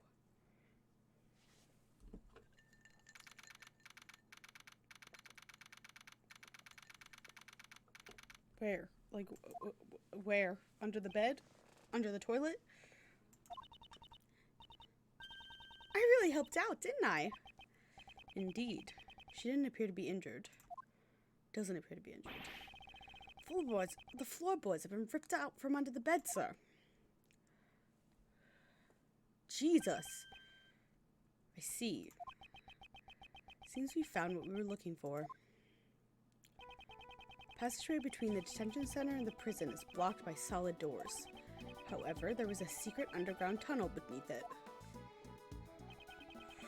We're following a sweet scent and arrived here. That means the scent must have come from Knightley's body. Oh my god. Come to think of it, his body was covered in dirt. It may have been caused by passing through the tunnel. Okay, what was the inside of the tunnel like? It was pitch black, so I really couldn't see much, but I took some photos. Please show us. This is... spoons, forks? Were these used to dig the tunnel? But more importantly, what are these footprints? These footprints, could they belong to a dog? Okay. God, we have so much weird evidence that we haven't used for things. Like that rope. Yeah, this rope, the towel. We've never used this. The bracelet, the time thing, like, there's just like a lot of random stuff. However, before we consider that, we have a big problem. A problem? J. Albert keys his tunnel. Move around freely. Confirm his whereabouts post-haste. Perhaps he may be right. He may be right, sir. This is a big deal. After speaking with the guards, the search for J. Albert was carried out immediately. They searched every nook and cranny of the detention center and the prison. But in the end, they found no sign of him. Prison break. Maybe he was eaten by the alligator. Did you contact the police? Did you contact the police? Yes, ma'am. We've already done that. Set up a security perimeter around the prison, ma'am. Right. It's the first scandal in our prison's history. We're so sorry. It's completely different from before. Mr. Edgeworth, was it? Thank you for finding the escapee's tunnel. But it's a little too late. Mr. Albert has long since left here. I don't believe he has gone beyond the detention center. There are security gates located at the exit of the detention center. I believe it would have been difficult to get through those. Wouldn't you agree? Maybe he has another tunnel. We certainly can't deny that possibility, however. Anyway, there's no use in you being here now. Please return to your investigation. Yes, we'll do that. Ow. You guys get back to your post, too. Yes, ma'am.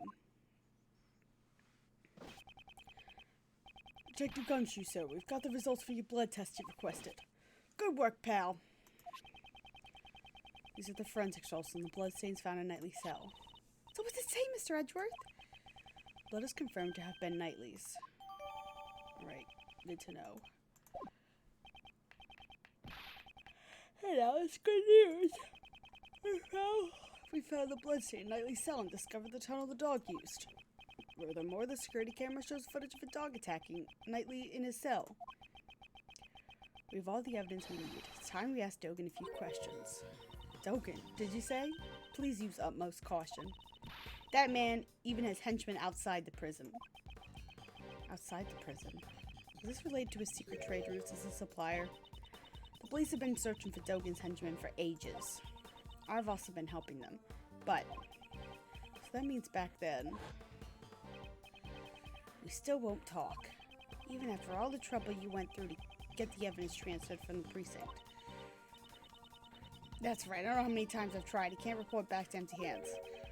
The assassin sure is one tough cookie, huh? Yes. You had evidence transferred from the precinct? Yes, we borrowed all the evidence concerning Dogan.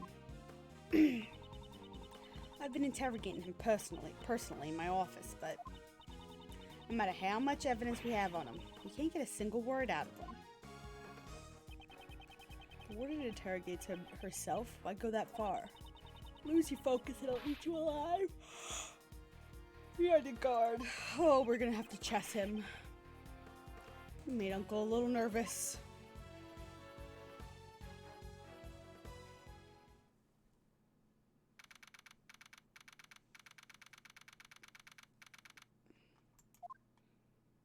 Oh, you're here. Judge Courtney, what are you doing here? Questioning a prisoner. Did you forget that we're investigating as well? Or rather, have you forgotten my warning? If you value your badge, you should not have appeared before me again. Sorry if you thought that I would abide by those words. I won't overlook something important just to heed your warning. I've come for a testimony about the truth of this case, which you have overlooked. You mean to say you require my humble services? As I promised, I've returned to prove that you are the culprit. Interesting. Do tell. Before that, you should listen to our reasoning. We can say with confidence that Simon Keyes is the culprit. Only Simon Keyes could have moved Mr. Knightley into the prison. And we can show proof of this fact. But first, I'd like to hear your resolve, Prosecutor Edgeworth. If our reasoning is correct, will you submit it to us? Your prosecutor's badge. You'll deprive him of his badge? Is that a threat, pal? No, it's not a threat. Rather, an act of compassion. Normally, I wouldn't even have taken notice of you, since you have no right to investigate. However, if you are able to show proper resolve, I would be willing to let you be my opponent. Are you willing to risk it? Your prosecutor's badge. Mr. Edgeworth. Mr. Edgeworth, sir. Very well. I trust my own reasoning. But moreover, at the moment, I'm currently a defense attorney's assistant, first and prosecutor second. It will not sully the good name of the Edgeworth Law Offices. I intend to see my job through.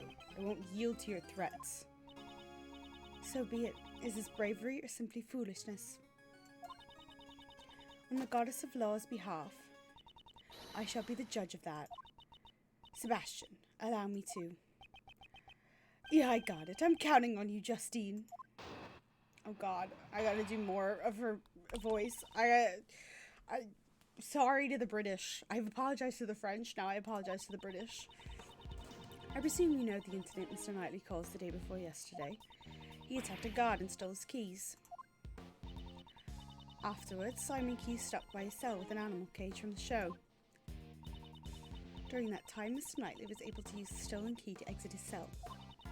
He then hid in the cage while it was moved to the prison workroom. No, Mr. Keys went to his cell after all. After hearing you talk about the security camera yesterday, we investigated it ourselves. Did you have a look? I have a printout of the security camera footage. This is the moment when Mr. Keys visited Knightley. Exactly. As you can see, the cage creates a huge blind spot in the cell. By using this blind spot, Mr. Knightley could have entered the cage. That is our reasoning. Blind spot, that means the camera doesn't actually show him entering the cage. At this time, there's still a possibility that Knightley never left his cell. Why would he be hiding inside an animal cage? He was planning to escape from prison. That's the only possibility. A prison escape? That's so cool. First Mr. Albert and now Mr. Knightley? I won't let them show me up. Okay, this isn't the time to get excited. J. Albert's escape is no laughing matter. Simon Keyes is aiding Mr. Knightley in his escape. In other words, he was an accomplice. Not bad, Simon. Don't praise him.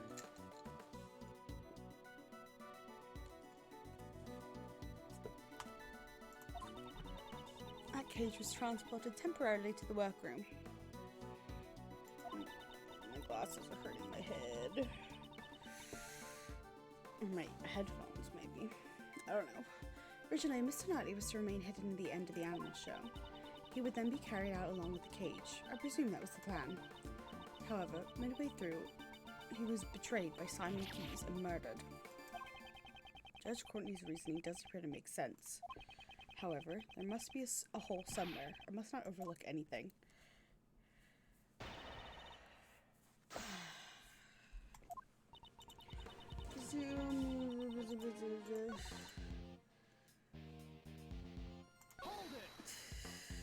I don't have any evidence for that. Do you have proof Knightley stole the keys? It's the only explanation as to why Mr. Knightley would have attacked the guard. We will know for certain the moment the guard regains consciousness. Is that really true? Should I ask Judge Courtney for more information? Ask for more information. There's one point in your reasoning that is odd. If Knightley did indeed steal the key, I'd expect he'd try to escape immediately. Was it really necessary for him to wait for Mr. Key to help him escape? He simply chose the method with the highest probability of success. After stealing the keys, he concealed it on his personage. As he waited for the opportune moment, that is what I believe. He concealed the key? Judge Courtney, such an oversight is unlike you. Knightley could not have concealed the key, and I can prove it. Knightley did not hide the key, and the proof is... Oh, God.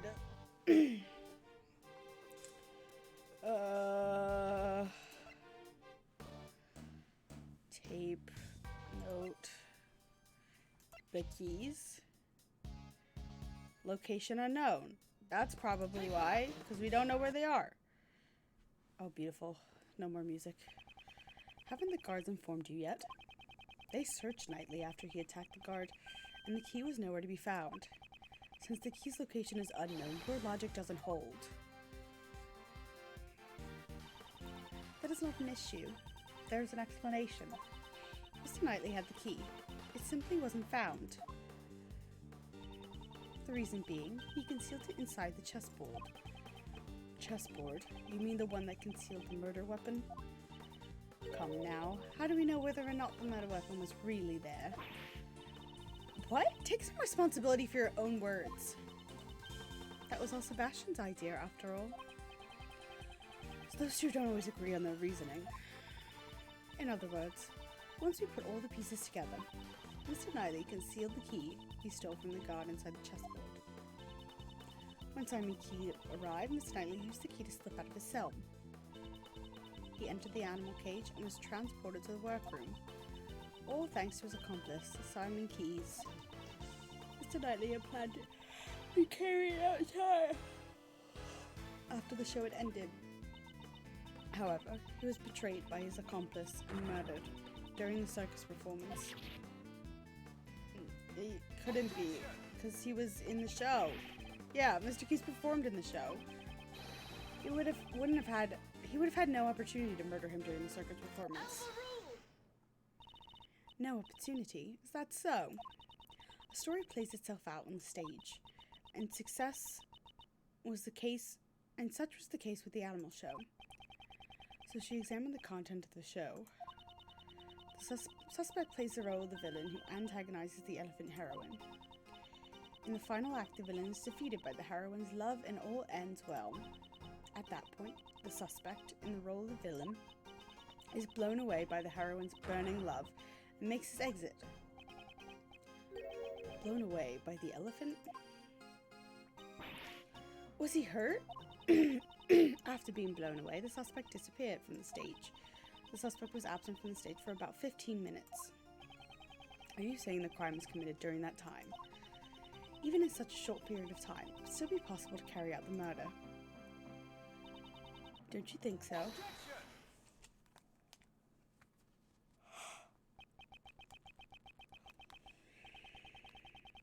So he committed the crime in 15 minutes and then returned to the stage. That may have been possible if the crime scene had been the prison. Judge Courtney, the actual crime took place in the detention center. I'm afraid I cannot accept that camera footage alone as evidence. As for evidence, I have it. Well then, please show us your evidence. Where is the evidence that shows the scene of the crime was in the detention center? The nasty floor. This is the floor. Oh, goddess of law, I am unable to comprehend your mysterious ways. This is what we discovered. The area here tested positive for Mr. Knightley's blood. Are you having a full court case in the hallway of the prison? That's what these games feel like, yes. Practically. This blood test, can it really be trusted? To begin with, how were you able to conduct a scientific investigation?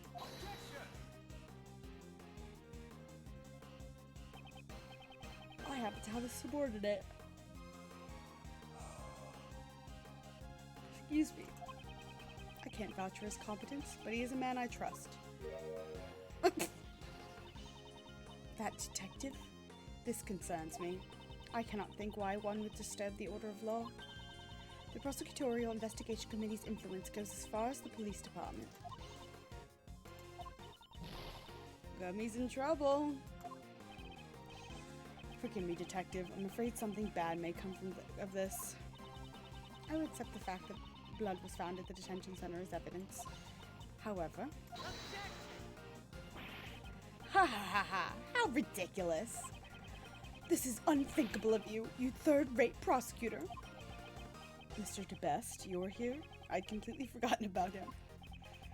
There's a giant contradiction in your statement. According to the security tape, a dog killed Knightley in his cell. Then, after he left the cell, the blood on the floor was wiped away. Yeah. Did the dog wipe away the bloodstains? As if that could happen. That is possible, of my Anubis. Right, boy? That was one of the tricks I taught him while I was still in the outside world. He makes sure to hide any bloodstains he makes. So as to not leave behind any evidence.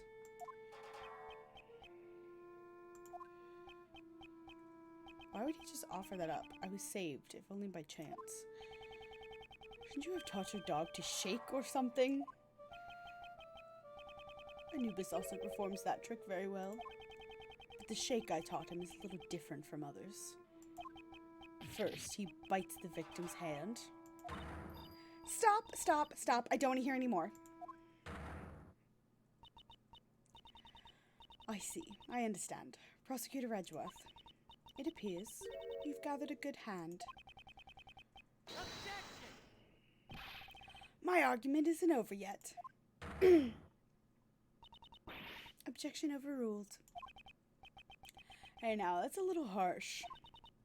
Sebastian, would you allow me the privilege of explaining? Sure, Justine. I keep losing his voice and then picking it back up. I think I'm getting the same voice.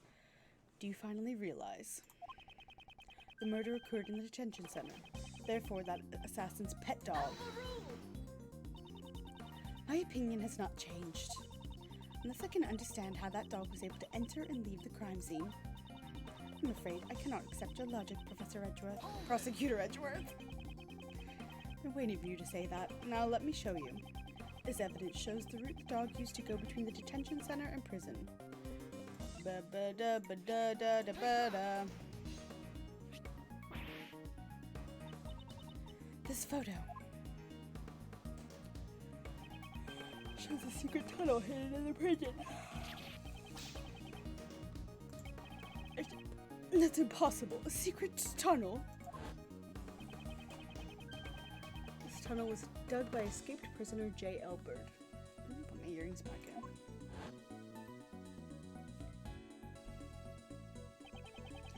Begins in his prison cell, and it connects to the holding cell in the detention center, namely the victim's cell. I'm shocked. How did this... Dogen, you must have known of this, since you used this tunnel to commit murder.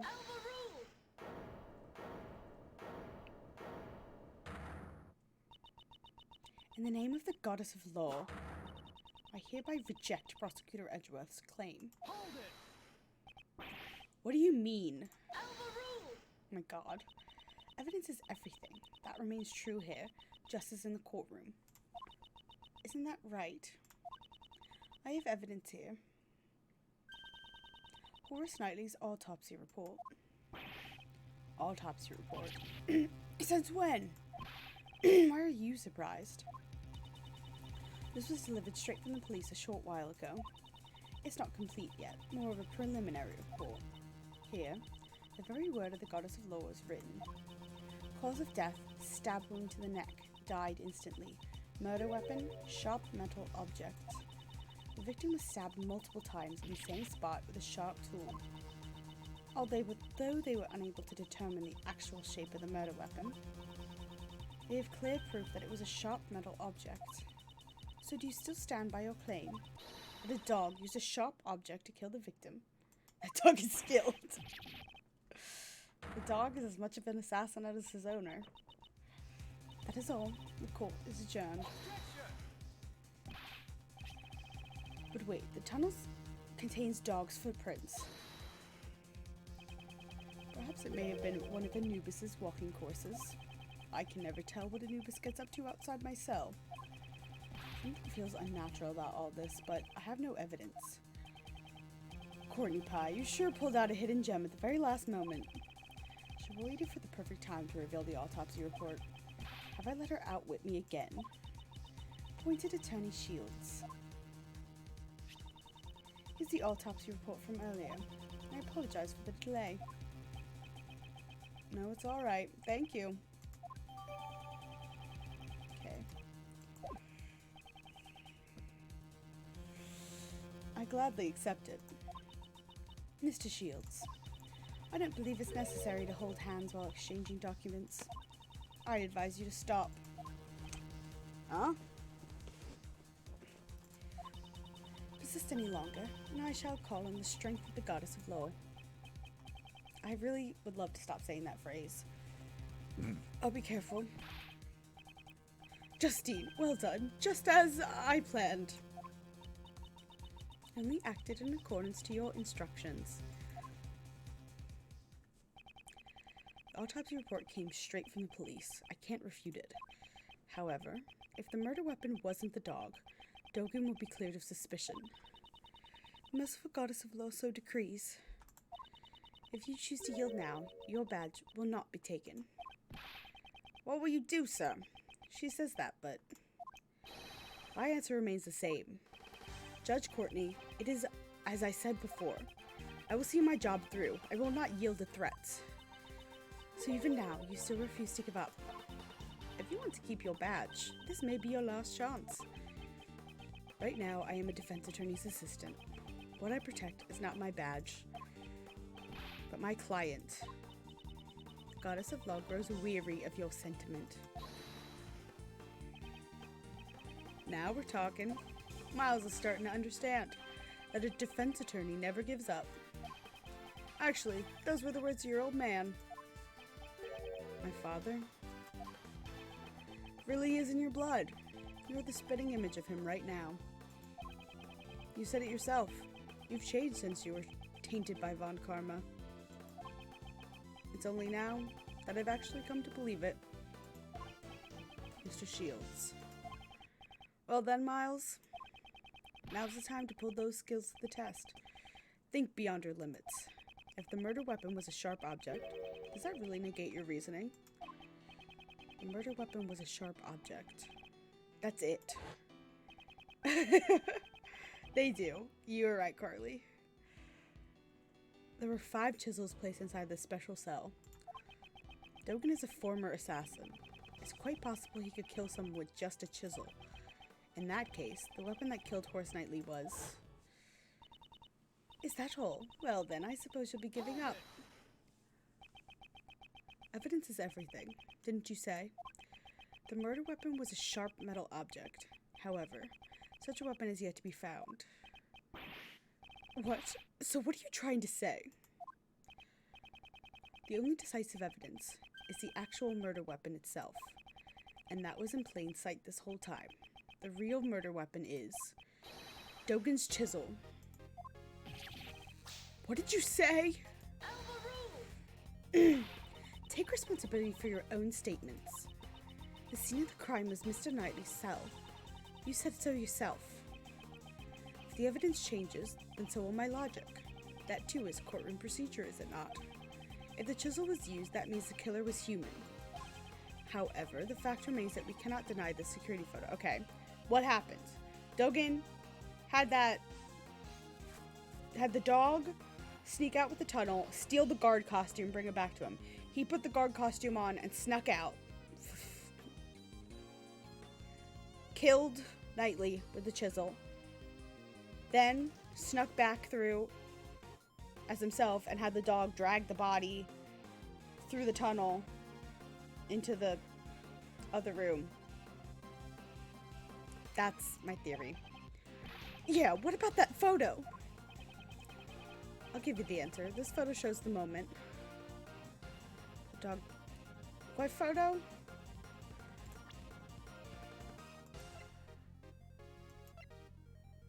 I don't know what photo we're talking about.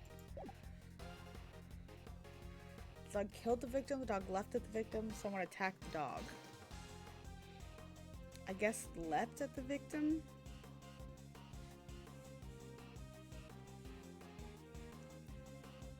Unless we're talking about that. We're talking about the video, maybe. I don't know. It's not the last one for sure. Dogen's dog left at Knightley. However, the victim did not die at that time. Didn't die? He was only knocked unconscious. The dog didn't move a dead body, and moved the unconscious Knightley.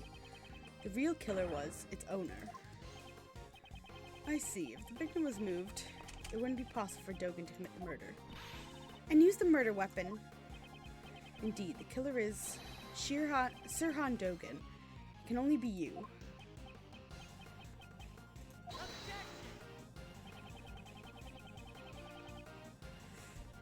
I bet your teacher used to write on your report card. Needs to pay more attention on what others say. I would think that describes you more. We examined that room, every nook and cranny. Granny, right, Justine? We examined all 4 of Mr. Dogen's chisels. But there's 5 of them. We found no traces of blood. Pardon me while I finish that, before it gets too watered down. Thank you, Judge Courtney. Thanks to you, I am now certain. Thanks to me? Whatever do you mean? When I came here earlier, I saw 5 chisels. That's right, there were definitely 5 here before. So the one that disappeared was the smallest one, presumably for portable use. Dogen, where is that chisel? I'm not free to leave this place. I have no need for a portable chisel. Not free to leave. In that case, he mustn't have been free to hide the deadly chisel either.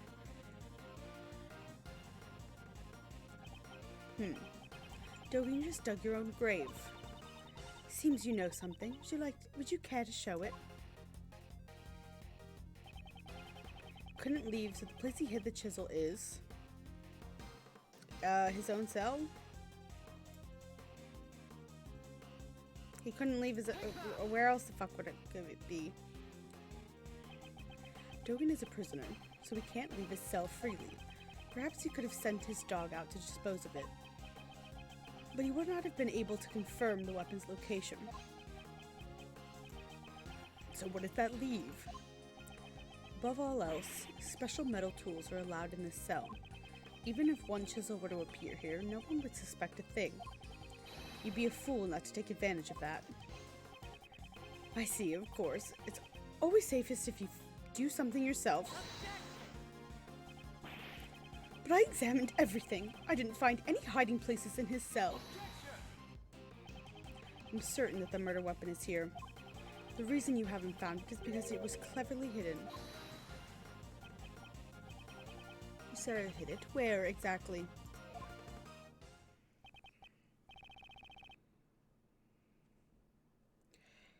Where could he have hidden it? I have to remember everything up to this point. There must be some clue.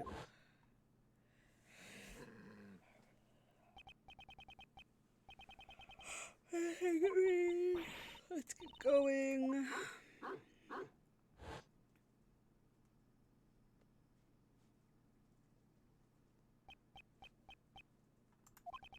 Come to think of it, that dog hasn't barked at me once today. Previously, when I came to this special cell, it barked on Dogen's command. That's it. That's what's been out of place. There's just one place he could have hidden the murder weapon. Giving up already. How dull, how dull. I will. Present evidence. This piece of evidence shows where you concealed the murder weapon. In the dog? Did you feed it to the dog? Dog mouth? Dog mouth. Hasn't your dog been awfully quiet today? Now that you mention it, it hasn't barked at all. Before it was... Sirhan Dogen, open that dog's mouth now. Anubis doesn't bark needlessly. I ordered him to do that before. In any case, order it to bark now. Naturally, you should be able to, if you have nothing to hide. It was inevitable. Anubis, show them your mouth. There it is. As you can see, a dog of this size can easily conceal a small chisel in its... What? Why a chisel? That dog really had one in its mouth? But it was unusually quiet. Was he unable to follow the discussion? Sebastian. Could you call the forensics department? Urgently, please. Oh, I got it.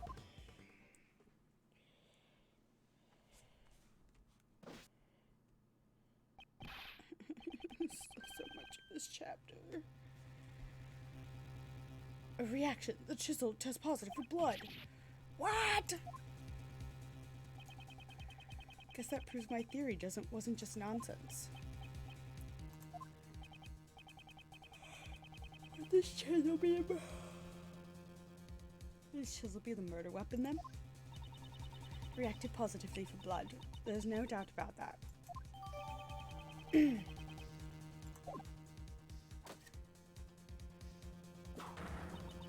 Mr. Sirhan Dogen, now that the murder weapon has been found, I must ask you for your testimony. We know how your dog got to the detention center. We found the murder weapon.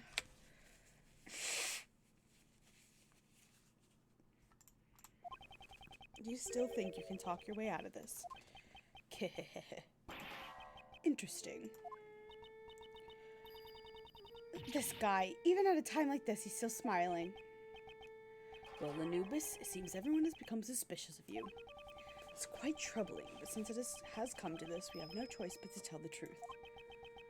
It did not kill anyone. I've long since grown weary of killing. What's this? His face looks completely composed. Seems we'll need to listen to Mr. Dogan's explanation. Please promptly give your testimony. Certainly.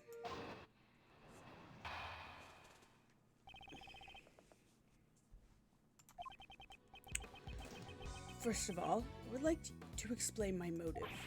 I do not know anyone by the name of Knightley. We share no connection. Lie! So I wouldn't think some motive for murder would just appear out of nowhere. Or are you insinuating my Anubis had a motive? He only bears his fangs at others on my command. Lie, lie, lie. I sense the lie in your fucking mouth. Do not hunger for blood so much as to kill a man I do not even know. Coming from an assassin sure is persuasive. An assassin who only kills acquaintances? I doubt that would be profitable. I may kill strangers in my line of work, but I never make it personal. Is there evidence that shows a connection between them? Yes, there is. I should thoroughly review the evidence. No, I got it. I'm there already, Miles. Let's do this. Yeah. I do not know anybody with the name of Motive. We share no common connection. Liar, liar, liar. Shebang!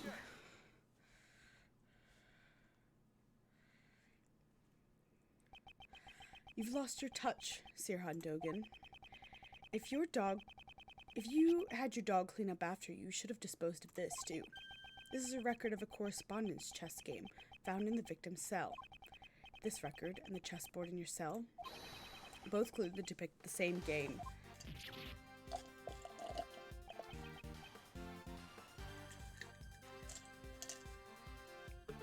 What the? I've heard the number of possible chess positions is around 10,120. 10 times 10, 120 times? Oh. 10 to the 120th power or something like that. 100, is that even a real number? Indeed, there's absolutely no way these two could have been coincidenced by chance. Tell us your reason for killing Knightley, unless you intend to explain this as coincidence. You are not having a night, Nico. This is not your night. I'm so sorry.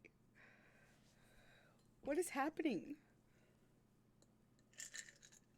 What a cursed evening. Well, don't they say that the truth is stranger than fiction? It is as you say. This is merely a coincidence. There's no way that could have happened.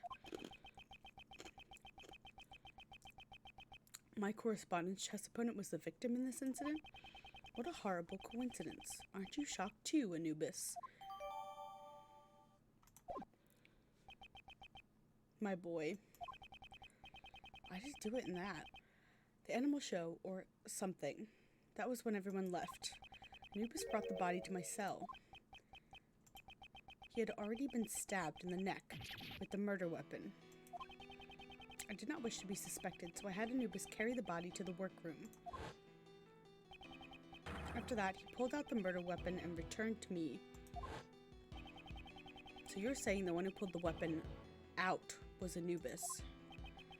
That's right. If I pulled out the murder weapon here, the blood would have been a problem. Mr. Edgeworth, isn't this what that saw it guy said? Large black dog was biting into the neck of the victim. What did you say? It was truly a hellish scene. The dog The dog killed him. I see. So that means Saw witnessed the moment the murder weapon was pulled out. Oh yes, that prisoner's testimony surprised me when I first heard it. It's not often that Anubis makes a blunder like that, right, boy? Now, I believe that explains my actions. I did not kill him. All I did was remove the murder weapon. Now, would that be all? Just one of those days where for every good thing that happens, something bad or inconveniencing happens in turn. I'm sorry, friend. It's the worst. Yeah, did you at least get something yummy for dinner? Objection. Oh my gosh, I forgot his voice is like that. Whoa there, just a moment, Mr. Dogan. Mr. Shields. Isn't there one thing you haven't explained? Why would you need to pull out the murder weapon in the first place? That's right. I understand why he moved the body to draw suspicion away from him, but he didn't need to retrieve the murder weapon. I thought him just a fool, but how quickly his scent has changed. Care to elaborate, Mr. Dogan? McDonald's? Hell yeah! It was because of this bell. The bell attached to the murder weapon, and the bell on my dog's neck.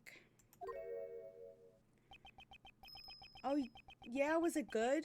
I really want to try that. They share a distinctive shape, wouldn't you say? The Assassin's Shirhan Dogan's trademark. An Assassin's trademark? It was tasty? I am definitely going to have to try and get that, maybe this weekend.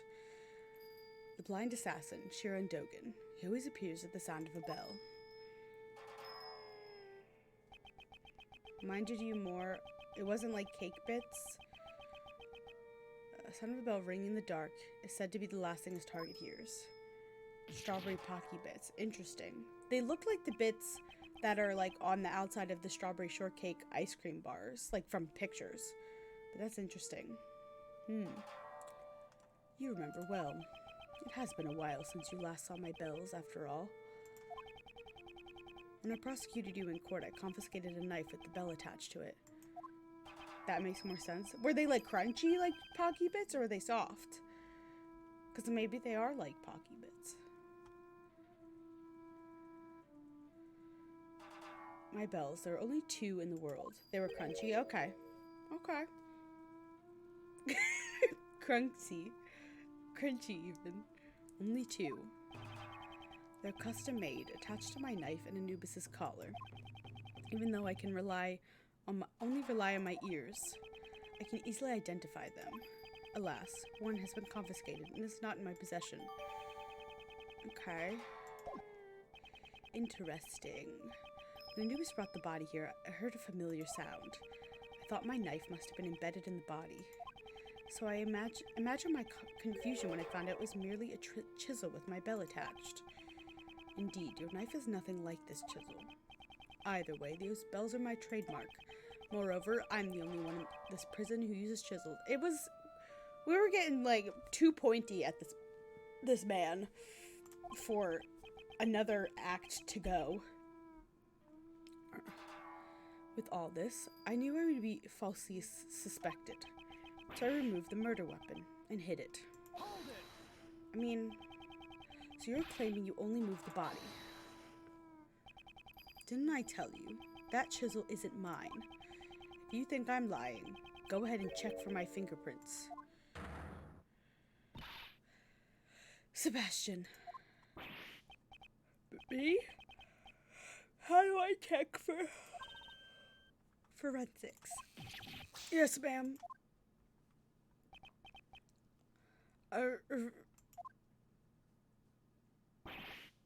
Reaction. We have fingerprints. They're Knightley's. Justine. What about Dogan's? Nope. Just Knightley's. And there's no evidence of prints being wiped either. Only Knightley's fingerprints. It can't be. Should we re-examine it?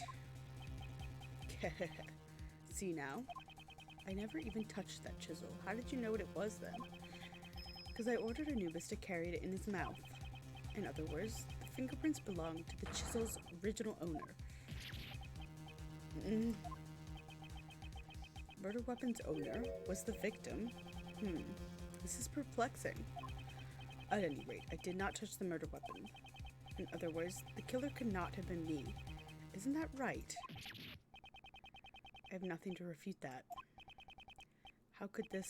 Is he really not the killer? Could Dogen's testimony actually be true? This can't be. Seems this is sufficient enough to not warrant any further explanation. As it stands, you have not changed the state of this case.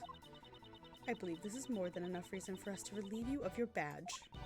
To save any needless fuss. I forgot her British accent. I'd suggest you hand over your badge now. This is bad, sir. They sound serious.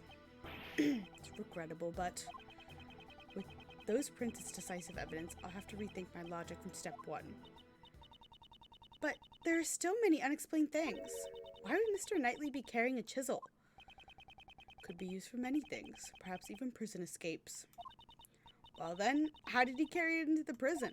I mean, the prisoners aren't even allowed cutlery, right, Mr. Edgeworth? Mr. Edgeworth! Even if your reasoning is off at first, you shouldn't let that confuse you. The most important thing is to arrive at the truth. Isn't that right? It doesn't matter how you get there. The end result is to save Simon. We have to do everything we can for his sake. Well said, Kay. Nice one, Kay. I really want to scout you for the law firm now. Remember when Uncle Ray said a defense attorney never gives up? Miles, do you understand the true meaning behind those words? The true meaning of those words. Defense attorneys carry the fate of their clients on their shoulders. They're the only person your client can rely on. Just like with Mr. Keyes. We're the only ones who can save him now. We're linked by fate to our clients. That's why we must never give up. There's no way Uncle Ray can go against the teachings of Gregory. So, what will you do? Currently, I am a defense attorney's assistant. No, an assistant at my father's firm. I have made a commitment to this case. Therefore, if I don't save my client, I cannot say I've achieved it. I will abide by this. To save Simon Keyes. No matter how many times my logic fails, I will always find another possibility. Okay, you're finally back. Well then, let's search for that other possibility. To start with, do you think there was a way Mr. Knightley could have brought the chisel into the prison? The chessboard? I guess. It's the only, hidden compartment thing we've talked about. Normally, metal objects can be brought into the prison. Blah, blah, blah. They'd just be caught by the security gate. However, there's one way to avoid this. And that is, they're sent in a package to the detention center. That gate is only used on people. In other words, packages are you go simply check. So they don't use a metal detector for that. This never should have happened. Seems the guards were too careless. Knowing this, Knightley asked Simon to send him a package, namely a chessboard containing the chisel. Well, this has solved one of our problems. In fact, the chisel was not Mr. Dogen's, but Mr. Knightley's. Okay. Given this, one major issue remains. The security camera shows a dog attacking the victim. As long as that exists, I'll maintain that Dogen is the killer.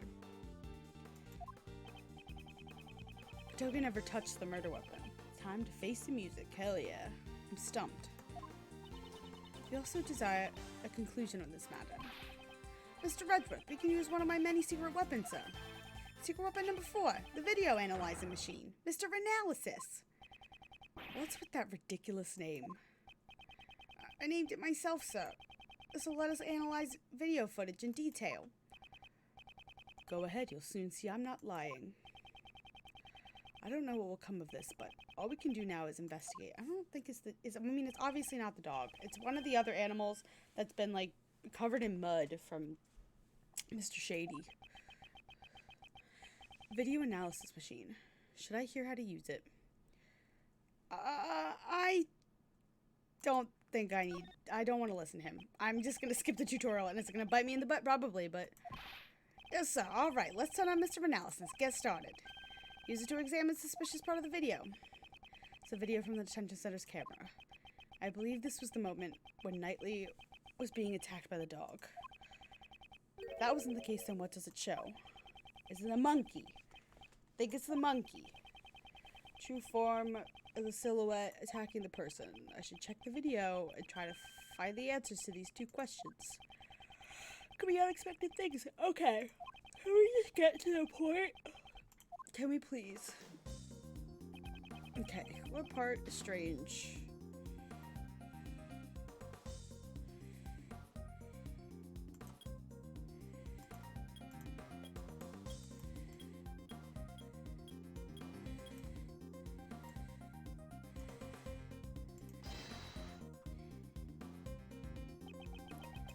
Oh, you bitch.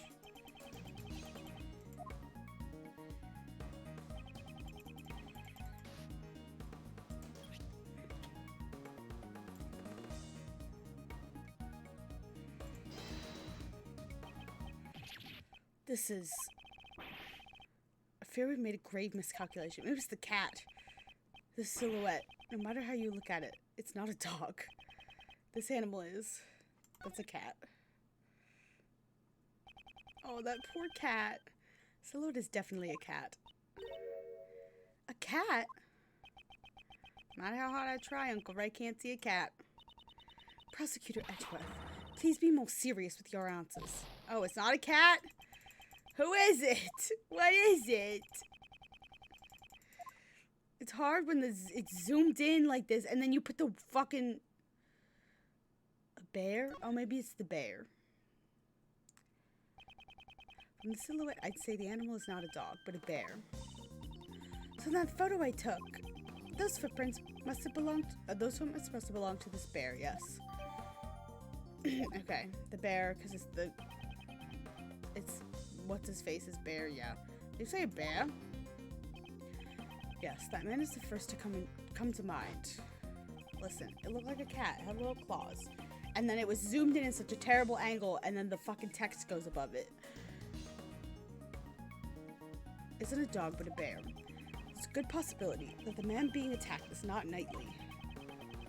Whatever can show that man isn't Knightley. Should be somewhere in the video, wouldn't it, sir? His face is not visible. It would be difficult to get direct confirmation. However, perhaps there's something indirectly reflected. Something reflected? Hey, isn't there a mirror in the cell, sir? Indeed, that could be worth examining.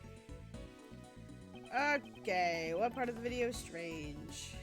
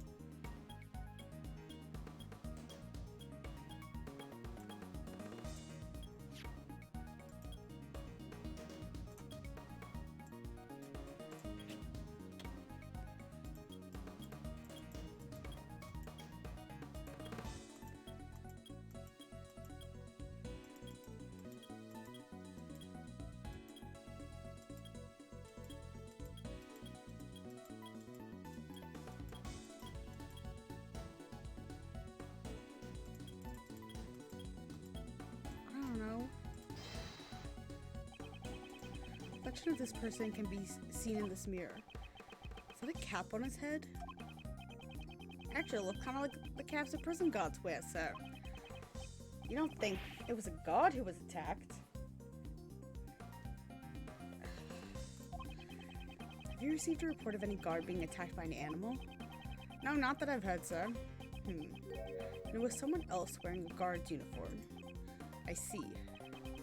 I have evidence that shows that this cap is that stolen uniform.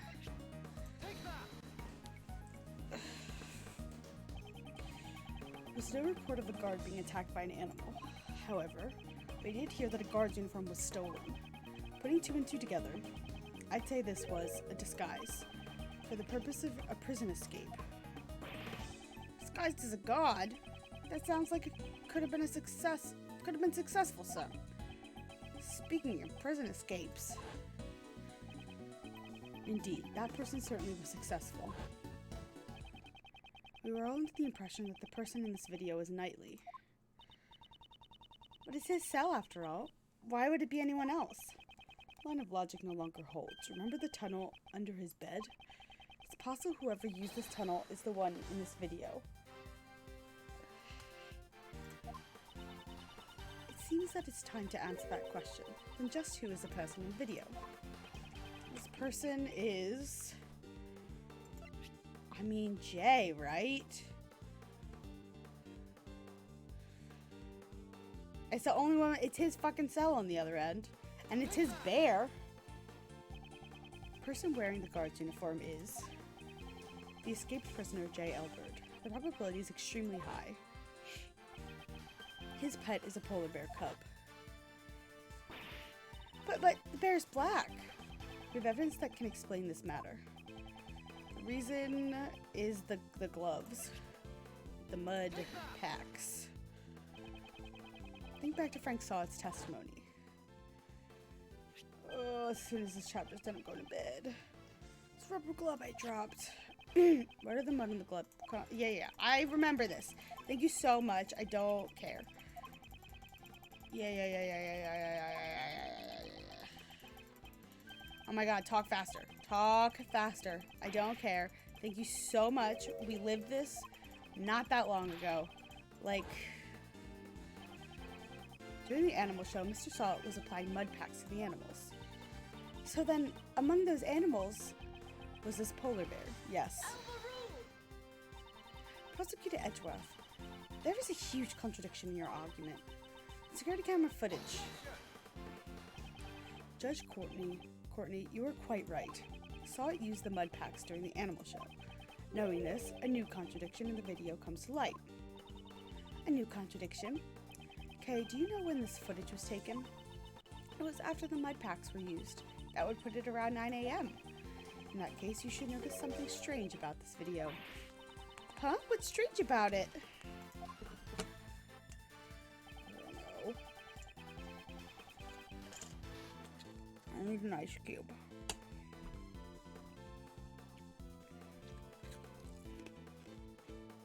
A time?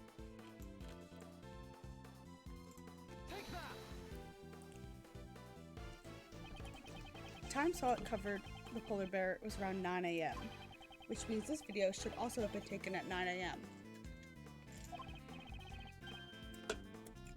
However, the timestamp reads 6 a.m.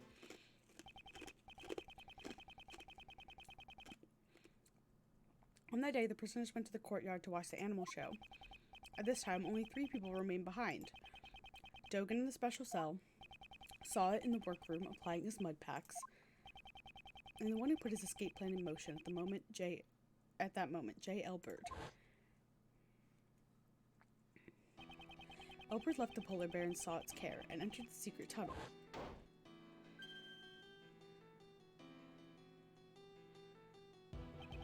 However, the bear escaped from Sawat and followed after its owner.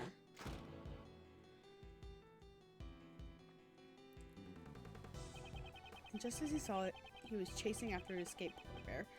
Sawat happened to witness the dog pulling the murder weapon out of the body. If Sawat's testimony is correct, this video must have been taken around 9 a.m. However, the timestamp is off by 3 hours. Why would the timestamp be off like that? Detective Gumshoe, I'd like you to examine the security camera.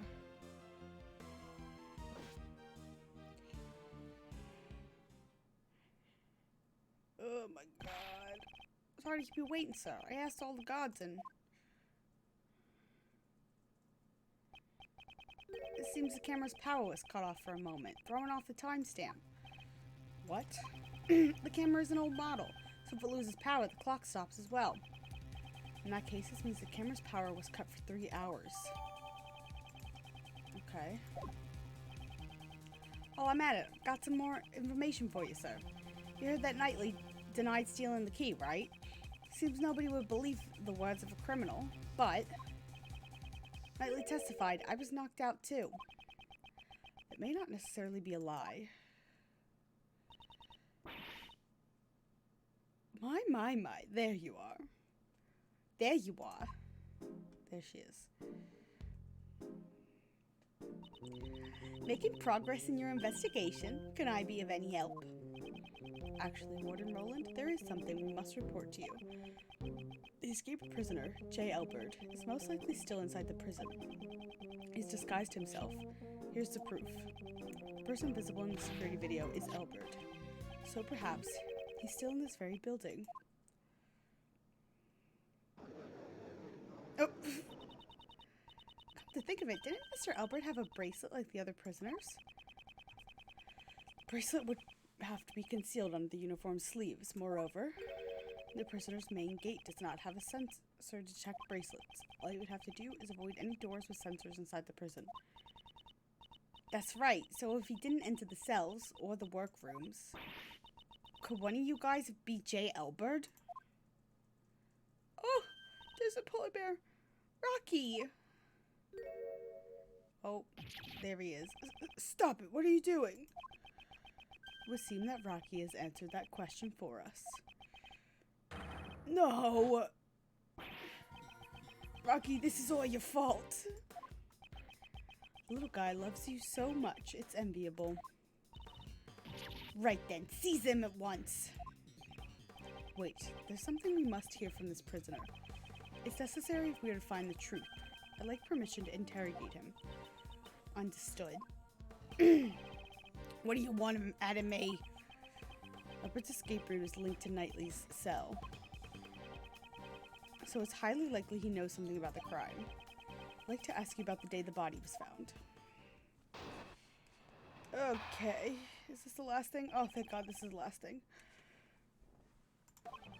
So it was you guys. You were the ones who found my secret tunnel. Took me ages to dig that. The day the body was found was the day I had planned to escape. I was in disguise. Then Rocky followed after me. But it was all covered in mud. I panicked and returned to my cell. Okay. Damn, if only you guys hadn't showed up. If only Knightley hadn't died. Say you dug the tunnel. What did you use to dig it? Oh, that. Just hammers and spoons and stuff like that. I bought them from the supplier, but it was all for nothing. No need to lose your temper. There's always next time. On the day of the incident, it's possible that Elbert met Knightley while he was alive.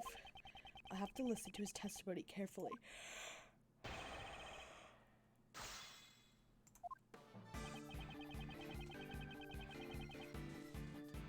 Ugh!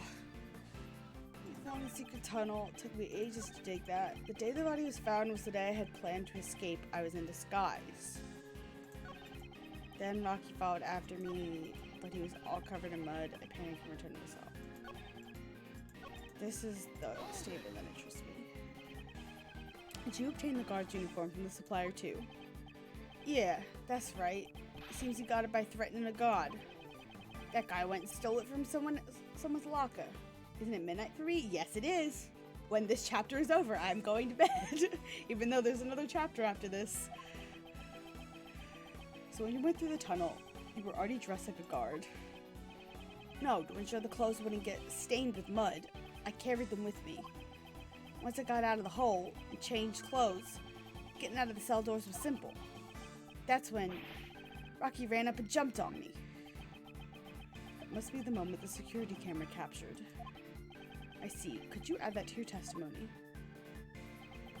Once I got out of the hole and changed clothes, getting out the doors was simple.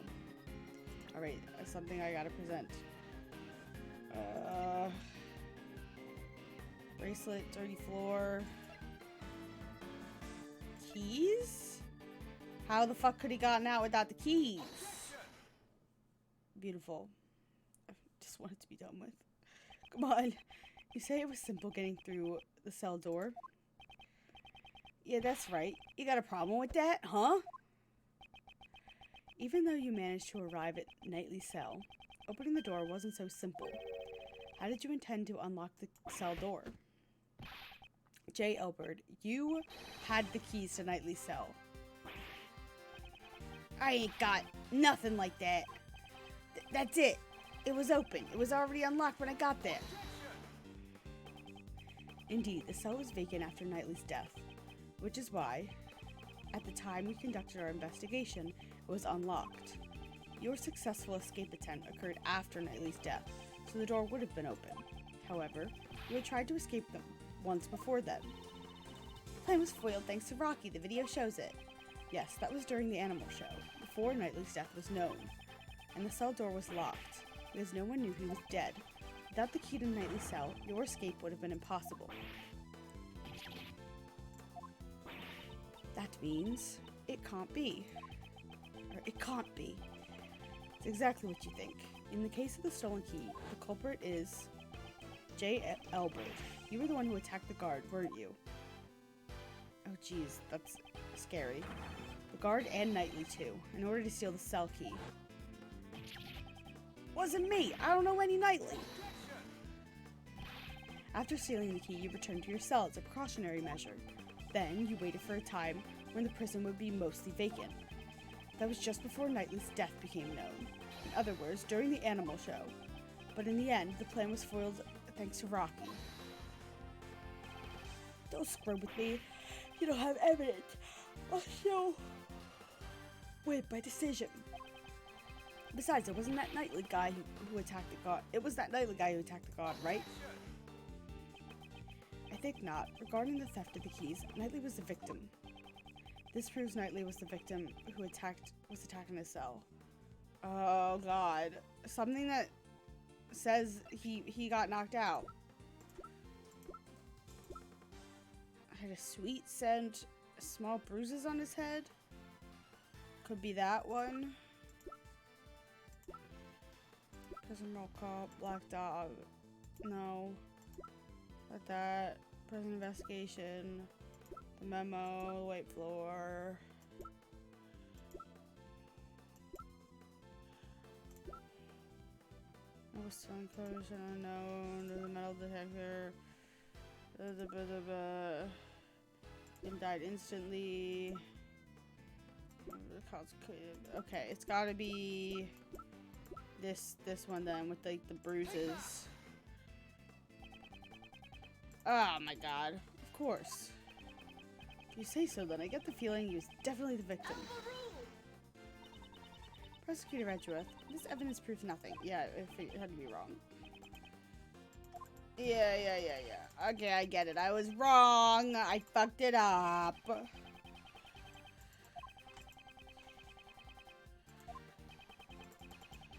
Don't have proof, do you?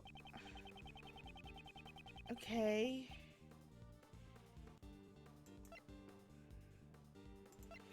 Is it this? 'Cause of blood? Take that. Okay. Sure.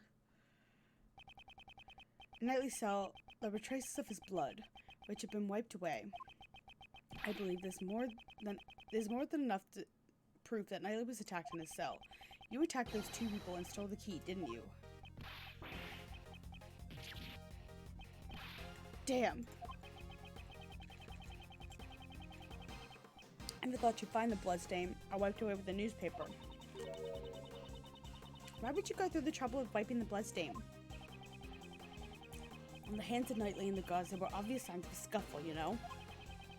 If the bloodstains were uncovered, they'd find out there was another attacker.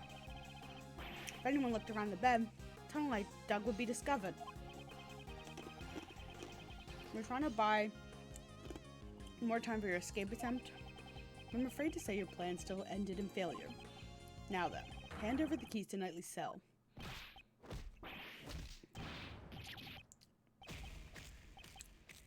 What is happening?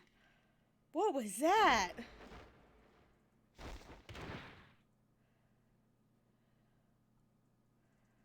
What What came off his face? No way, how can an amateur like you knock me out? Here you go, I got the keys right here. Oh, mouth guard, that makes sense. Hold it. If you have that key, then that means... That's right, Judge Courtney.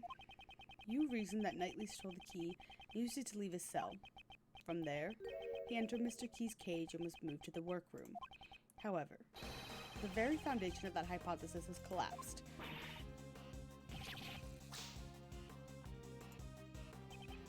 I see. In that case, there was only one person who could have moved Knightley. The criminal must have been someone who knew about the secret tunnel. Hey, are you suggesting... J. Albert, you're under arrest, pal.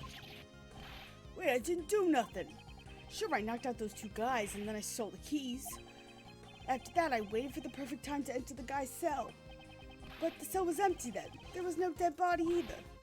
Also, how could I have gotten into the workroom? I couldn't even leave my own cell, remember? It's true, you only had the key to Knightley's cell. But also Dogan's dog. What? It would be possible for the dog to carry the body from the cell to the workroom. I see. So you're saying there was an accomplice? Ugh. The criminal would be possible. The crime would have been possible if Albert and Dogan were working together. It's perfectly possible. Somehow Albert managed to carry Knightley's body to his own cell. And then the dog must have carried it to the workroom. Yes, because all the animals can move freely in the prison. But that's not the case for the path between the detention center and the prison. The only one who could use that route was you, J. Albert. What if there was another route that you didn't know about? There couldn't have been. The tunnel is a straight path. Is it not? Yeah, seems like it. I didn't have enough time to dig any more than I did. I only dug halfway up the corridor. What? You mean to say you didn't dig the entire tunnel? When I got that cell, the tunnel was already there. There was a tunnel linking my cell to the well.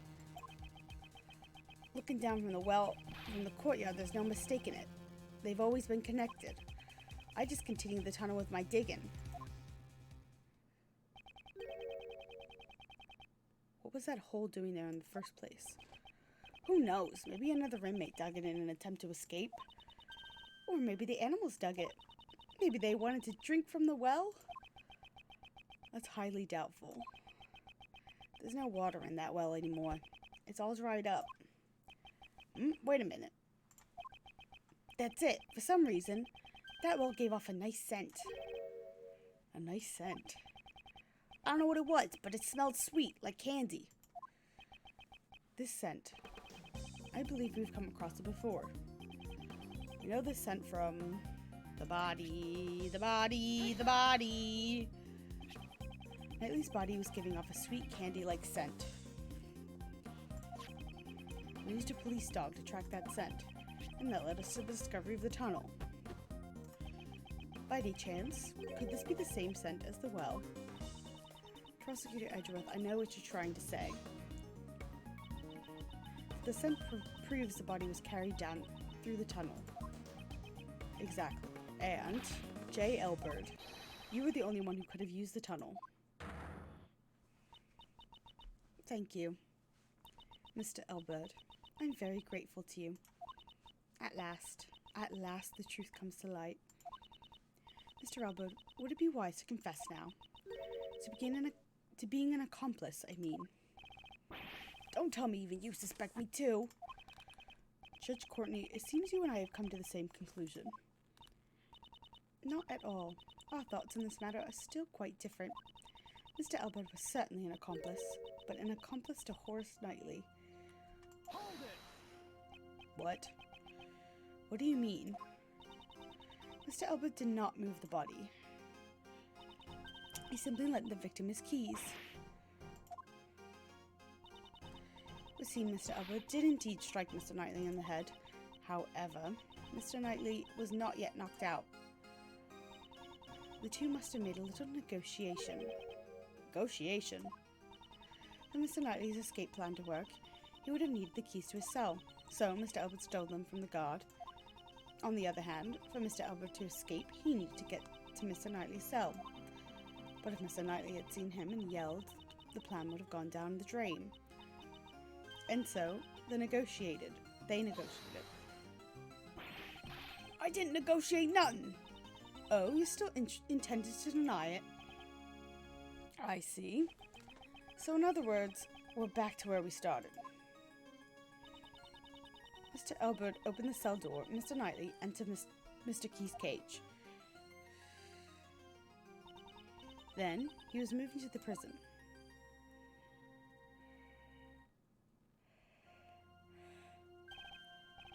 Of course, and then he was killed in the prison workroom. Weren't you listening? The scent of the body shows it must have been moved through the tunnel. Knightley was moved from the detention center through the tunnel. Please wait until someone is finished before speaking. I do not claim that he wasn't moved through the tunnel. You don't? The scent shows that the body was moved through the tunnel. However, that does not mean it came from the detention center. What do you mean? This sure sounds like a contradiction to me. Isn't there one more possibility? The well in the courtyard. It's possible the body was dropped down from there. The well in the courtyard! Mr. Keyes carried the keys, not to the workroom, but to the courtyard. Mr. Knightley was killed in the courtyard. His body was dropped down the well.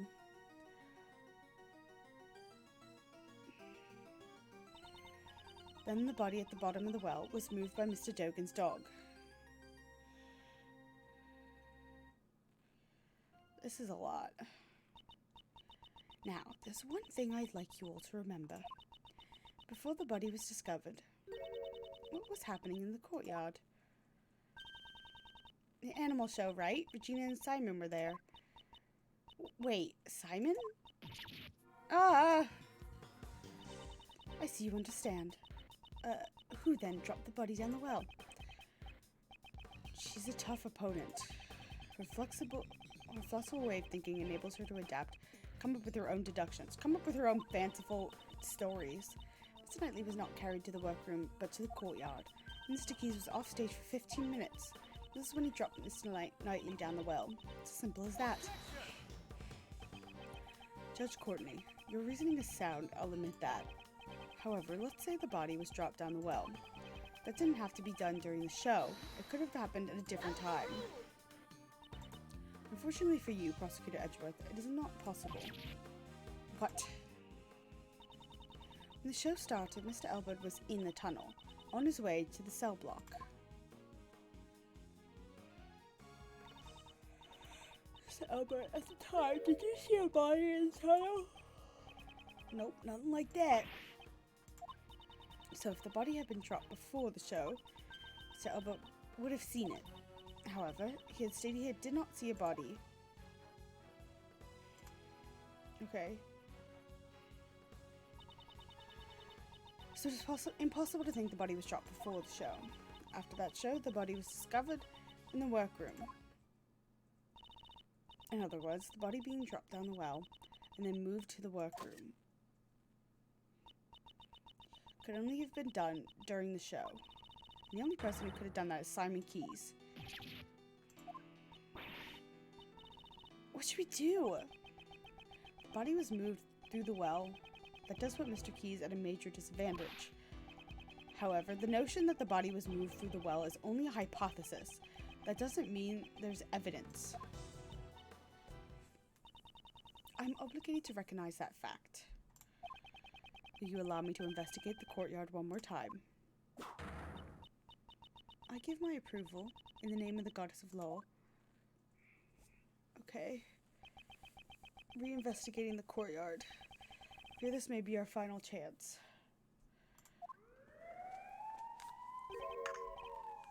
What? Fire! Could be another prison break, pal. Should we evacuate?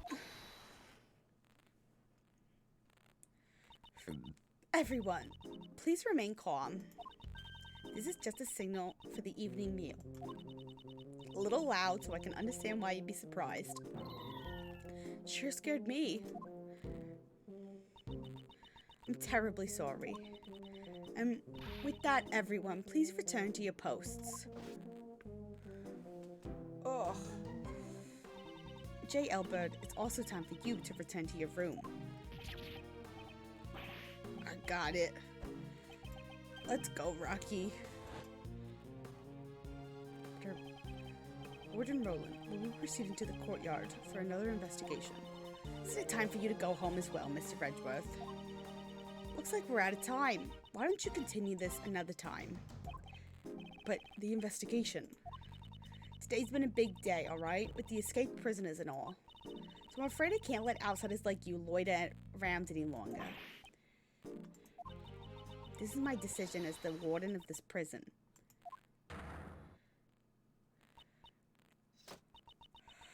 Looks like it can't be helped.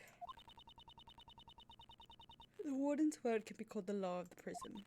Prosecutor Edgeworth, this means we'll have to carry out our investigation another day. Until then, you may hold on to your prosecutor's badge.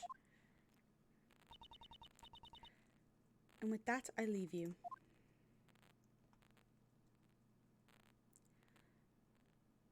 I do love her outfit. Now, I think it's time you all left. Well, it looks like we'll have to continue this investigation tomorrow. Oh, come on, Edgeworth.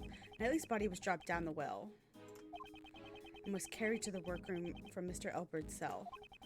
This is Judge Courtney's logic, but is it correct? No! And Judge Courtney claims that Mr. Keyes transported him, but was Mr. Keyes really the only one with the chance to move him? No. It's all lies.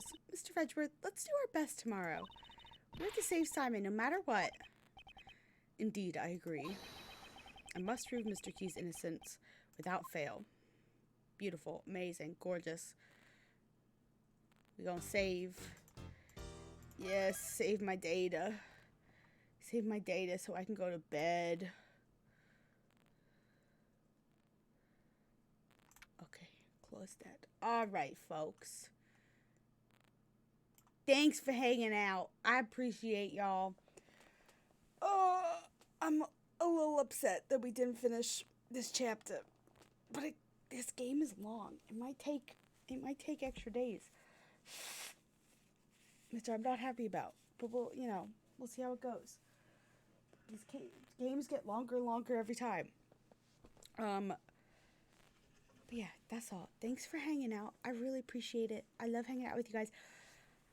Happy birthday, Carly. Even though it's still in a few hours for you, but for me, it's your birthday. Happy birthday! Everybody send Carly love, because she's the best, and we love her very much. Yes. I should be streaming normal time next week, to my knowledge. Wish me luck writing this fucking paper this weekend, so I can be done with my classes. I love you all so very much. You are the best. Thank you for hanging out. I very much appreciate it. I hope you guys have an amazing rest of your Friday night and a absolutely fantastic weekend. And I will see you guys all next week. Okay? Goodbye. Oops. Wrong scene.